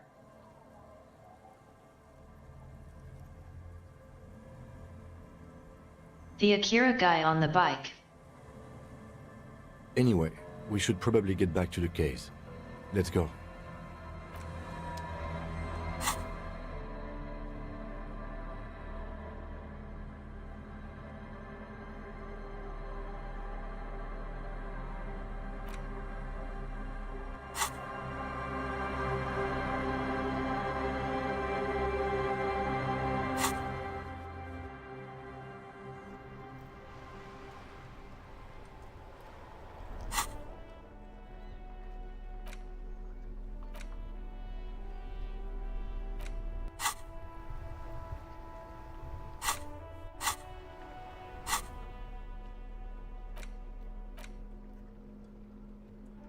It's the ledger you found in the trash. A cabbage without resistance or sound. The two panels move at its slightly, ever so slightly. Difficult to breathe once you've done so. Your hand shakes. You're flushed with adrenaline. It takes about half an hour to piece one together, using the system you've devised. Murder. Tum tum tum at the hookah parlor was a case originally assigned to an officer called Joseph Mills, who is now dead, of circumstances completely unconnected to murder at the hookah parlor. Beaten to death by a throng of Villalobos gang members when him and his partner J.M., only initials mentioned, answered a call one night. It's a sad story, and it isn't really represented in your case files. Stop stalling and get to the murder at the hookah parlor.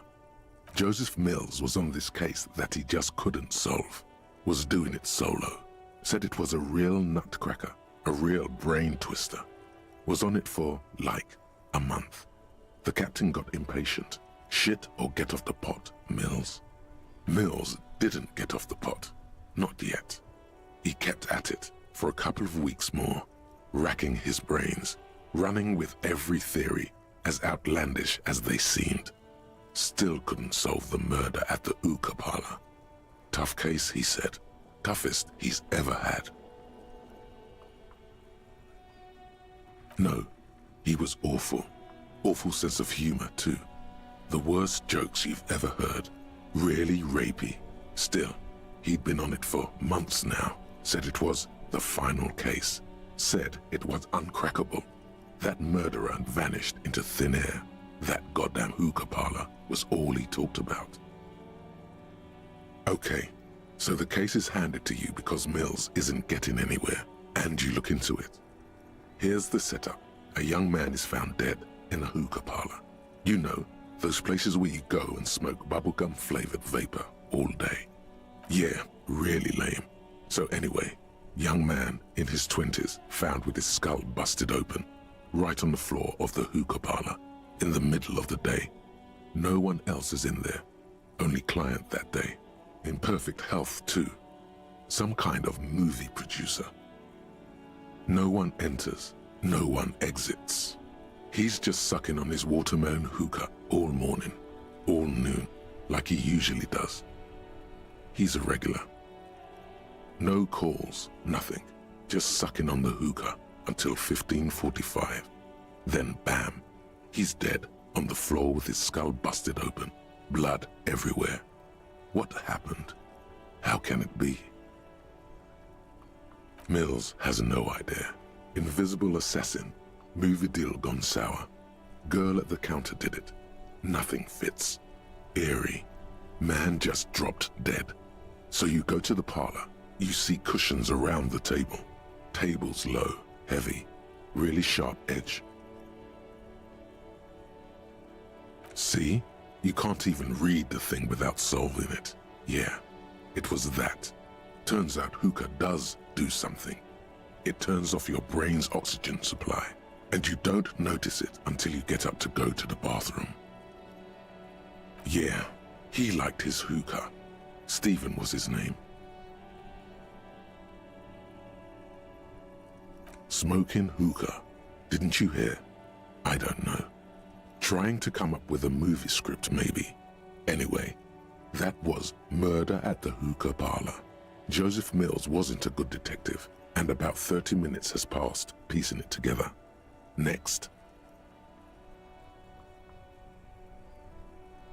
Some assholes brought their couch outside and hung out on it. In the middle of the street, on the roof, on the hillside by the motorway. You know, at an unexpected location. They were young, and they thought they looked cool on it. Yes, as you said here, total assholes. Young people are the worst. So anyway, you got a complaint about the damn sofa, or couch, or whatever it was. They were leaving it out in all these unexpected and whimsical locations. They took it to where they also took photos of themselves on it, and smoked cigarettes, and drank coffee because they felt it's intellectual.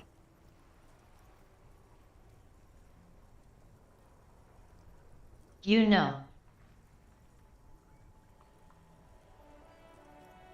This really doesn't sound like a case. Cigarette butts, coffee cups, stupid couch. You had to clean it all up, and you did. So congratulations to you. Case solved. No one got hurt. No, you didn't have time for that. These notes show that you have what is called a real goddamn job. You don't have time to be chasing down the couch assholes. You have a real job to do. What next? It would be very interesting to read about these, wouldn't it? I mean, there seems to be a square-shaped entry wound in the victim's forehead. She's been sitting there for weeks, on her rocking chair, with a square hole in her skull, staring at the wall, her mouth agape. That's all you got. From the half hour you spent piecing it together, all you know is the entry wound was square-shaped. You never found the bullet. And then another body showed up, also with a square hole in his forehead. Who knows? Those pages are missing. What next? One day you may still catch the man with the square gun.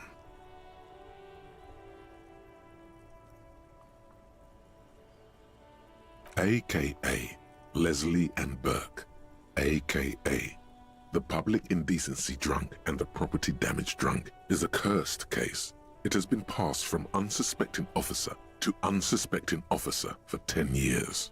On January 29, the unsolvable case made its way to you. What time can I call it a night? It is unclear. Every officer, and indeed most civilians in Jamrock, know it's unsolvable.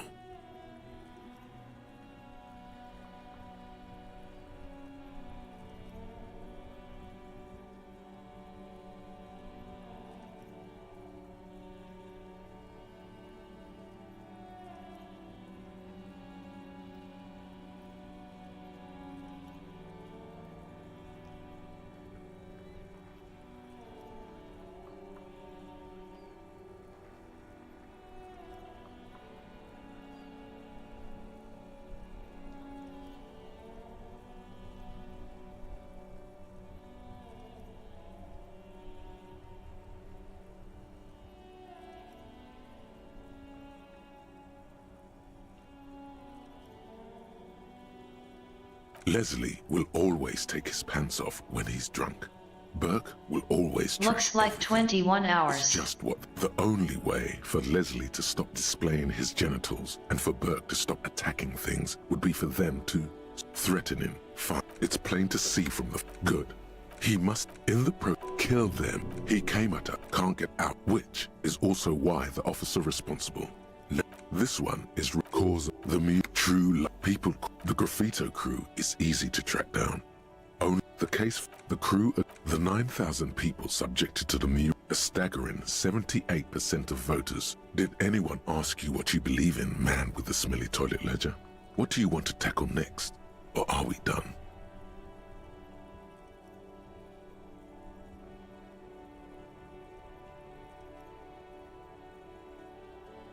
It would be, that's all you got. Who knows? One day you may still, some in such, they will leave cigarette butts. No. Murder. Beaten to death. Joseph Mills did, no. He was all, okay. So the case is yeah. No one in Mills has, see? Smoking hook, not much is.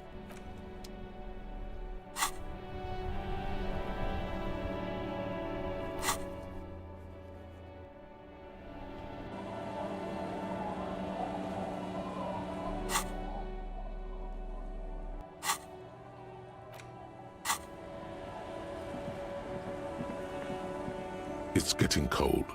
Good night, officer. The bed is comforting, The place feels almost like home now, quiet and dignified around you. A new life by the seaside. You're incredibly tired. The darkness and warmth come fast. You're falling asleep.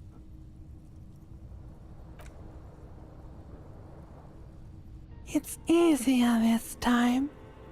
Drifting off, your head has found a comfortable indent in the pillow. Your legs and your torso feel like lead weights sinking to the bottom of the sea, until there's suddenly light.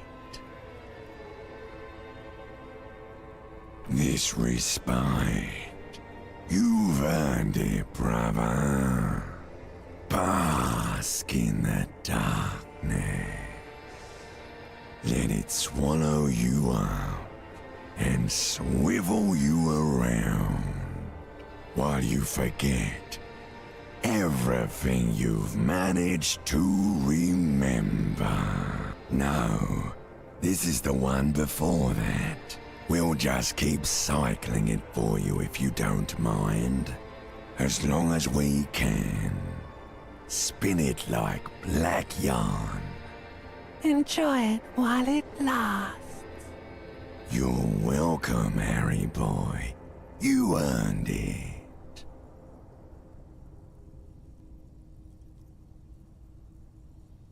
Good night, darkness, my old friend.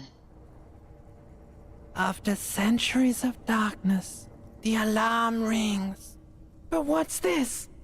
You actually feel rested. There's no time to cuddle with your pillow, however, or as much as shiver from the cold. The world awaits. Go.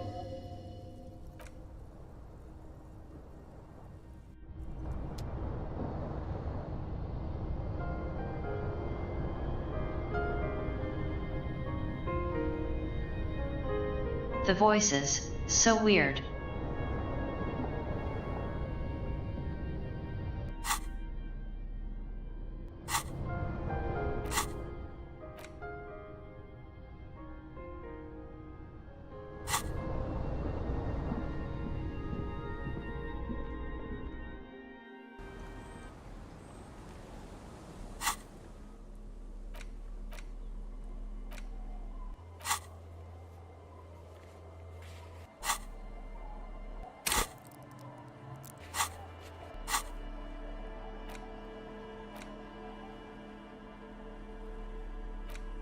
In your hand, why? There's truly no point. In your hand, you hold forth. Why? If you insist. The story of Spillane needs Mullen to drive it. In your hand, you...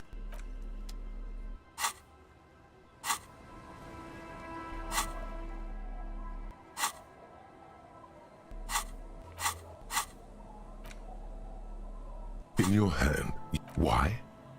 If you the story of Spillane needs Mullen to drive 2 days desperate to... What's the matter? The lieutenant shrugs, resigned to the idea that his profession will rear... Of course, Mullen didn't do it. That's the whole premise of the book. In your hand, you... Why?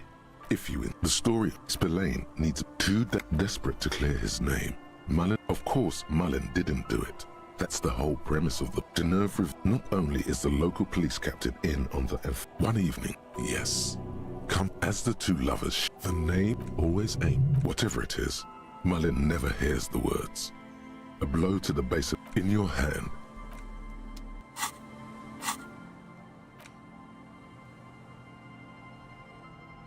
Two hours.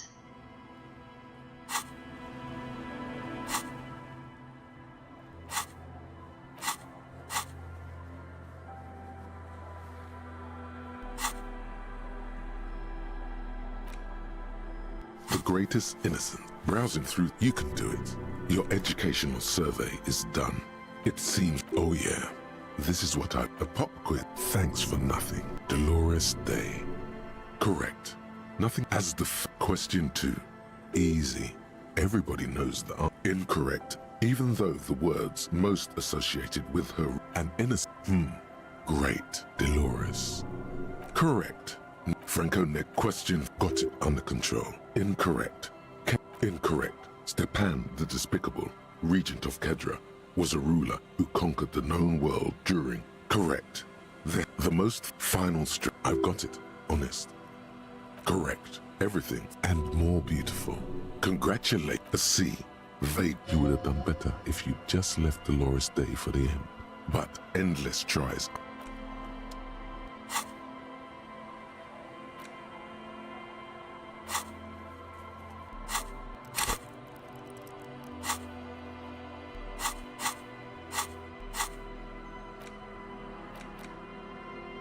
The greatest innocent browsing through. You can do it. Your educational survey is done. It's seen. Oh yeah. This is what. Correct. As the question too easy. Correct. Name Franco question got it under control. Correct. The most final stretch. I've got it. Honest. Correct. Everything from and more beautiful. Congratulate. See, you would have done better. But endless try.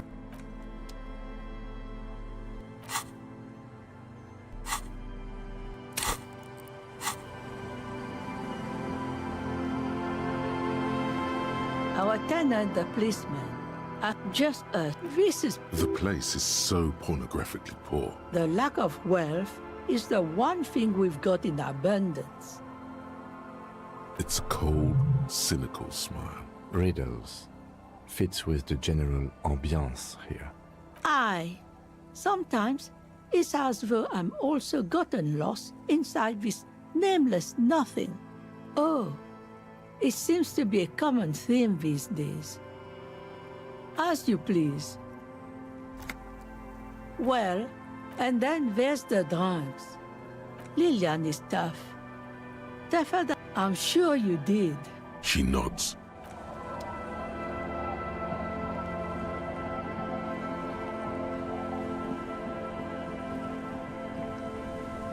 Aye, the sea's gonna calm down soon, I can feel it.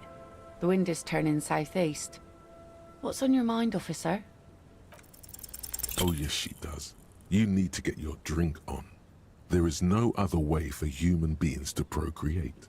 Not after 6,000 years of yeast cultivation-based mating rituals.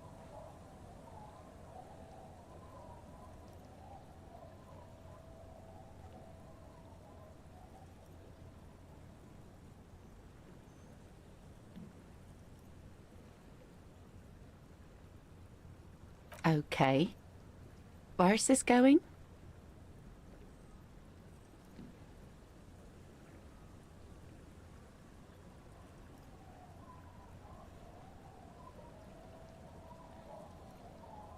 I'm really trying to avoid drinking.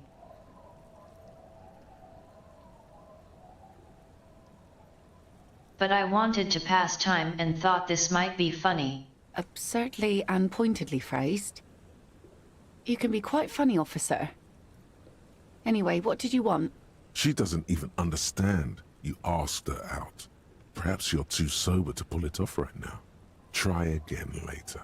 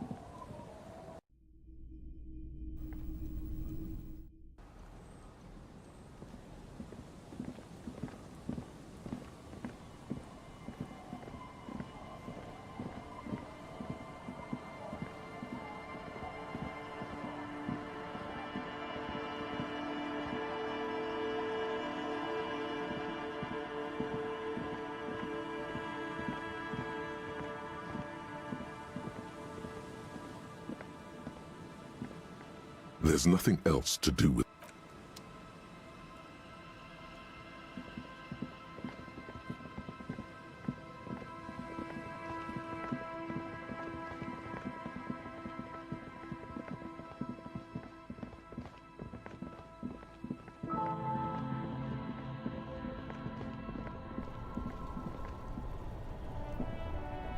Everything's still cool here, officer.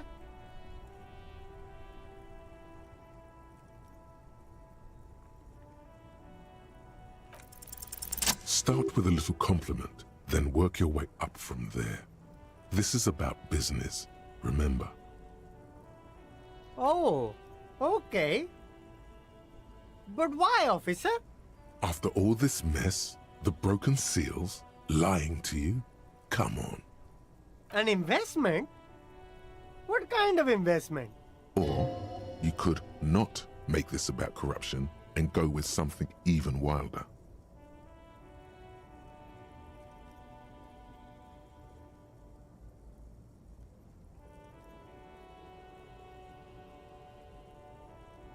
Fair point. You can't have a successful business without a loyal customer base. How much is your loyalty worth?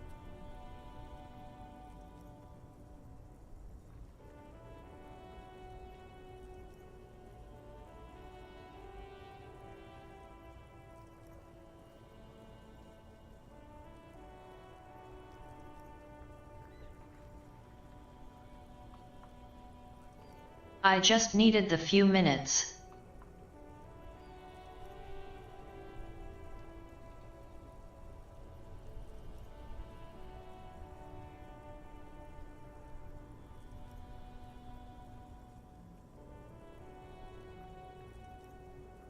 I don't think trying to get bribes is a good idea. But officer, I don't have that kind of money. There's got to be a more modest investment. 10 real is a bargain for that kind of investment. You got it, my man. Wasteland of reality. Congrats, you're sober. It will take a while for your body to remember how to metabolize anything that isn't sugar from alcohol. So you're going to be pretty ravenous soon. Eat plenty. You can expect your coordination and balance to improve in a couple of weeks. In 2 months, you might start sleeping like a normal person. Full recovery will take years though. It'll be depressing, and it'll be boring. Don't expect any further rewards or hand claps. This is how normal people are all the time.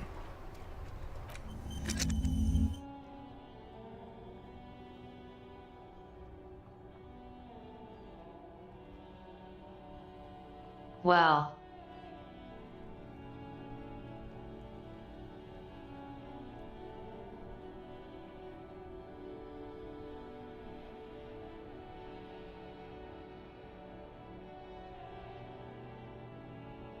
Technically, this might be worse than before.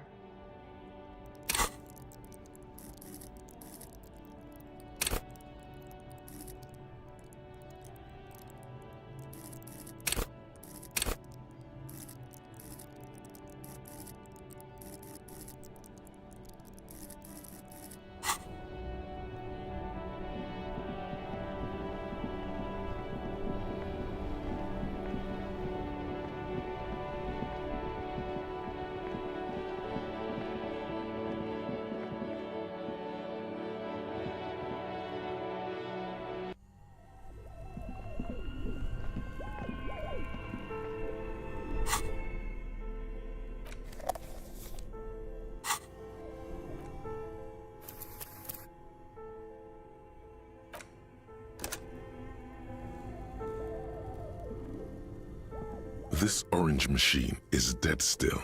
It has a hand-cranked ice cream churner and an electric freezer. The ice around it slowly melting. Ice squeaks beneath your Kavalzund multi-tool, but your fingers slip away from the tool. The lid shutters tightly as before, and it's already unplugged. There's not much else to do other than wait for it to defrost or bulk up and get stronger.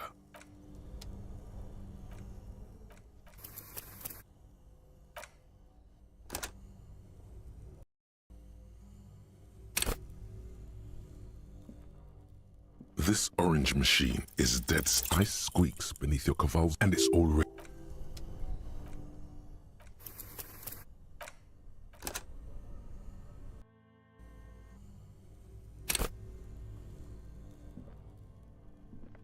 This orange machine is dead. Ice squeaks beneath your Kavalzund multi-tool, but your fingers slip away from the tool. The lid shuts as tightly as before.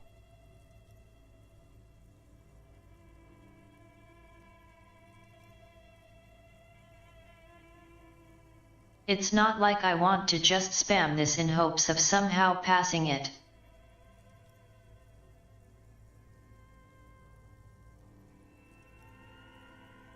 But literally, what the fuck else am I supposed to do? Unplugged. There's not much else to do other than wait for it to defrost.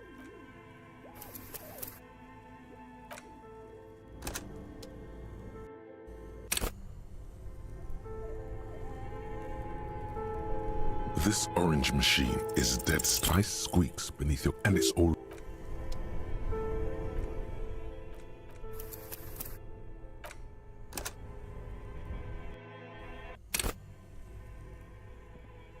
This orange machine is ice squeaks beneath your Kavalzund multi-tool, but your fingers slip away from the tool. The lid shuts as tightly as before.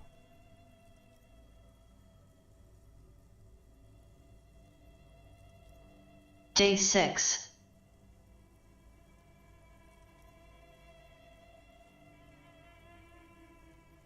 I really wouldn't mind just locking in and solving the case or whatever.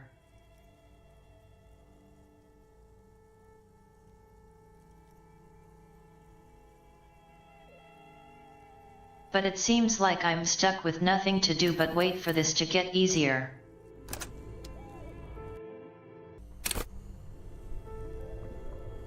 This orange machine is dead. Darkness lies inside, but you can faintly make out an object, intricate and foreign, left there for a sub-zero beauty sleep, a filament memory with the words "off-site copy" written on its side. You gently lift the cube from its frosty bedding, careful not to damage it. We should take it back to Miss Lukanen Kilda as soon as possible. I'm not sure how well unused filaments tolerate room temperatures. Yes, but aren't you curious to know what's on the precious filament? There's a radio computer upstairs.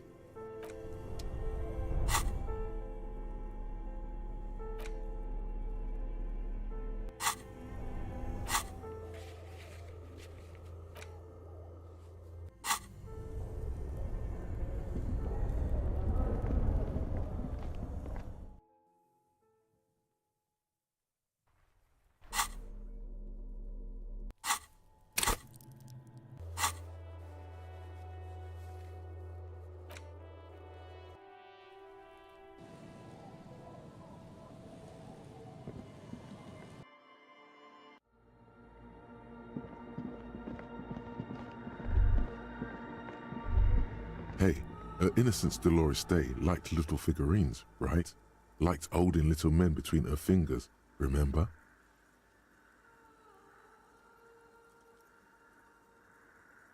No, it would have been beautiful.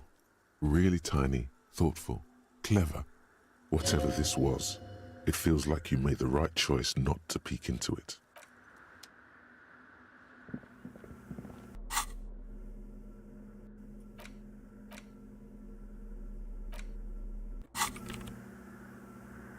Yes, what is it? Yes? Thanks. Looks like it's the one. Now I'm going to print it out to see what's left of it. I have a theory. Lintel was able to divine the location of the anomaly from this broken copy. I want to repeat their calculation, only this time with better equipment.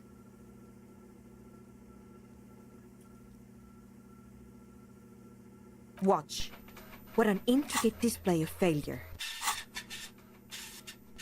The paper starts filling out with ink, soaking it in a gleaming blackness. Not a single line of data stands out. This is wrong. Machines shouldn't behave like that.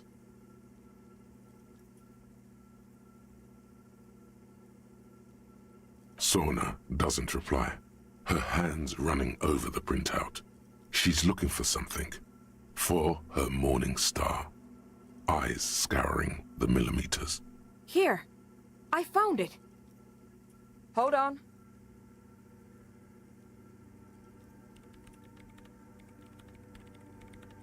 Just give me a second. I'm almost... I've never witnessed a programmer work before. done. I've got it. I found the location of the anomaly.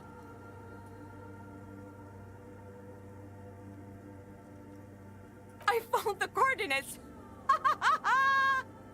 Great job. Thank you. There, in the swallow.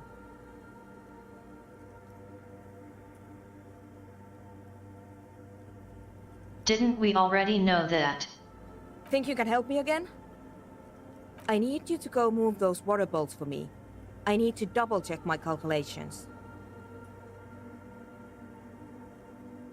You like moving things around. Moving things around is calming. Just walk over to the circle and follow my instructions. Move the third bolt 2 centimeters to the left, and the fourth bolt 5 centimeters to the right. This should do the trick. Thanks.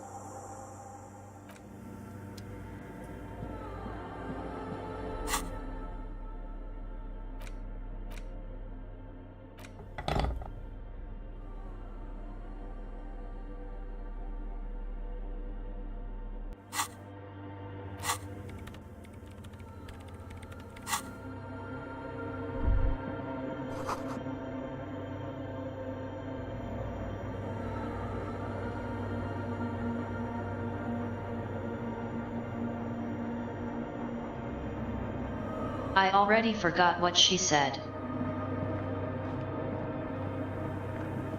Yes, what is it? The swallow, you mean? What about it? Great, thanks.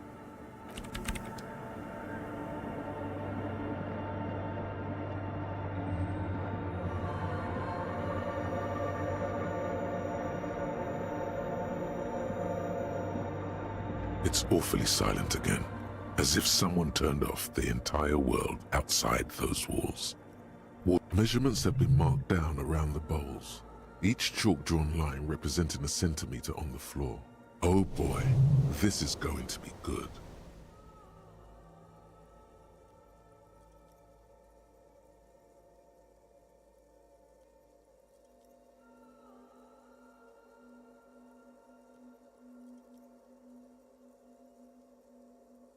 She did say something, didn't she?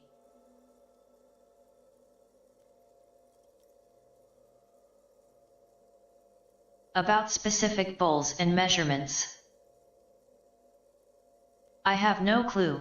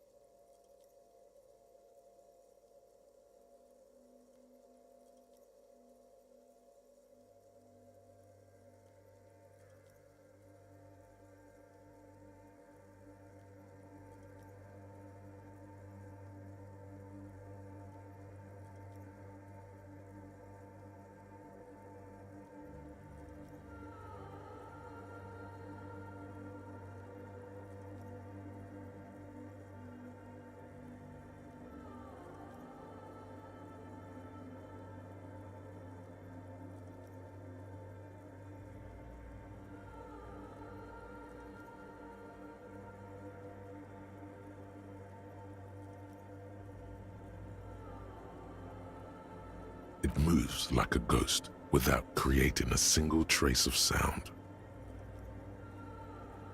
Some water spills out of the bowl, wetting the floor. The lead programmer sends you an encouraging thumbs up from across the hall. Time to run back, or maybe walk. This is a sacred place after all.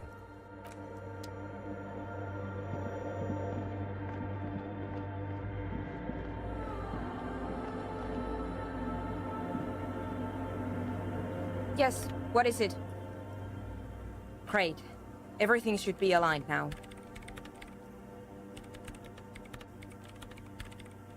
Yeah, let's do it. Now the only thing left to do is to unmute the headphones. If we got the location right, we should then be able to hear whatever sound this anomaly makes. I don't know. That's what I'm scared of. I don't know. It could be anything. I mean, what sound does the nothing make? How can you even listen to something that doesn't exist? What if silence is only what surrounds it, but the swallow itself is... Maybe I'm just tired. Yeah, you're right. Let's do it. The lieutenant takes a step back, and then nothing. Nothing happens as Sona Lokanen-Kilda presses unmute on her keyboard. Now you can hear some small animal cross the floor in the chancel.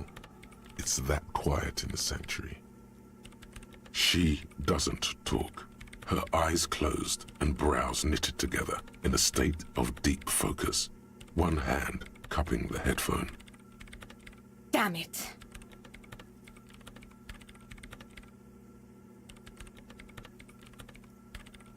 No, of course not.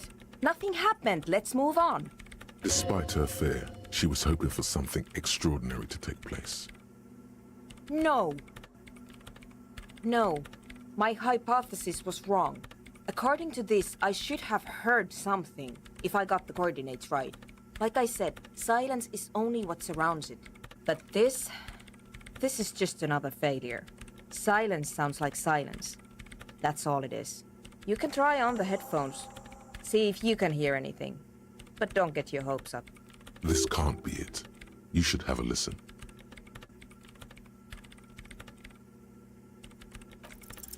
All you hear is your own breathing, heavy and hoarse from all the nights spent drinking.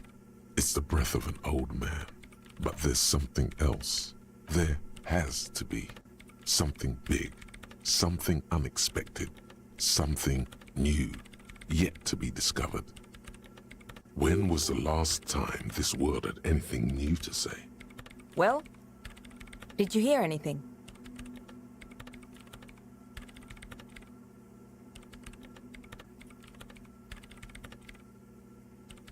Yeah. The lieutenant looks down at the floor, as if to say, you're wasting time here.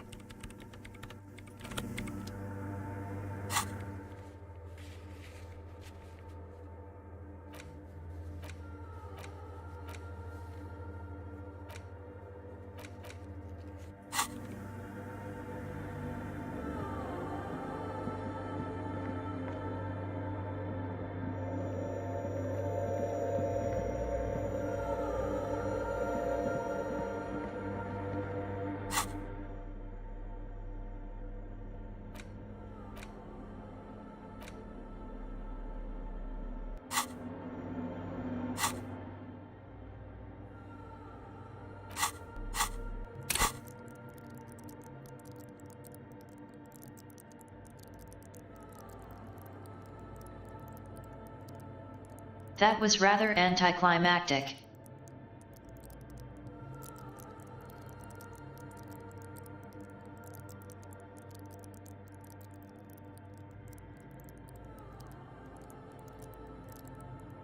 I've spent the whole stream getting to this moment. And it feels like nothing has really happened. How has it been 5 hours?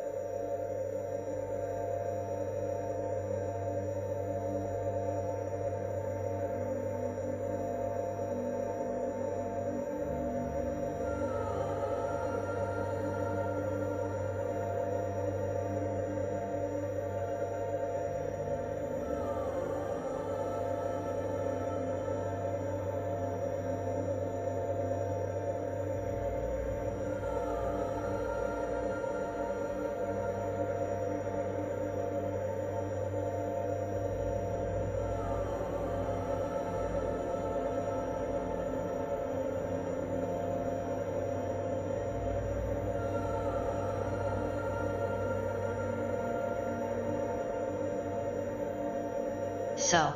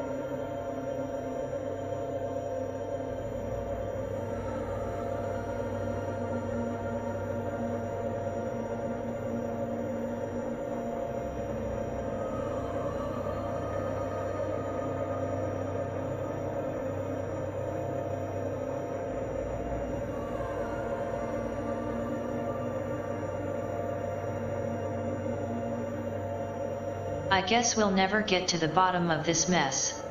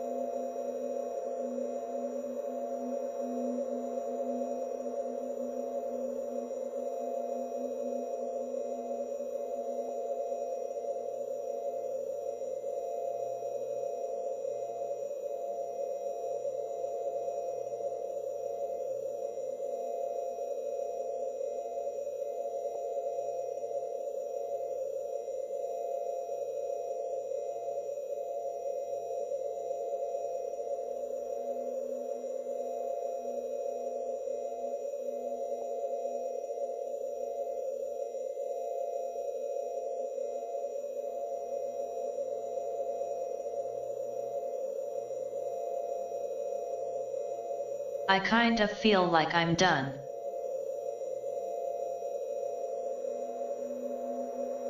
Roll credits. Go home.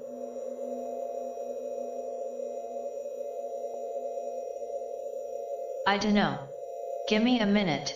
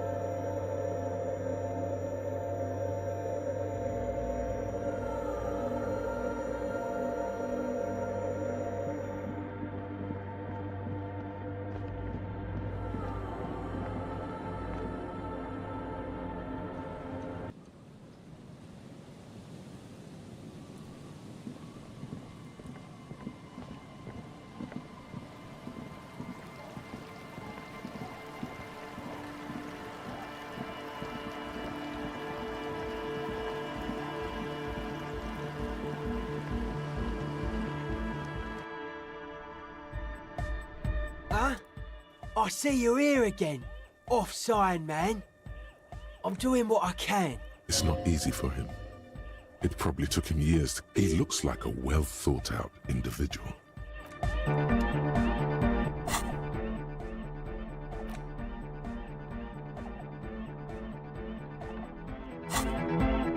Hi again. So, how are things going? Okay, so the Speed Freaks want to start a club for dance music. That much checks out. Yous like music. You feel as though you might have liked music more when you were young, too. But you digress.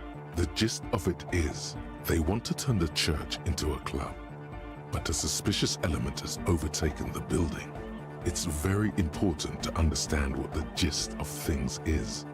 Always consult the gist before making up your mind. Plus, and it has to be considered, you can't invent the future of dance music in this smelly old tent. Imagine if you had the church. That settles it. Analysis complete. Their story checks out. All in all, you really can't tell what that mean programmer grandma was talking about.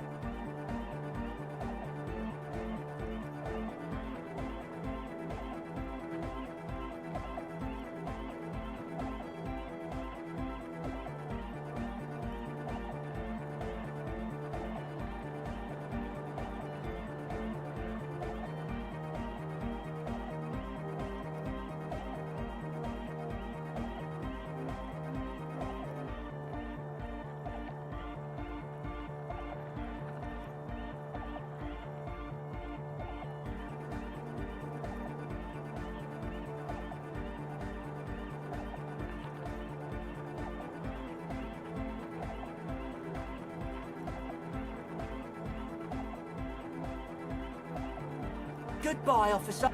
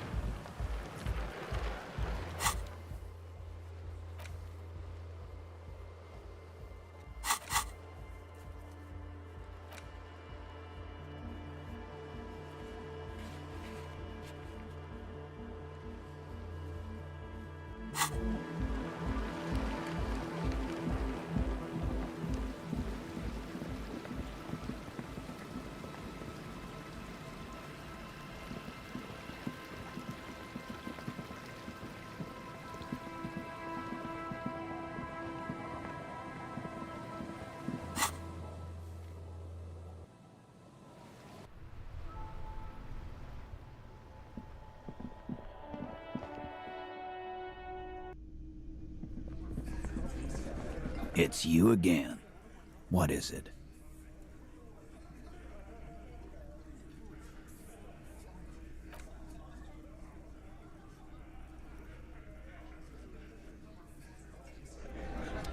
It's you again. What is it?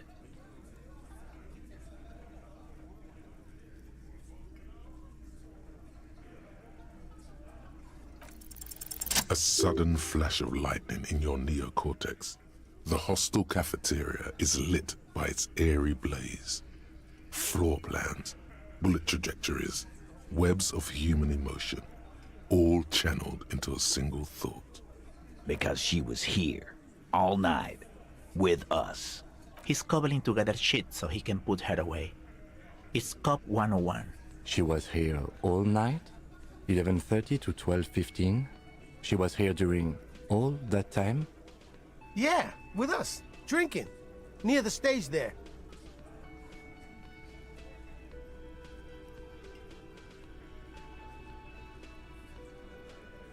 No. That's a lie.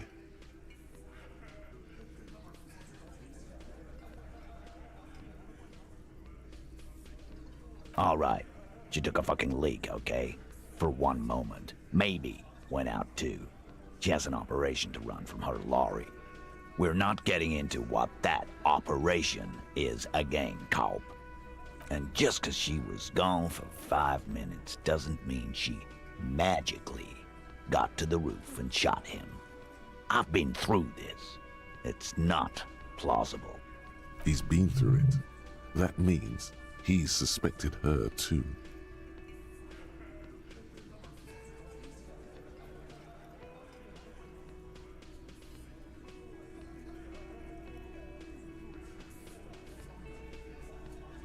She would have had to go through the room to do it. All right, we're in. We got Ruby unaccounted for sometime during the window. This was crucial. Now let's place her on that roof.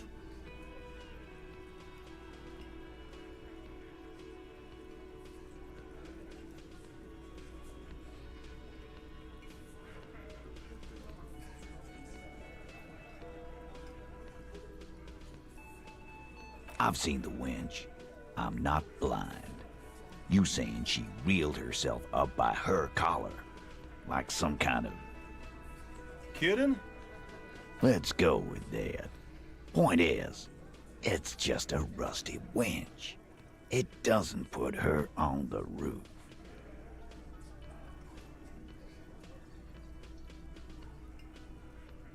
Nah, the only way up there is through Clausia's room. What do you mean?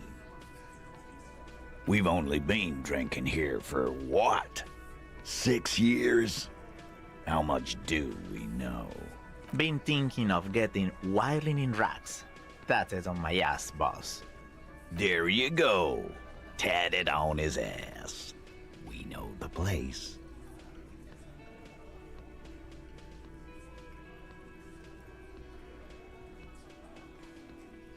No, but that doesn't prove anything. It's just 2 dolls. We're not giving you Ruby for that. What if they're connected by the winch, Eugene? That is your name, right, Eugene? If they are connected, she could have gone to the kitchen, gone up, shot him on the roof, then come down. All in 5 minutes. How about that? Yes, she could have. This is one long shot. Tell you one thing, I liked how that goddamn winch came up again. That was nifty. Why not? He can't draw a straight line into Clausia's window from any of the surrounding buildings. Not from what I know about Martinelli's. Maybe from the coast, but like I said, I've been too busy dealing with you idiots. So no, I don't think it was a sniper. It was close up. 72%. There's a percentage and all. Where'd you get it from? Your guys in the lab? Definitely lie. The truth is not credible.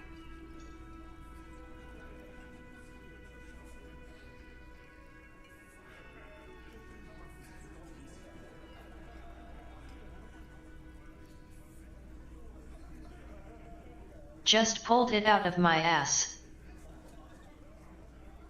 That's how percentages work.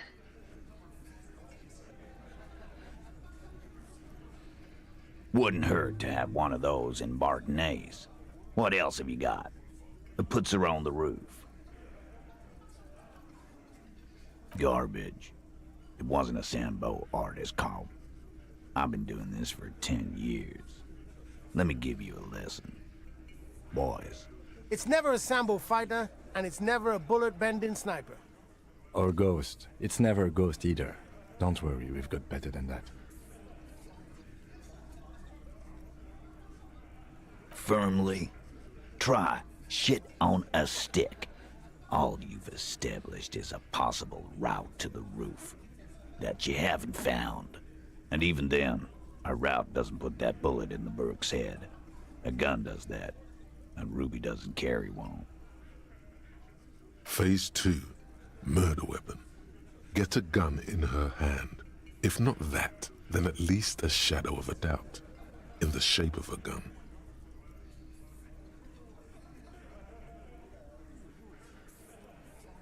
A ghost could have gone through the door.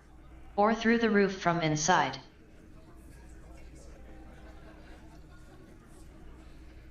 Just don't contradict yourself.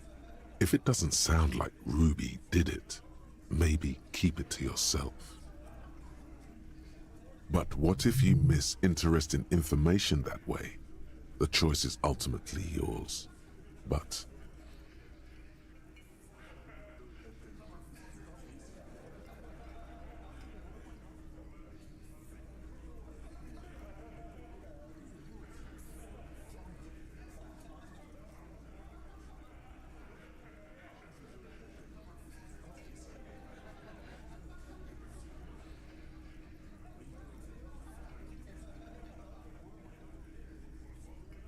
God damn, that's just about your favorite topic, isn't it? Every fucking 5 seconds.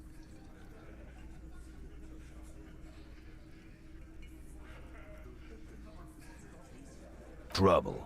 This is Revachol. Even the roid heads in the gym had a carbine. No one has trouble getting a gun. I still never saw her carry one. he must be referencing some past case of theirs. He's angry because he knows you're right. What he's saying only confirms your theory.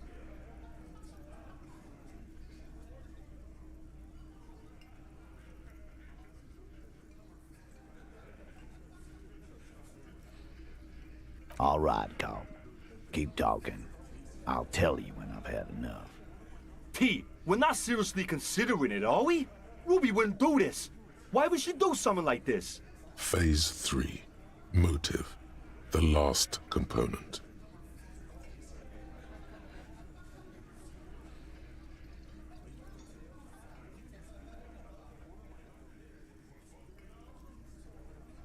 And I suppose you have a theory on that.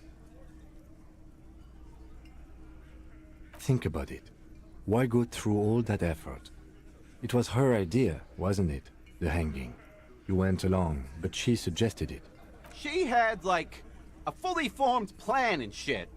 Right when she came back downstairs. Really, Shanks?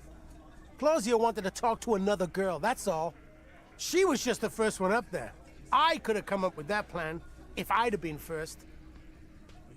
Time for a logics demonstration.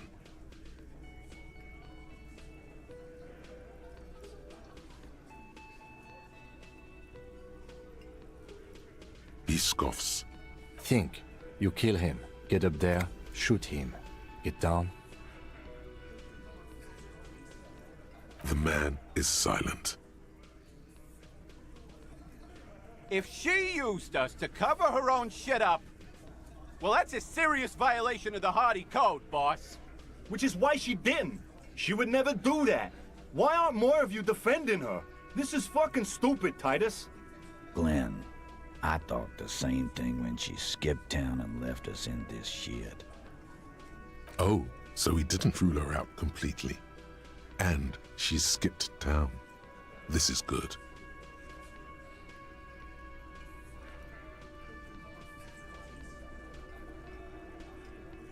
She left and isn't coming back.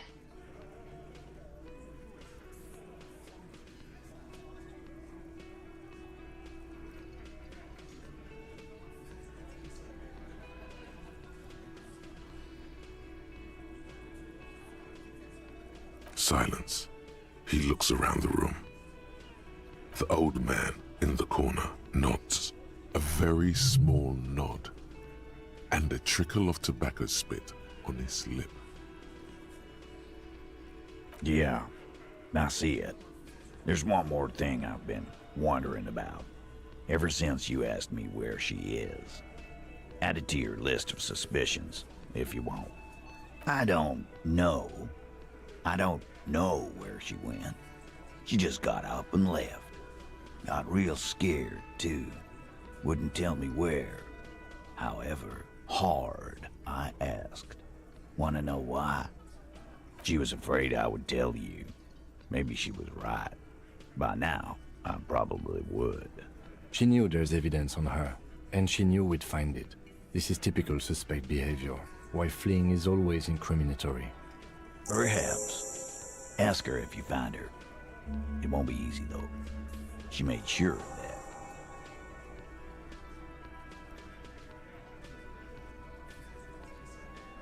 Friday afternoon, when you first arrived, I got word the RCM was in town. Then she came in to see me.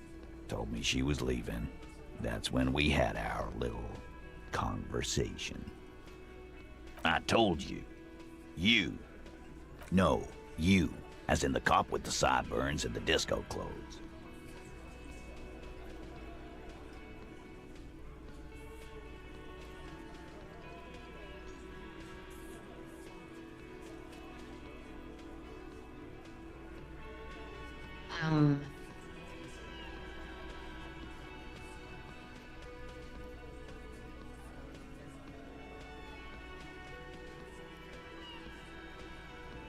Sure. Normal. You know, when I first saw you limping here, I thought she was paranoid or sniffing her own supply. But now I'm not so sure. She said you have a funny taste in clothes, and that you won't stop. Well.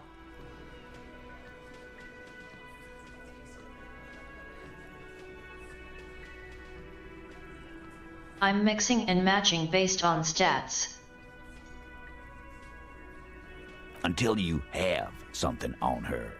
She said she's heard of you from Jamrock, that you're a human can opener, that you play suspects against each other, open them up, like cans.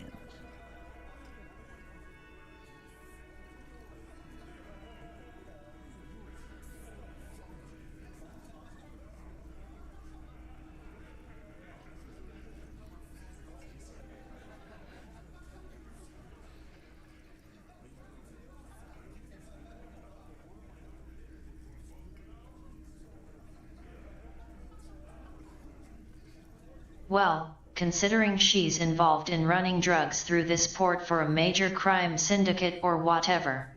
Probably. That's something to be worried about, I think.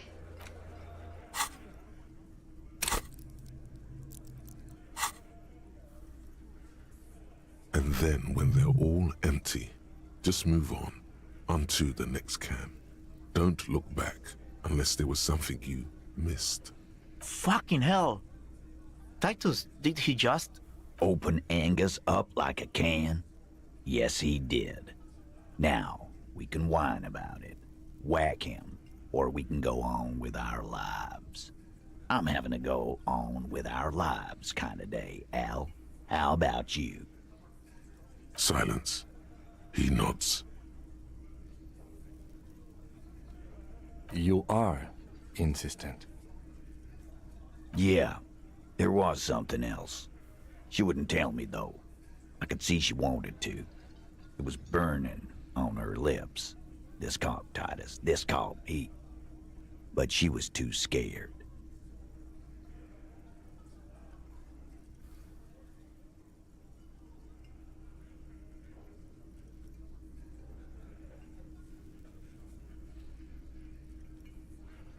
Like there was a previous interaction between these two long before the game started?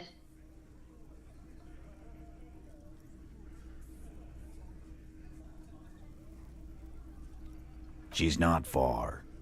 We know that much. She didn't take her lorry, so she's on foot. Good fucking luck, man. She knows this place like the back of her hand. You'll never find her. Yeah, Al. And we won't either. She's not really a hardy candidate anymore, is she? She's not, Glenn. A little. On the coast. Where have you looked for her, more precisely? More precisely, on the coast, past the waterlog. She's not here, so I'm thinking she's there. Who's doing this looking? They're all here.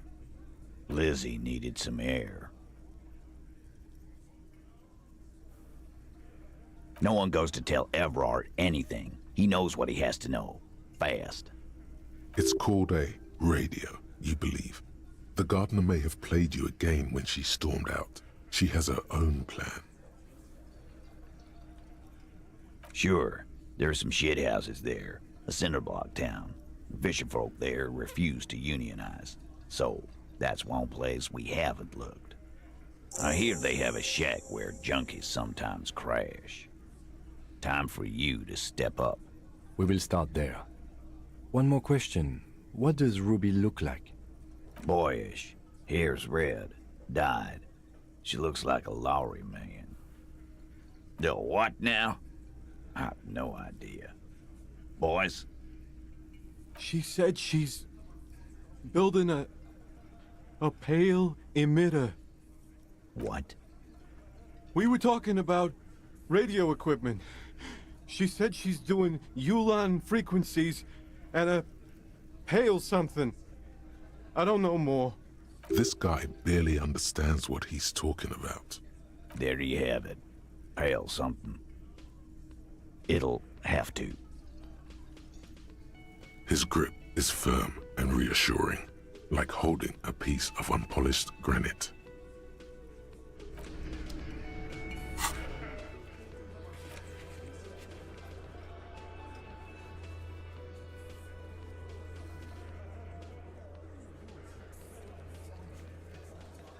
Well then. Progress at the last minute.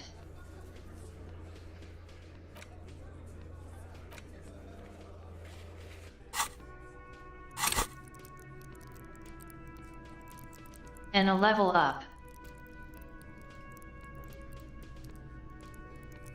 Maybe I can try perceiving again.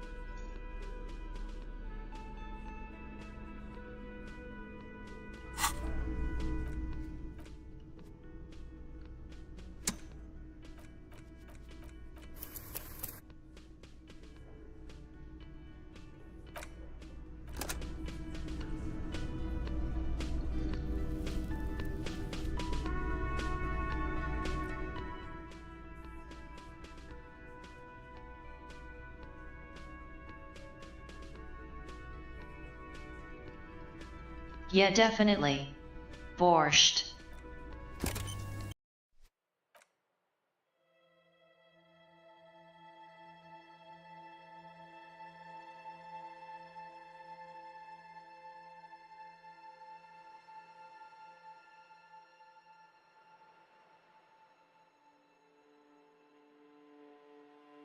kind of a weird feeling day.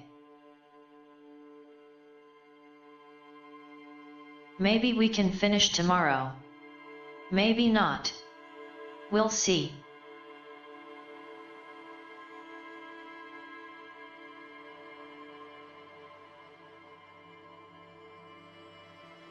Thanks for hanging out.